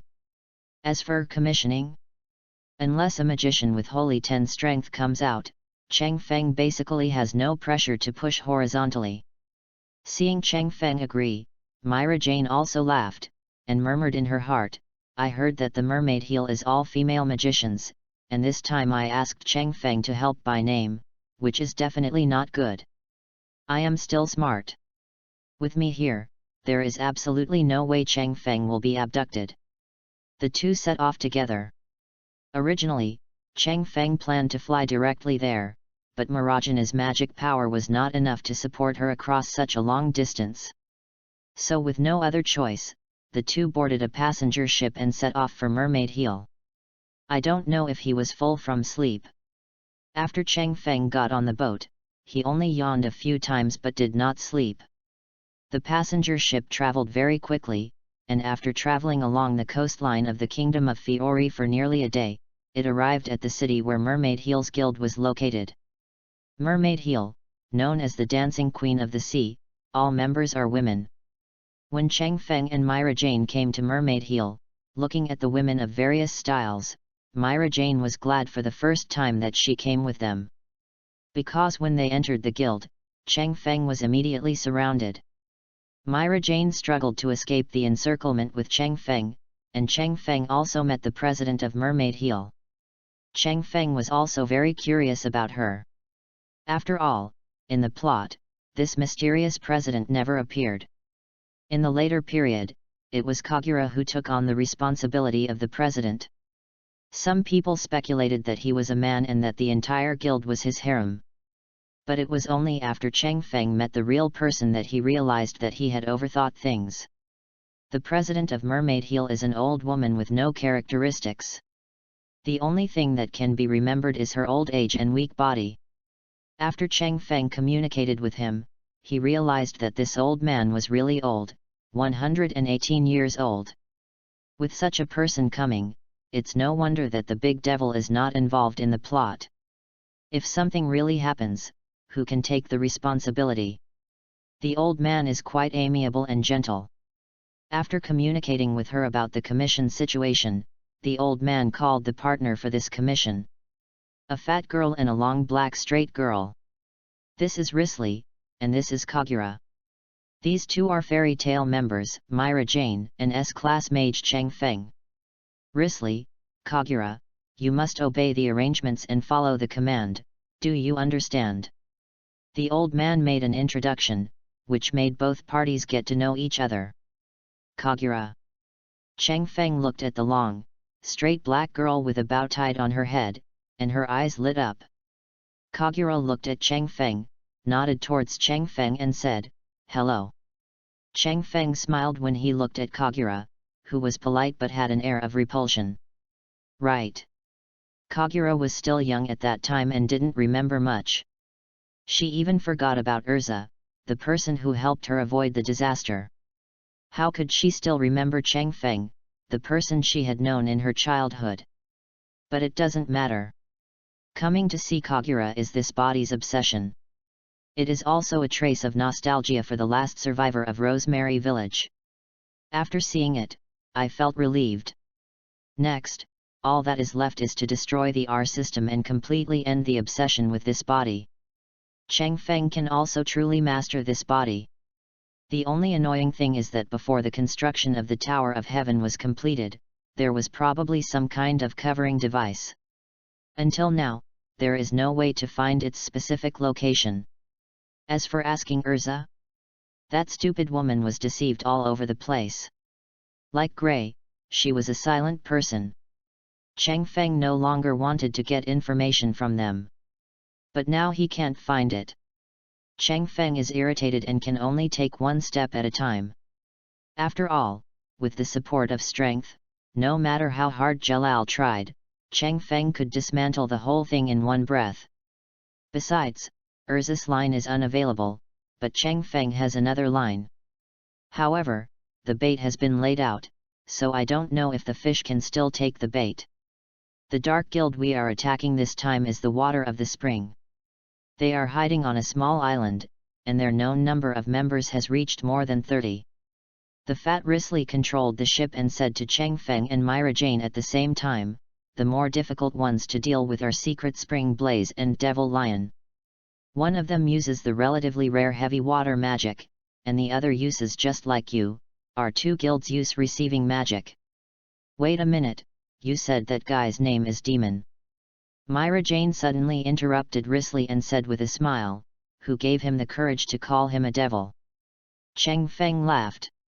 As Myra Jane gradually emerged, she was dubbed the Demon just like in the plot. Although her name has not spread widely since she became an S-class mage, she is already known to a small number of people. Now a guy named Majan suddenly appeared, which made Myra Jane a little unhappy. What qualifications does the other party have to call him a devil? Myra Jane has made up her mind to deal with the demon herself in the future. Cheng Feng also noticed this and said to Risley and Kagura, "Let's do this. Myra and I will deal with those two guys, and you will leave the rest to you. Is that okay?" "We have no problem, but those two guys." Kagura frowned and couldn't help but speak.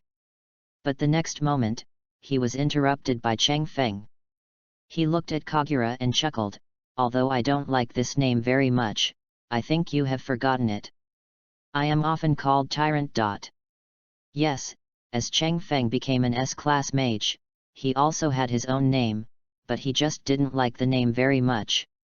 As for why he is called a tyrant, then we have to say that in order to keep up with the number of commissions, Cheng Feng basically went all out in those crusade missions. The terrifying destructive power and the momentum of tearing all resistance to pieces earned Cheng Feng the title of tyrant. At the same time, it was also widely spread by some dark guilds, cults, and the like who slipped through the net. At this point, Cheng Feng's title of tyrant was gradually confirmed. Chapter 48 The So-Called Tyrant. The survival soil of dark guilds in this world is relatively rare, but there are still many magicians who go to extremes and pursue the supreme magic to join them. On this point, the second-generation member of Fairy Tale Guild has the most say. Therefore, these dark guilds are like weeds. After being removed, they will continue to grow, which is very annoying. When the mermaid heel ship, driven by Risley, could see a small island emerging in the distance, Risley said to Cheng Feng and Myra Jane, "We're here, on that small island, Cheng Feng, let's discuss a plan. The other party has a large number of people, The plan is simple." Cheng Feng looked at Risley and Kagura and said, "We will break through head-on. I will take the lead."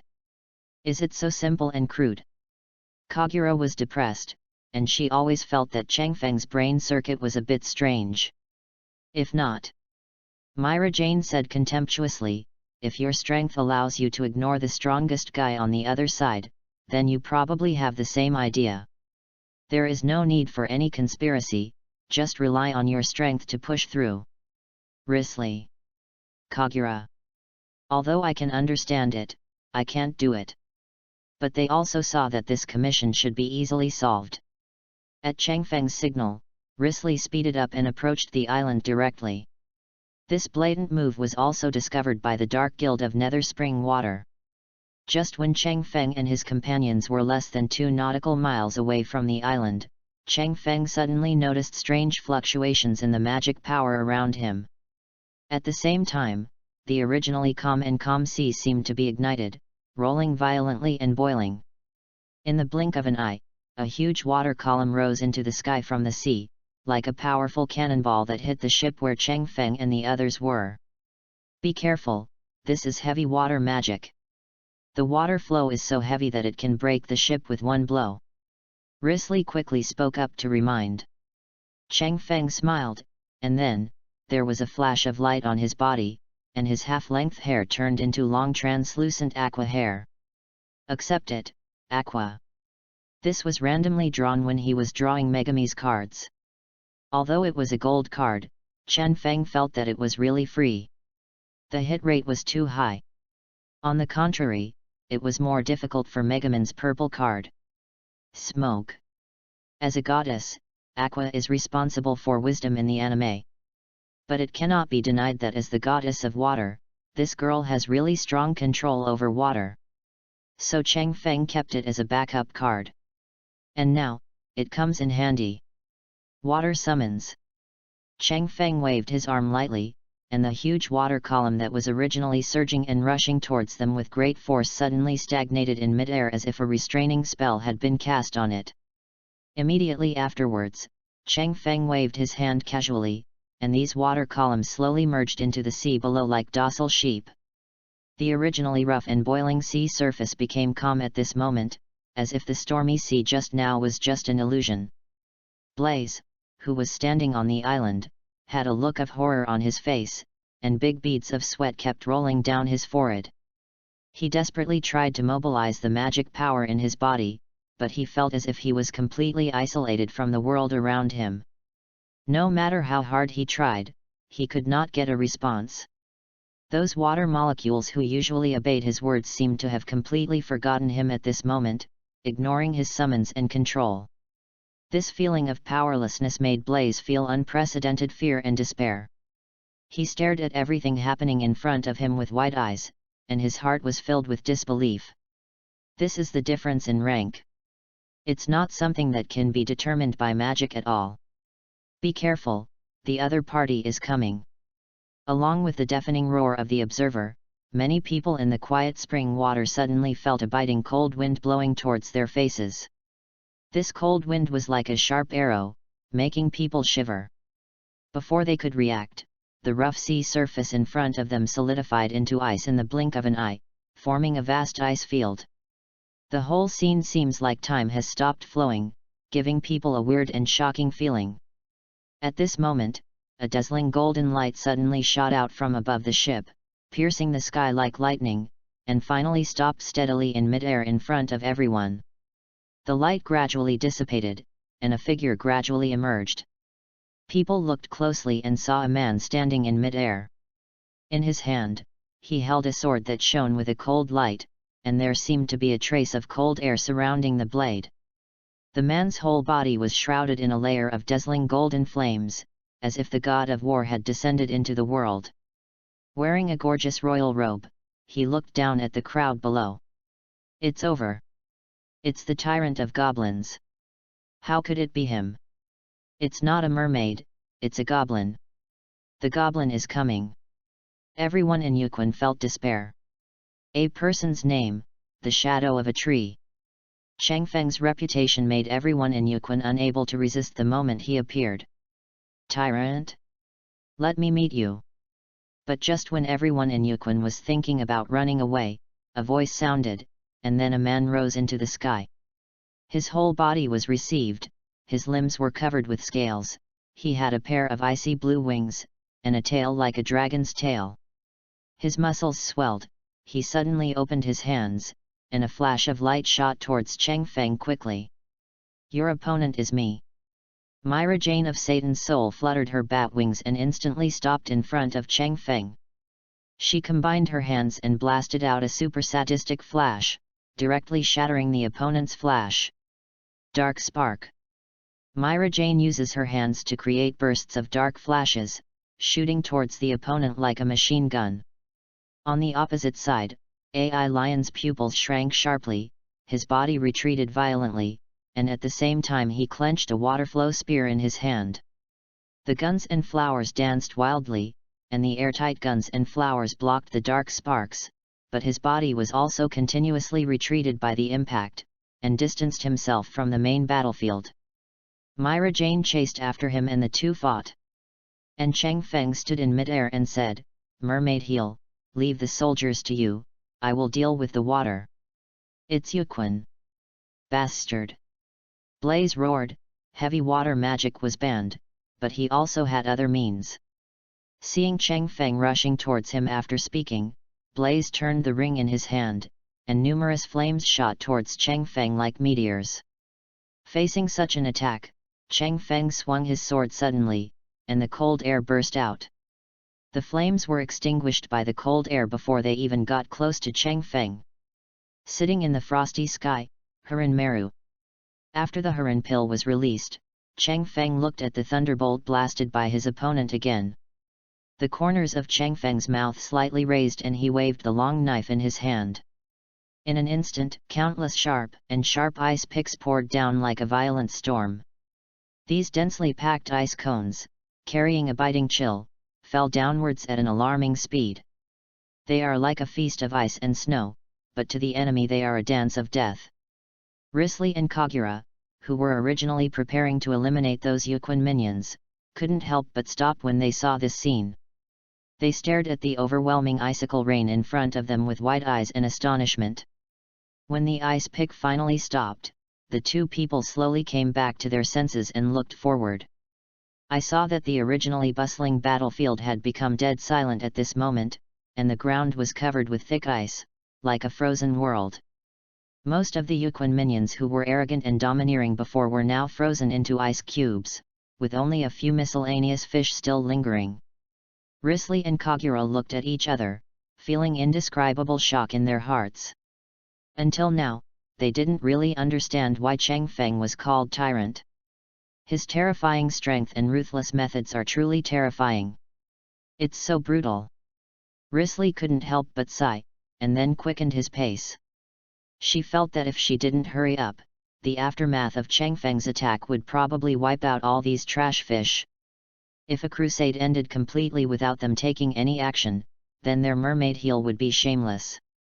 Risley and Kagura rushed towards the miscellaneous fish, and those miscellaneous fish were frightened by Chang Feng. They had no guts to fight with the two women.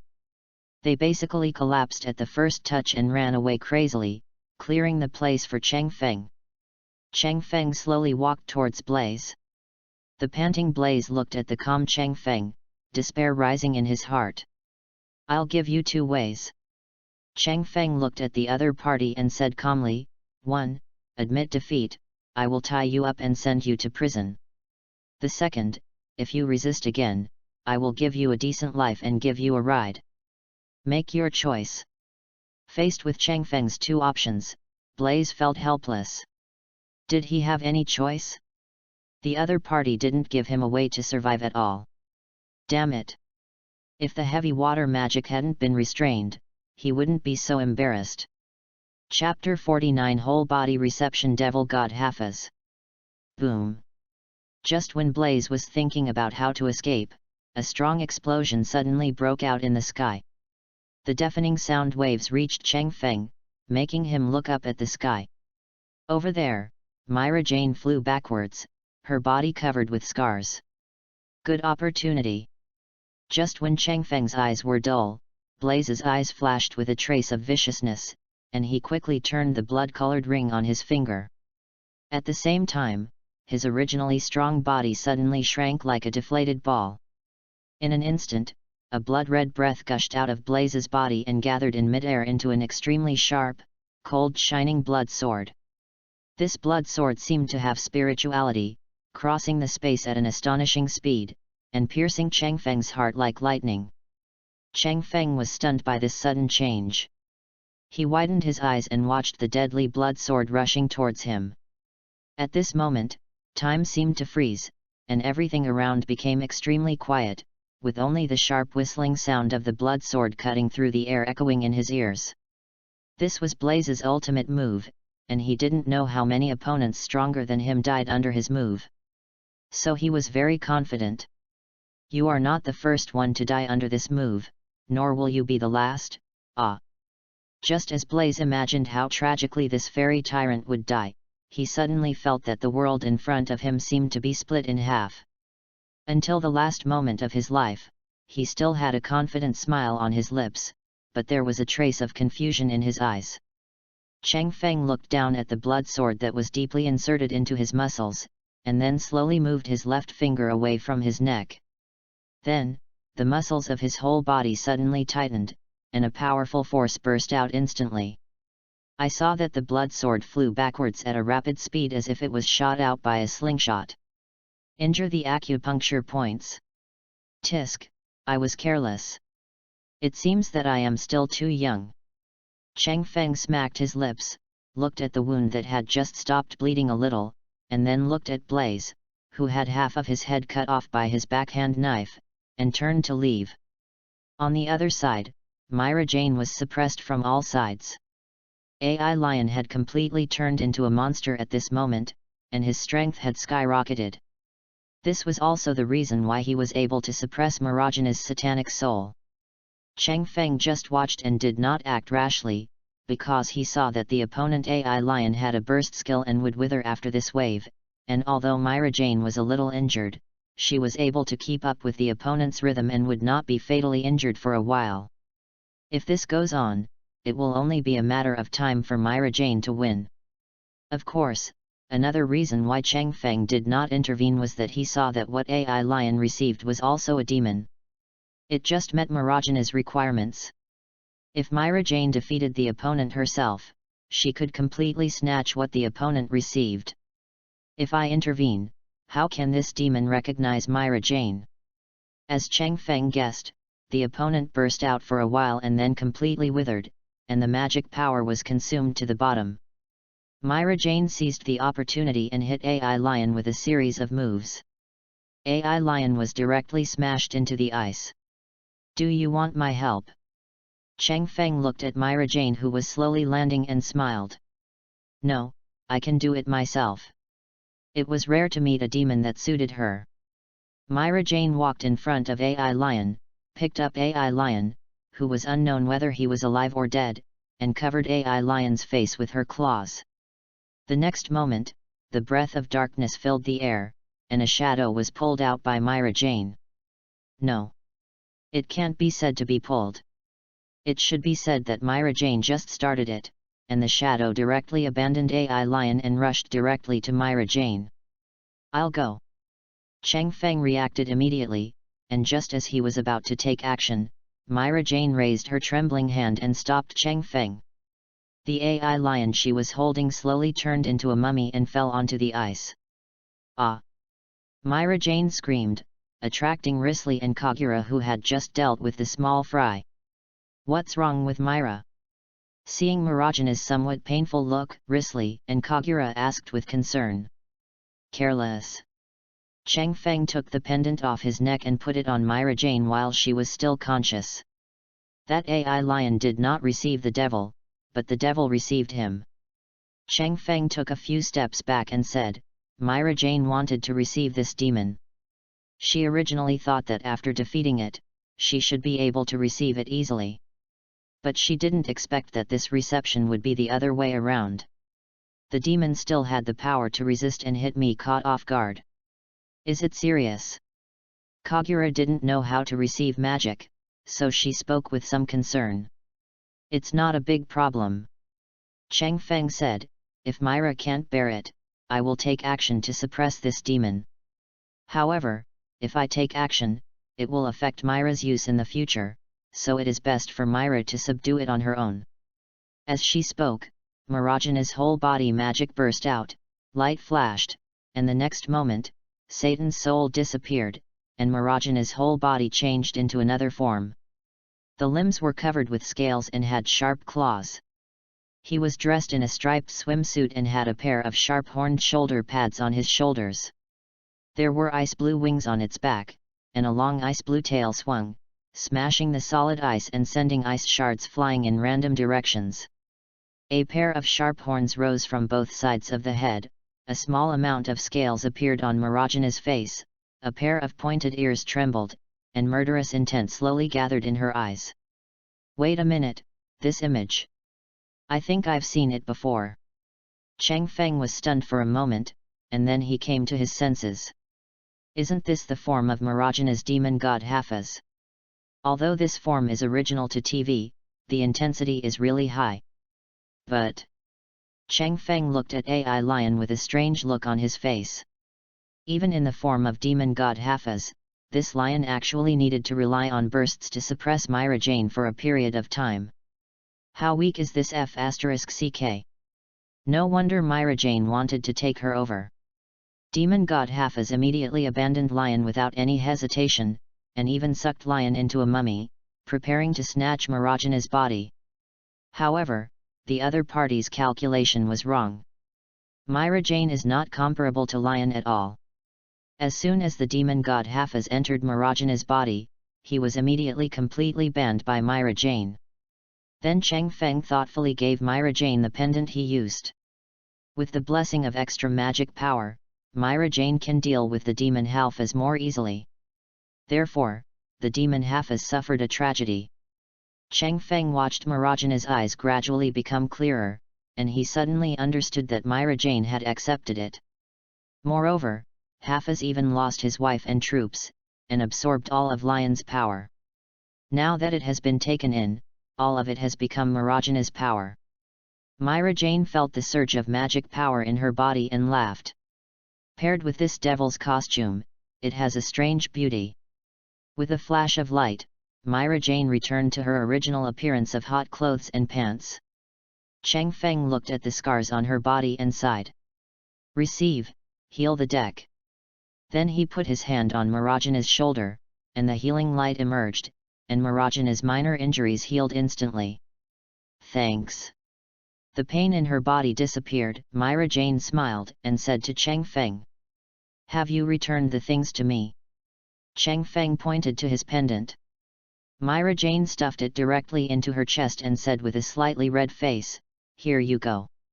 As he said that, he pushed up his little lotus to reveal his sharp chest. Cheng Feng. You really think I don't dare to take action, right? Cheng Feng sighed, he really didn't dare to do it now. Myra Jane looked at the defeated Cheng Feng, a trace of frustration flashed in her eyes, but on the surface she said arrogantly, Since you are hanging on my neck, then it is mine. Chapter 50, Distribution of Spoils, Revealed Heart. Is Cheng Feng afraid to do it? Obviously not. He knows very well in his heart that Myra Jane has a crush on him, and even if he really takes advantage of her, Myra Jane may complain or punch Cheng Feng a few times, but in her heart, Myra Jane is definitely happy. So if it were the original Cheng Feng, he would probably be willing to do it. But now, Chang Feng can't do it. Of course, it's not that thing that can't do it. It's this body that can't do it. The obsession of this body, which was originally called Caesar, has not dissipated. If he really wants to do something intimate, Chang Feng always feels weird. It's the kind of feeling that he is cheating on himself. So this is also the reason why Chang Feng has the ability to capture, but he has not taken action. Maybe, only when the obsession of this body is completely dissipated, can I really be myself again. Chang Feng sighed in his heart, and then he started the most exciting thing of this commission. Looting the spoils. The commission was from Mermaid Heel. Logically, Mermaid Heel took the lion's share, and Chang Feng and his friends helped out, so they only needed to collect certain things. But obviously, Risley and Kagura were not arrogant people, and they were very reasonable. They let Chang Feng and his friends pick first, and they would take the rest. After all, the main force of this commission was Chang Feng and his friends, and the two of them were just there to help.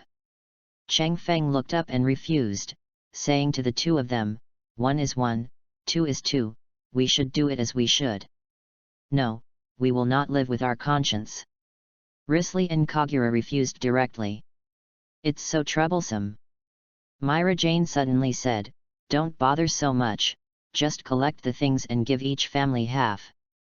That's fine. In the end, Marajana's method was adopted, half for each family. Then the four of them separated and began to collect the things in the Guild of the Nether Spring Water. Chang Feng relied on his intuition to find a large amount of money, which was not much, just over 2 million J. In the past, it was a huge sum for Chang Feng. But now, Chang Feng basically spends hundreds of millions of dollars, so he is not that excited about this little money. After all, it is only 20 bottles of potion, which can be earned in one day. Wait, what is this? Suddenly, Chang Feng found a small box, opened it and took a look, and was slightly stunned. Because inside, there was a golden key on the velvet. Isn't this the key of the zodiac? This pattern. Sagittarius. Chang Feng picked up the key and looked at it, confirming the origin of the key. According to the original plot, this key should be on the island full of demons, that is, the island where Lion used the moon drop to melt the ice on Lion's body. After Lucy and the others finished their work, they gave it to Lucy. Unexpectedly, now, this key is actually here in the water of the dark spring. But think about it, this dark guild will definitely be attacked, and the people who come at that time will not have the suppression power of Chang Feng, and those small fish may run away with the money. At that time, this key may be lost and then picked up by the village chief. If I want to sell this thing, it will probably be a sky-high price. Chang Feng put the key away and put it in the system backpack.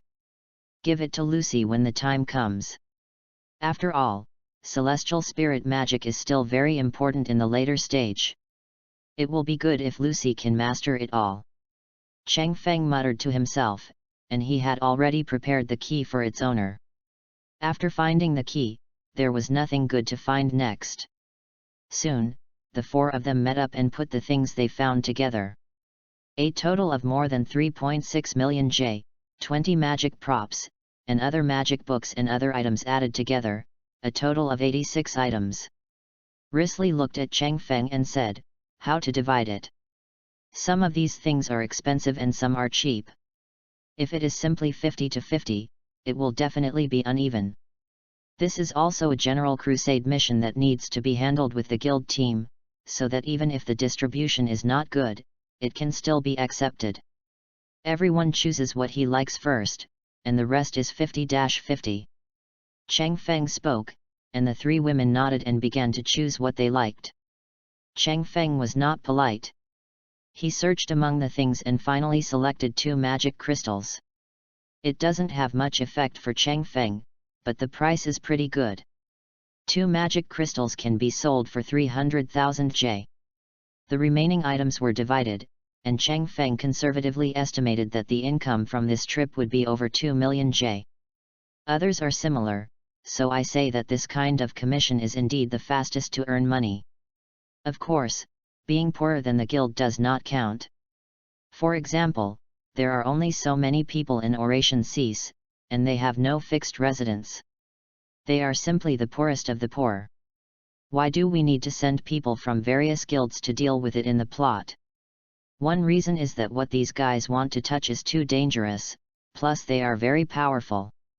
Another most important reason is that they are too poor. They were so poor that no one was willing to accept their commission, so they were allowed to grow to that extent. If the Magic Council was willing to pay more, Brain could take the 5 children who were brought out and send any S-class magician to arrest them all. How could we wait until that time? Cheng Feng knew this and didn't bother to care about it. After all, nothing could happen to him. When it got to that point and the new Magic Council paid for it, it wouldn't be too late for him to take action. Risley took Kagura and left by boat, while Cheng Feng and Myra Jane flew. Cheng Feng, take me for a ride. Myra Jane, who was in the Satan Soul receiving state, looked at Cheng Feng beside her and said. Cheng Feng sighed and stretched out his hand from the golden aura. Myra Jane smiled and held Cheng Feng's hand, getting into the arrogance of Cheng Feng's body. Myra. In a short period of time, I don't have much thought about other things. Cheng Feng looked ahead and said, right now, I just want to find those people who destroyed Rosemary Village and take revenge. I know. Myra Jane spoke calmly, and squeezed Cheng Feng's hand with a slightly hard hand, but, I don't want to give you up to anyone. Myra Jane didn't know when she fell in love with Cheng Feng. Maybe he left the village with him. Maybe he helped them gradually get on the right track. Maybe it was the discomfort I felt when I saw him interacting with other girls. Although Myra Jane is not very good at expressing her inner thoughts, most of the time, she will just act like a little girl, holding up a sky for her younger brothers and sisters, and silently swallowing the pain. However, one thing is for sure, Myra Jane. That's her, she will never give up Cheng Feng to anyone.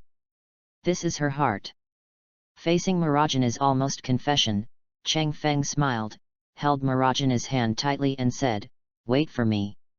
Good. Myra Jane nodded. This is enough.